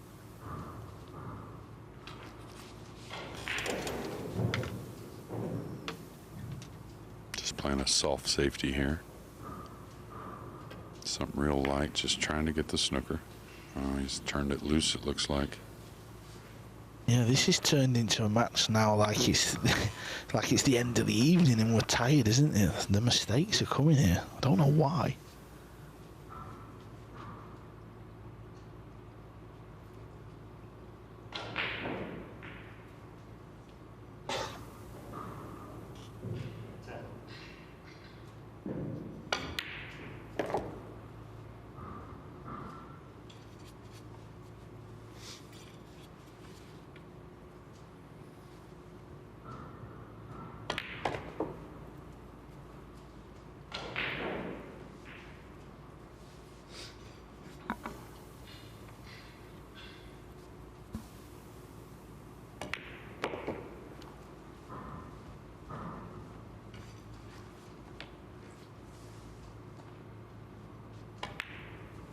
Yeah, and the mistakes mean more for Mellin than for Sanchez. I mean, there's only 1 point in it between these two. Sanchez race wins the rack. Sanchez does have a game in hand.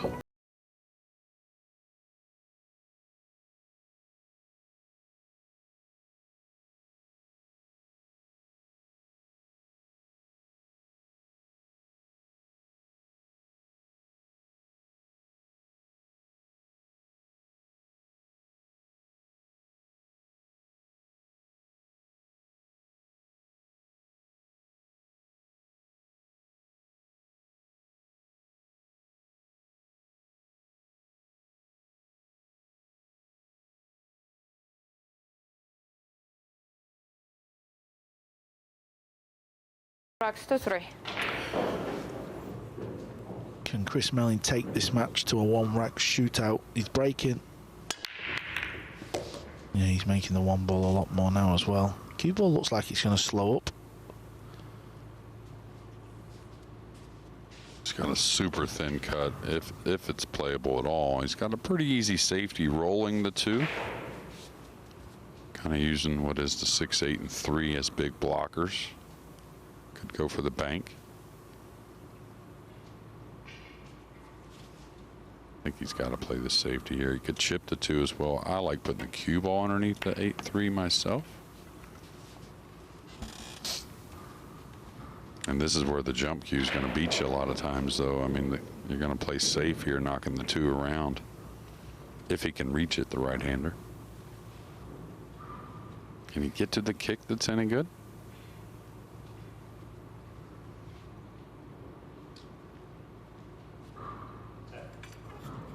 Extension code. You could see he was trying to see what the 3 looked like. That may, if the 3 doesn't go, that may have a little play on what he does here on the 2 ball.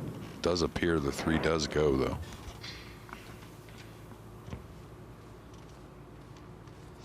I used to like the dart jump shot for this one. Felt had more control. Hard to get enough speed on the 2 ball that way, though, with the dart. You want some power on the 2 to make it escape, and that's why safeties have to be thought of a little different these days. Yeah, that's exactly how Fran played it. He knew he had a wall of balls there. Here's another look from the side angle. Good view there as the cue ball pops over, controls the pace, nice.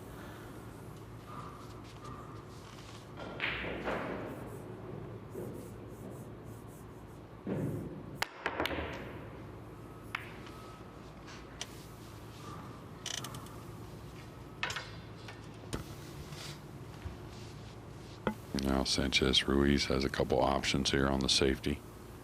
Play on either side of the 2. Hit off the top side. Go up behind the 6, 8, and 3 pretty easily.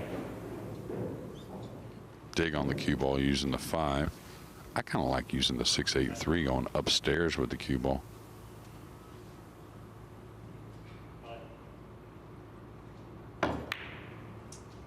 And he's a little upset. Didn't quite get the dig on the cue ball. He's going to give a little bit of a look at the 2.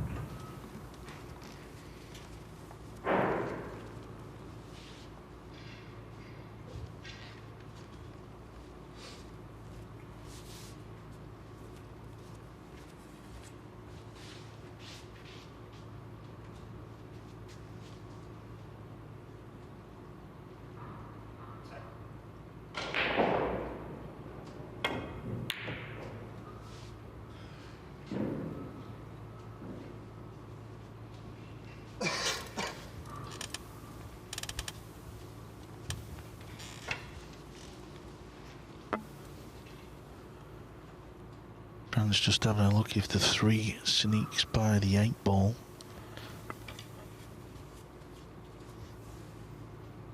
It doesn't have a full pocket, it will slide in off the rail.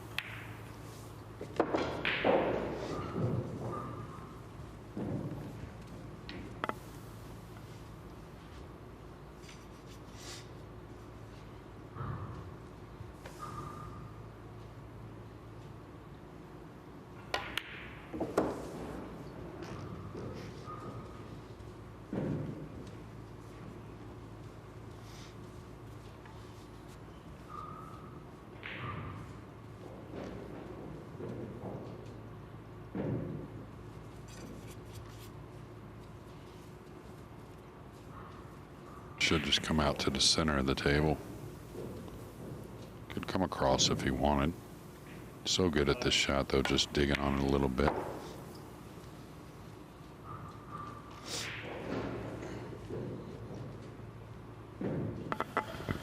Yeah, Mellon's played 2 matches today.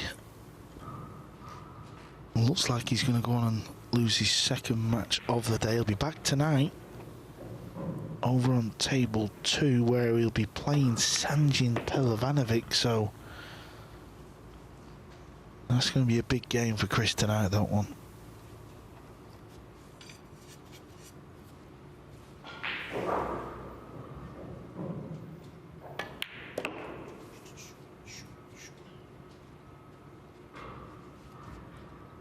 Yeah, he overhit that a bit, so now he's got to make a decision. Do I lightly go behind the 8? Do I go 3 rails back to the center of the table-ish? Looks like he's going to go with the conservative cue ball movement.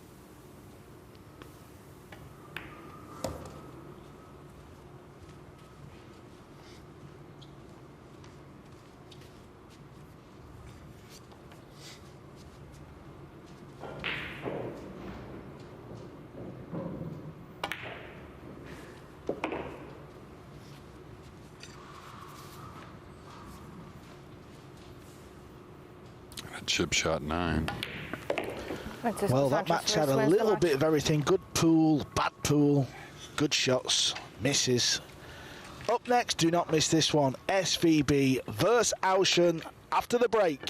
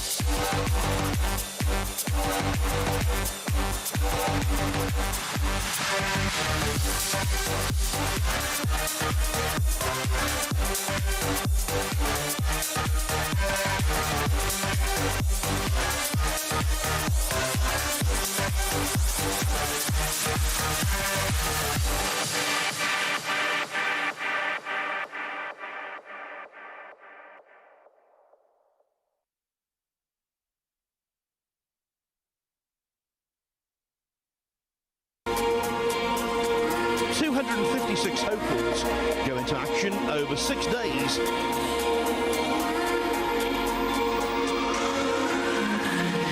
When an irresistible force meets an immovable object, something is got to give, but nothing is given yet. Final of a matchroom promoted tournament, the majors in the game. Wound up on the wrong end against an opponent of this quality. Not quite as close as it's been for him in the last couple of rounds. The 478th match of this terrific tournament in Fulda.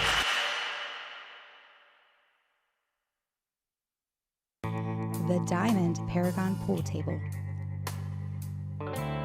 Diamond tables are designed and manufactured from the highest quality, sustainable hardwoods, utilizing world-renowned designs.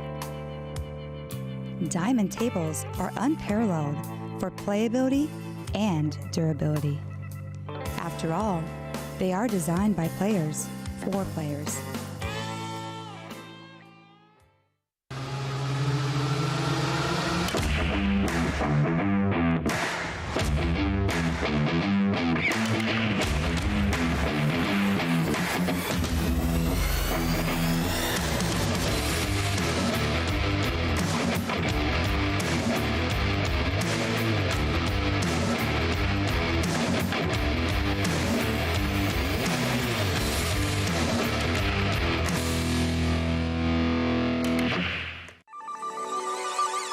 This championship is being played with the new Aramith tournament set.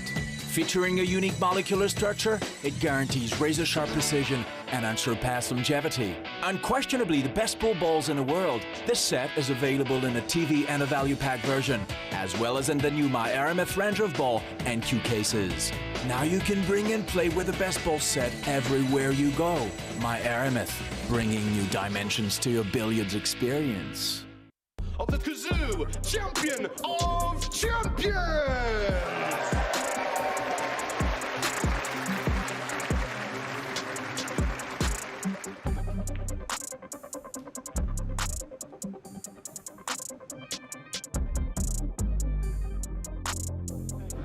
It's time for a little bit of damage stat.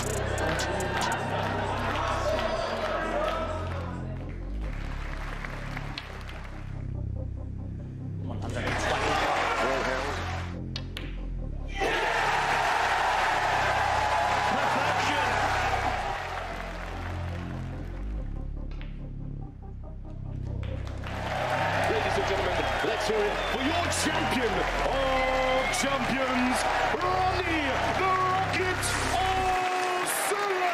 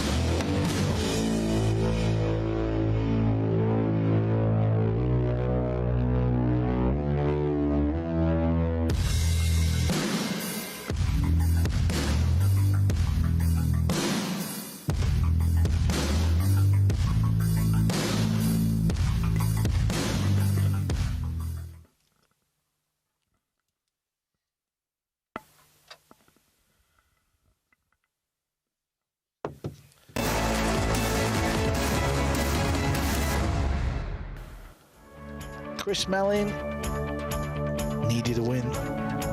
He was playing the world 9-ball champ. The world number 1, the best pool player on the planet. There is confirmation. Ruiz 5, Mellin 3. How does that look now? Well, what that means is Chris Mellin still stays in 10th, but it means he's played 11, so 5 wins out of 11. Ruiz moves up a couple to 4th, 7 wins. It's all nice and tight there, that league table.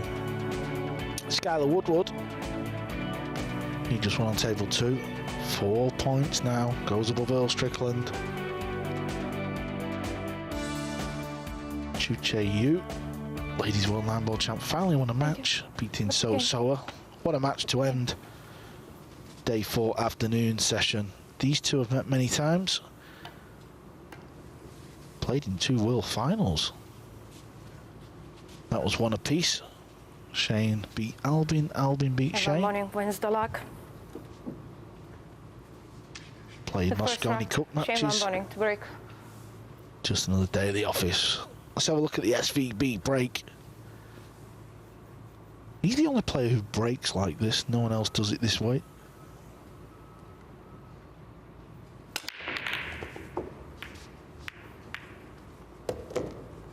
What looked like a terrible kiss on the cue ball, the 8 made up for it.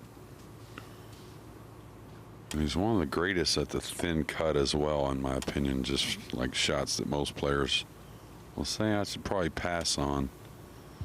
He seems to take on and makes it a high percentage. I'm not sure if the 1 ball's available, but I wouldn't doubt he cuts it in.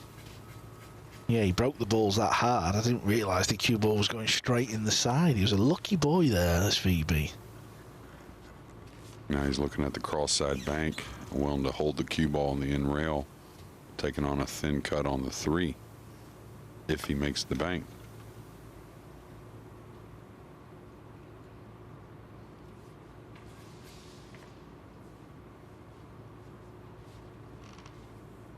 The type of shot when you jack up, it can make it kind of lengthen on the slick table. Well, he played the cross corner bank. Did it sneak out on him? I think it did.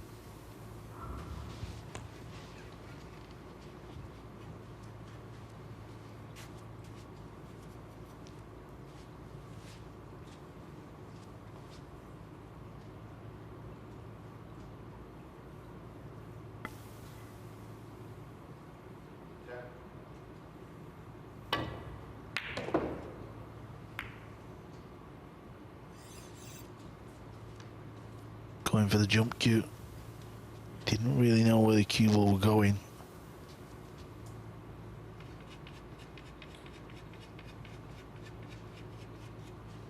Incredible, hitting the 4 at that angle. Extension code. Not leaving yourself a pot. It's amazing where the balls can land. Big favourite to make this. Pull the cue ball round off 2 rails. Got to miss the 6 ball.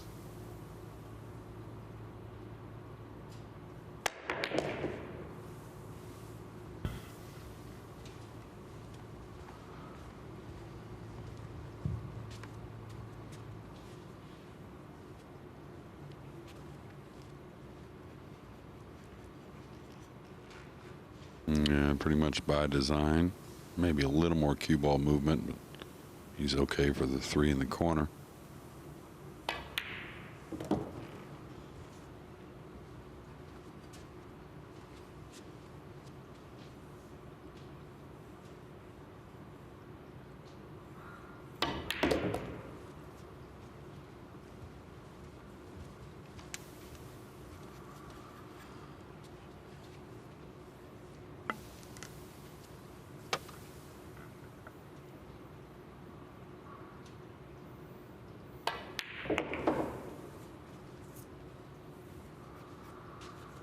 Yeah, poor safeties. I'm just not going to cut it. It was poor safety from SVB that's cost him the opening rack. Right, let's assess where these 2 players are in the league table. Albin Ocean 6 wins out of 10. SVB 5 out of 9. So that just tells you how important this point is. if Shane can get the win, he will go level on points with Albin. Played the same, well, he'll still be one behind, sorry, in matches, but they'll be level on points. So big match this, JJ. He will pass Wu, though. It looks like if he happens to win this match. The only way he can pass Wu is to win it, though.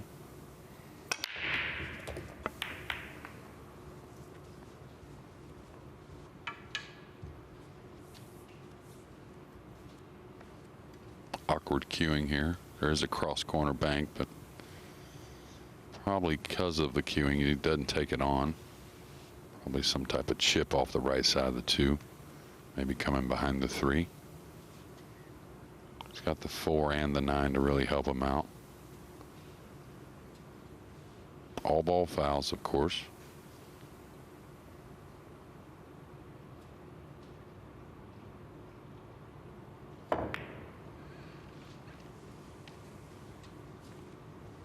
Is he going to leave a gap here? Doesn't appear so.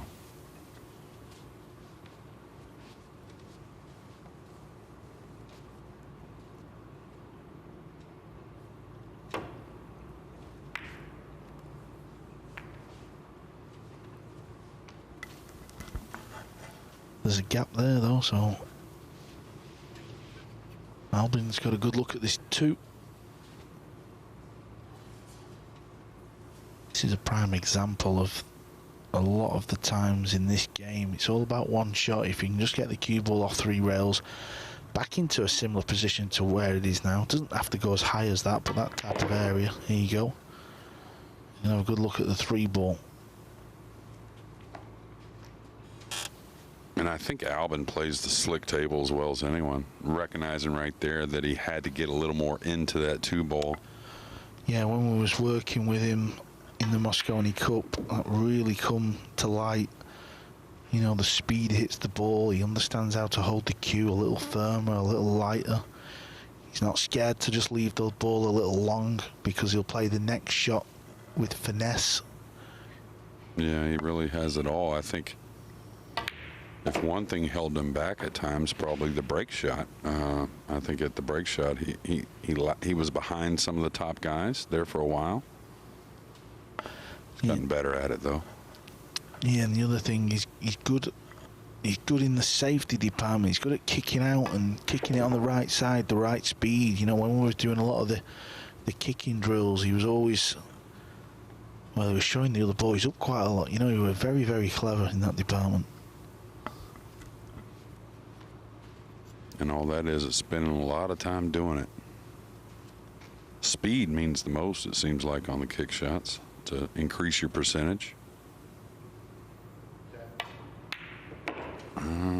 Didn't quite get out as much as he wanted, but he's really guarding from it, getting away from him with the 9 there.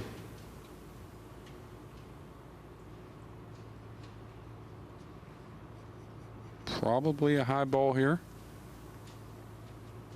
Following down, he may just slide over.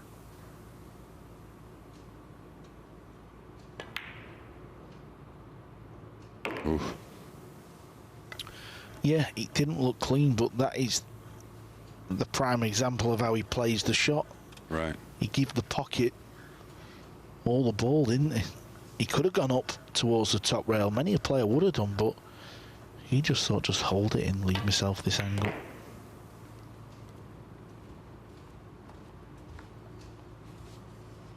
He used to have a bad temper and all, Albin, years ago. Real bad temperament. Worked on that as well.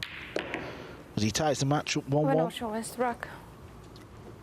Yeah, he used to throw his cues about. The chalk would get launched. Real bad temper. Yeah, I think he still battles it. It's just not as obvious to everyone else. When things aren't going his way, sometimes I think maybe a few too many talks with himself, but that's a constant battle, I think, for everyone, no matter if it's like an obvious issue or something that's a little more internal.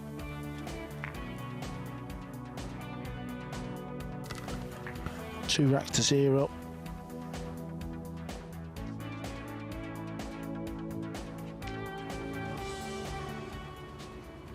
The rack.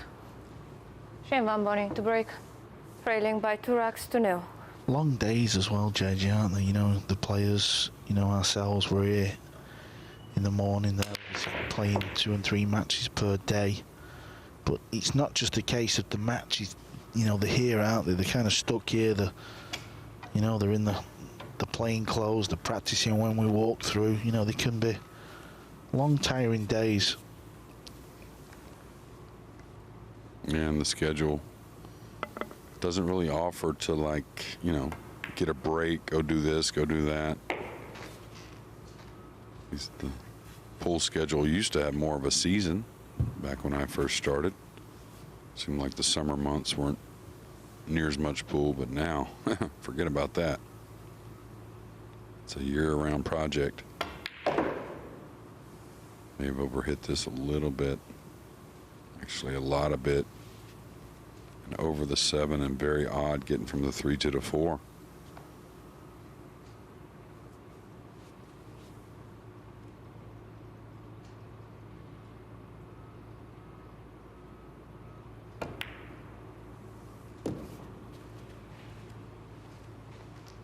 Really nicely struck there. Got a lot of kill on the cue ball.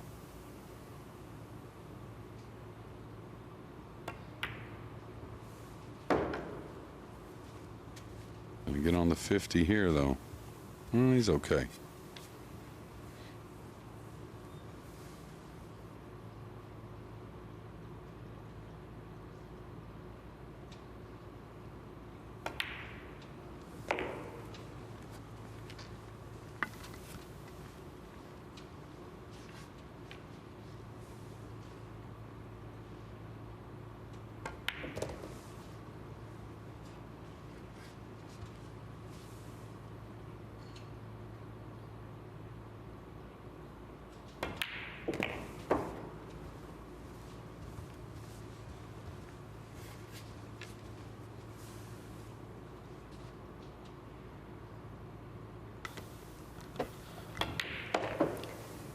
SVB gets a rack on the board.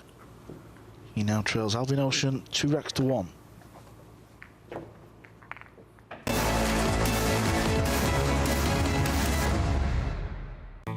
The Diamond Paragon Pool Table. Diamond tables are designed and manufactured from the highest quality, sustainable hardwoods, utilizing world-renowned designs. Diamond tables are unparalleled for playability and durability. After all, they are designed by players for players.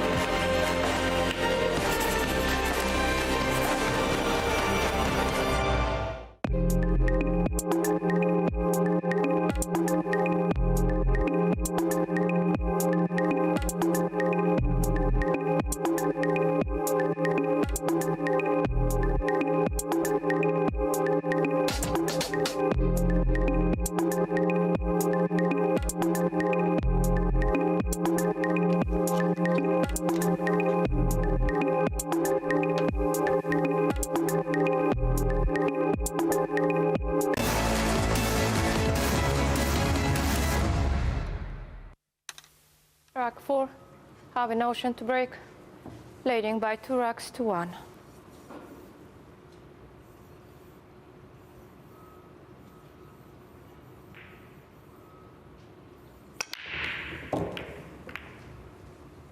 Nice break off there. You could see the arc of the cue ball again. It's got a little thin snip on the 2. That's the lowest ball on the table. If you're just tuning into Nineball for the first ever time, you always have to shoot the lowest ball on the table, which in this case is the blue 2 ball.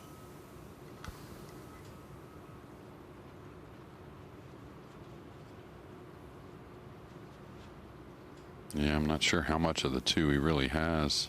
Can't really knock it around the table. Maybe playing safe. I think he may take this on. Oh, he's cueing low.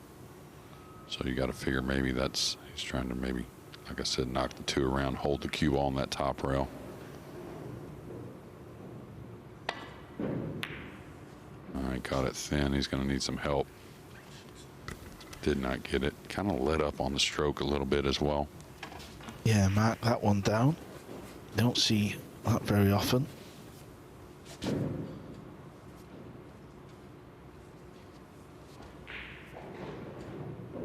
Looks like Shane can cheat the pocket a little bit here going forward and back out for the 3.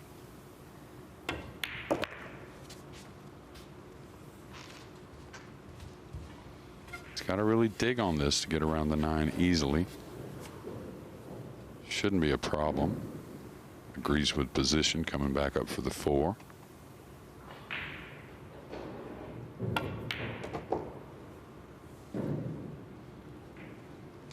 He's going to fall a little underneath the 4, which is going to make things a little easier as well, getting out for the purple 5.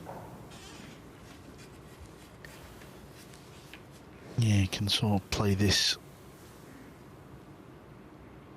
firm back over. Powerful stroke, SVB.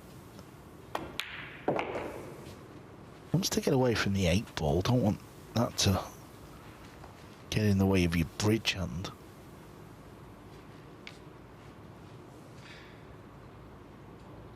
Yeah, you can just see it is a little bit, but it's got a long bridge. Uses a very long cue, does Shane. Do you know how long the cue is, JJ, that he plays with? I actually hit a few balls with it yesterday, and it's a monster. It's got to be, I think it's a 6-inch extension, so that would that make it 64? Yeah, if his cue's 58, cues are around 57, 58, so he's playing with a 63, 64-inch cue. He's been doing that for a while. Yeah, he's a little superstitious as well when he went back to the white cue. Like I won a lot of titles with that and then got that World Nineball with it. SVB ties the match up.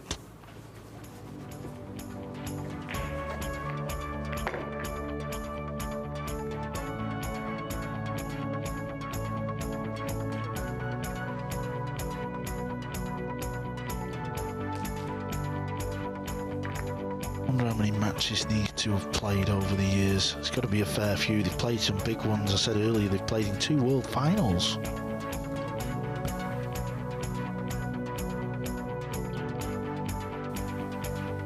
I know they've squared off in the Mosconi. I don't recall a ton of head-up matches in the Mosconi between the two.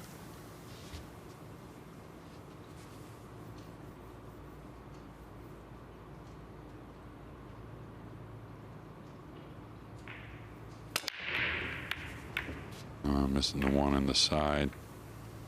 It's going to be our first dry break of the match, and always untimely.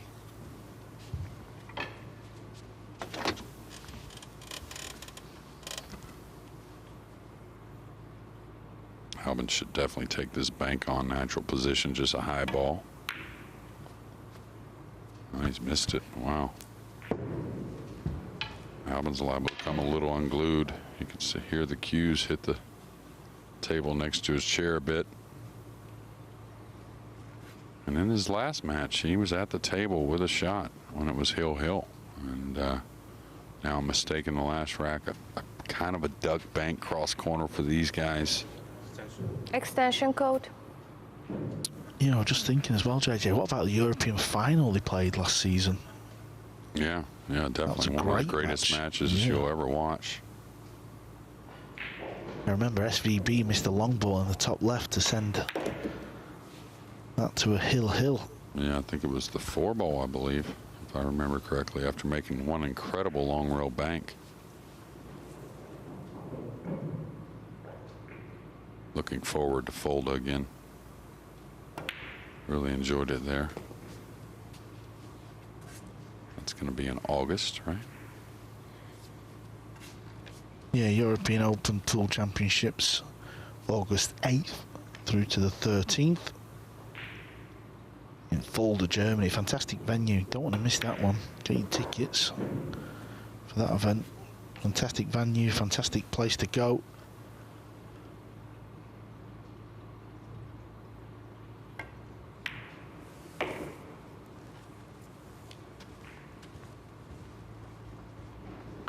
Turn this match around. And I think it's fair to say you feel like it's a must-win for Shane. I know he's still going to have 5 matches left to play after this, but it's a scary place to be down near the line, the breakaway line. Well, not only that, looking past that, I mean, he's here to win the event, right? So looking past trying to qualify, he needs as many wins to try and carry on into what would be the final 10 players, and then 6 from there, and then on to the semifinal. Yeah, he's going to be playing Ruiz tonight, so you know, you can imagine if he did lose this and then he lost to Ruiz and he would stay on 5 wins. If he wins this, he's only 2 points behind the top, so it just shows you how big this match is. From 2 down, he's about to take the lead.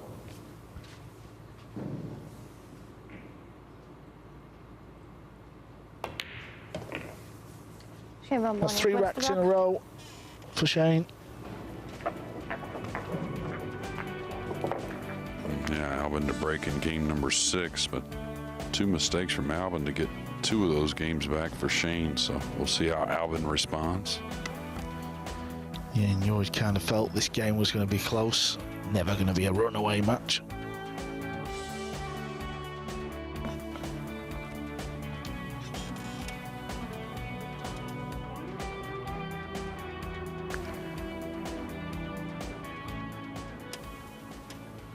Here we go.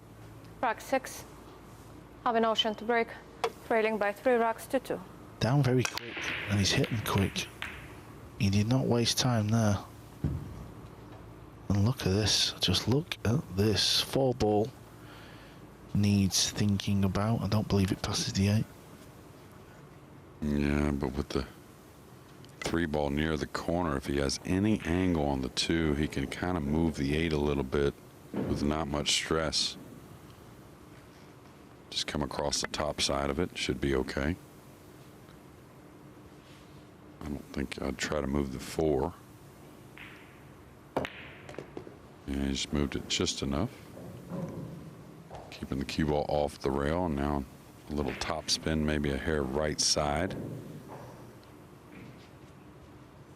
May just come 1 rail here, though. Either's fine.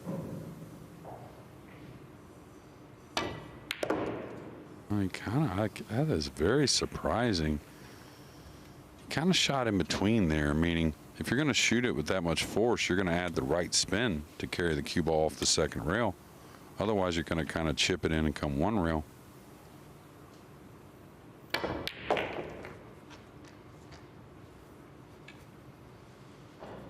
How'd he hit that ball? Yeah, it was almost a little frustration getting down on it quickly. And yeah, I think that's what's crept into his game in this match, certainly with the break off. Seemed to just put the cue ball down and break very quick. But it looks like it's going to pay off.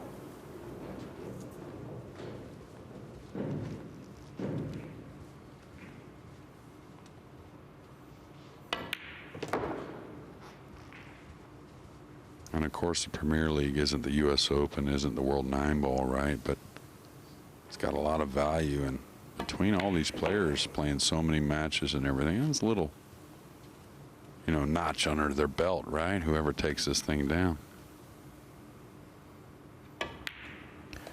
Couldn't agree more, JJ. This one, well, it's turned into a best of 3. The match is tied at 3-3. Who's going to win this one? We're going to find out after a little short break.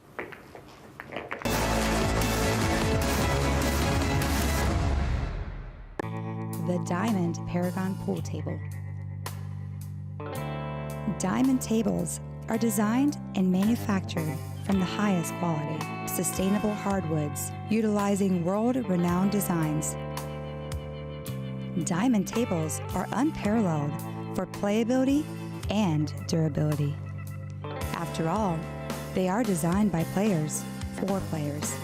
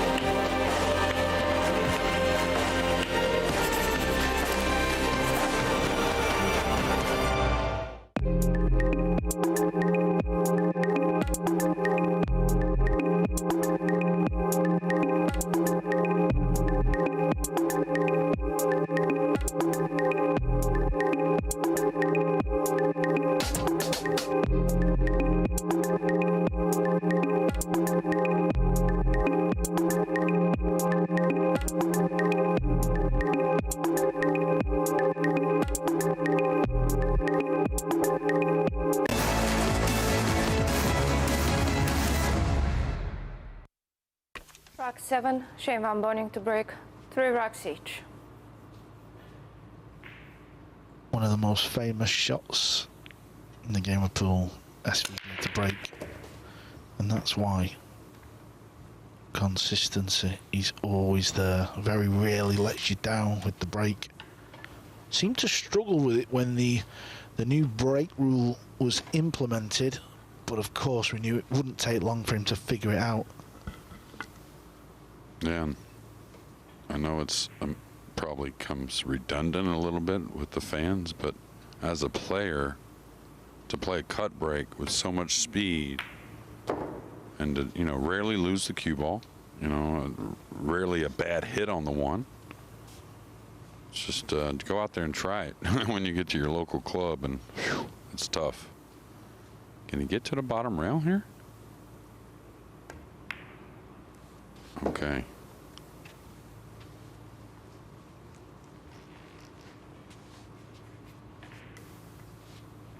Should be just a little top spin, maybe a hair of left English here.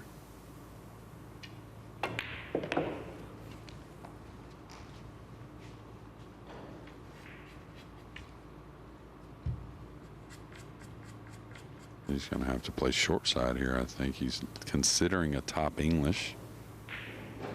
Going 2 rails around, I think.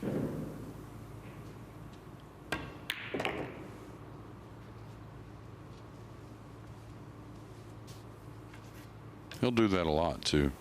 And instead of settling for just the short side of the ball, he wants to come across and get the short pocket. This is going to fall just underneath the 8, make things a little easier.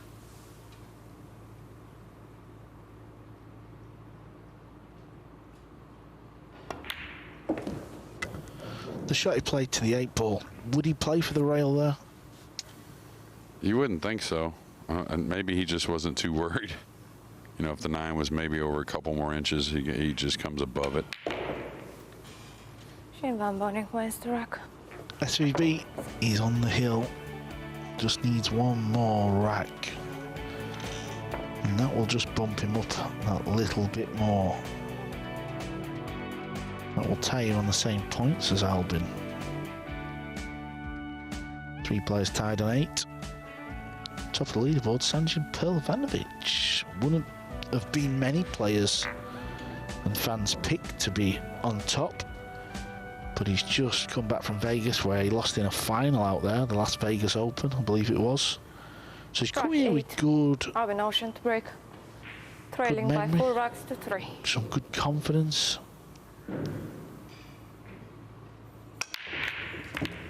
Lost the cue ball. Where's it going to end up? And he's still frustrated. You can tell no practice strokes at all there, right? Just got down and delivered. Yeah, and he's frustrated because he prides himself in that safety department. He enjoys that part of the game, and the fact that he's not locked SVB up in jail a couple of times, that hurts. Yeah, he's going to have to take the 2 on in the side, I think. He could roll this maybe and take the thin cut, but...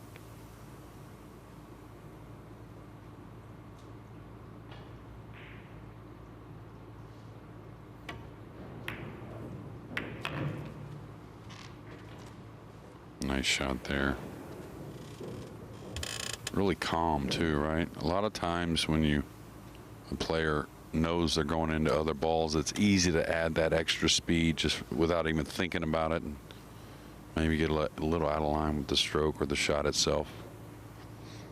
Now the 8's a big ball here. He's going into a purple 5. Extension code.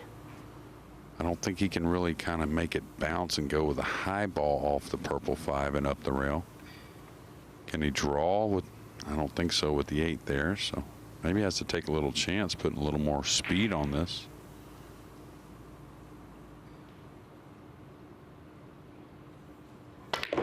Yeah, I think he just had to gamble there, Carl.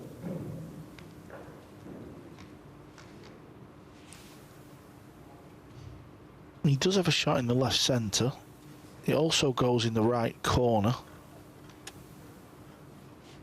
Flick the 6 as well.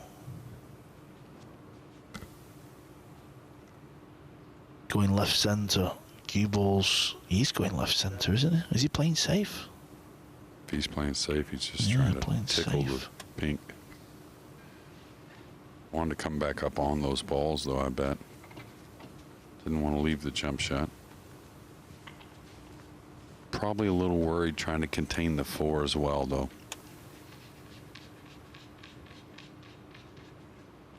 This looks very scratchish if he plays it for the corner. Oh, maybe off the 7 in the side even.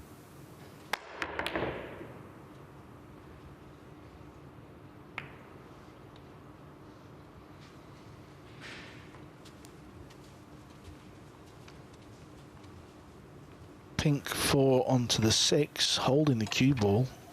To leave yourself a shot on the 4 is going to be the task.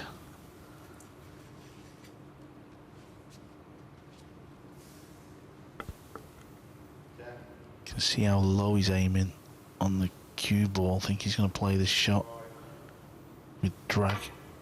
Yeah, just dragged it, killed it. That's okay, it's bounced off the rail.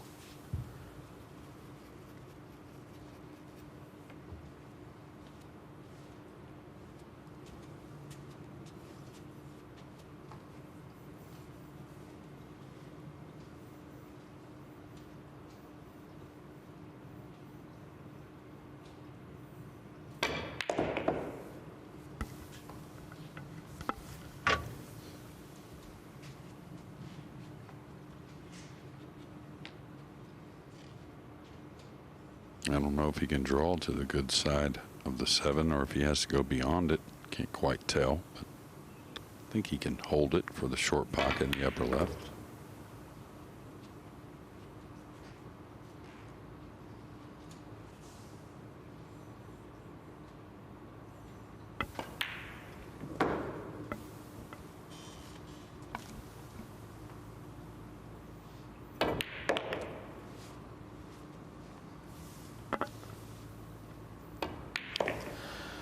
Well, last match of the afternoon session here on day 4. Two men have played a lot of pool matches, but not just any old pool matches. They've played some big major finals, both represented USA and Europe many times in the Moscone Cup.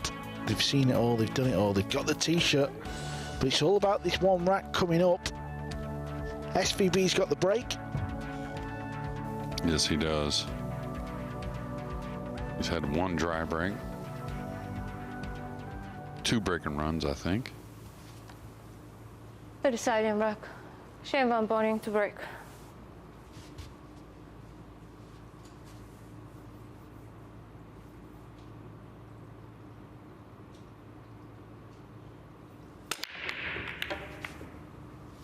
Needs a ball, 6 ball. Yes, the 6 balls fell. Needs the one to carry on. He's got no shot. There's no pot available. No, and I think it's the 8 ball that's really kind of causing problems with the safety as well. Yeah, and just quickly going back to the break shot. That's why I do like this little break that has been devised, because if you're a little edgy and you don't quite aim right and hit the correct point of the cue ball we can see it's not easy to keep making that one ball. Yeah. I've talked about it. It's kind of like the driver to me in golf. Some days you're going to think you have it, and then it's going to remind you quickly that you don't. What's SVB playing here? I don't know. Maybe 3-rail this around. Yeah, like that. Trying to stun the cue ball down. Beauty. Really nice shot from a very difficult situation. Yeah, it was. Top of the table there from Albin. He knew that was a good shot. He had to avoid 2 balls. Look how close he gets to the 3. And then just to find that gap. And the pace he played it as well. Great shot.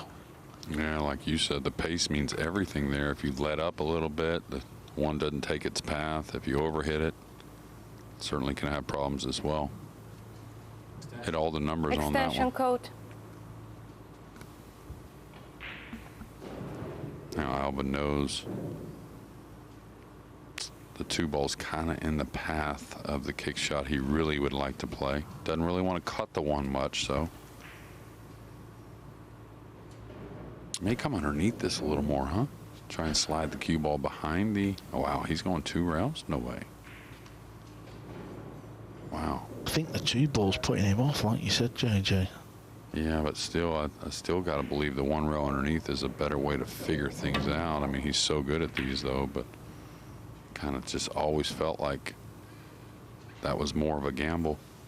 May have gotten away with it, though. Yeah, if he passes the 5, it's going to have to go off the rail. Well, if it's got any chance of going sliding in, and I think it does, he will be shooting at it. I think he's facing it right, you know, it's just perfect to shoot at. No cut at all, hardly.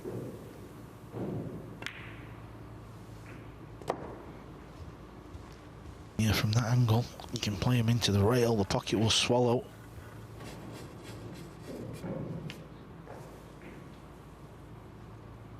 All he wanted was a chance, and he's got it.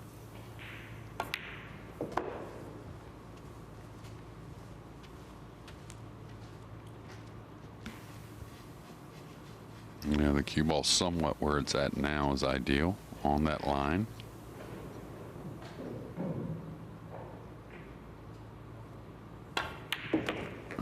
He let it go. He didn't dig on the cue ball near as well as he wanted.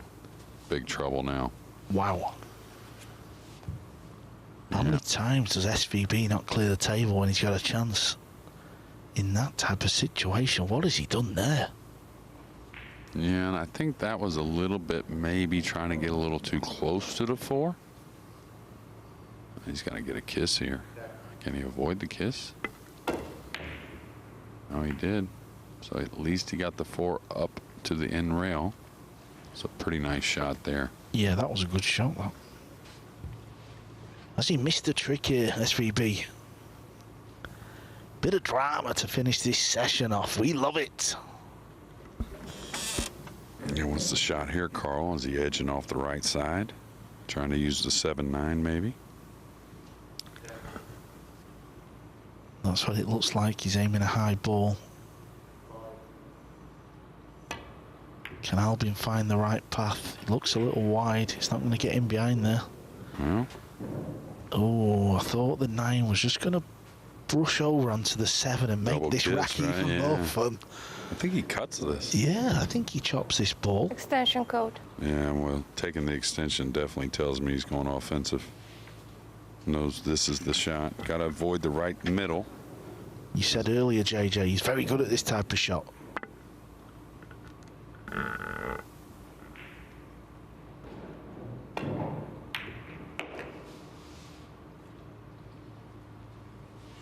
Wasn't clean. It was a little scary, but it's gone. Yeah. Second chance of asking, can he get the job done? This is an odd shot as well going forward. Talked about the shot he missed at the European Open. He had to play it with a light speed, but it was very similar to this. Now he pounded that in, which is much more how he likes to hit the ball. And still awkward here.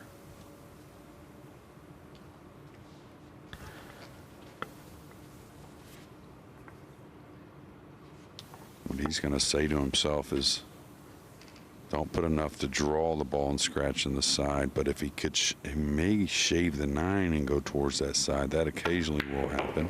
He got into it too deep.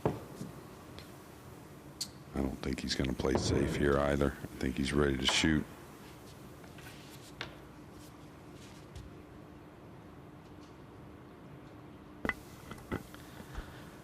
Is he going to shoot the bank, or is he playing safe?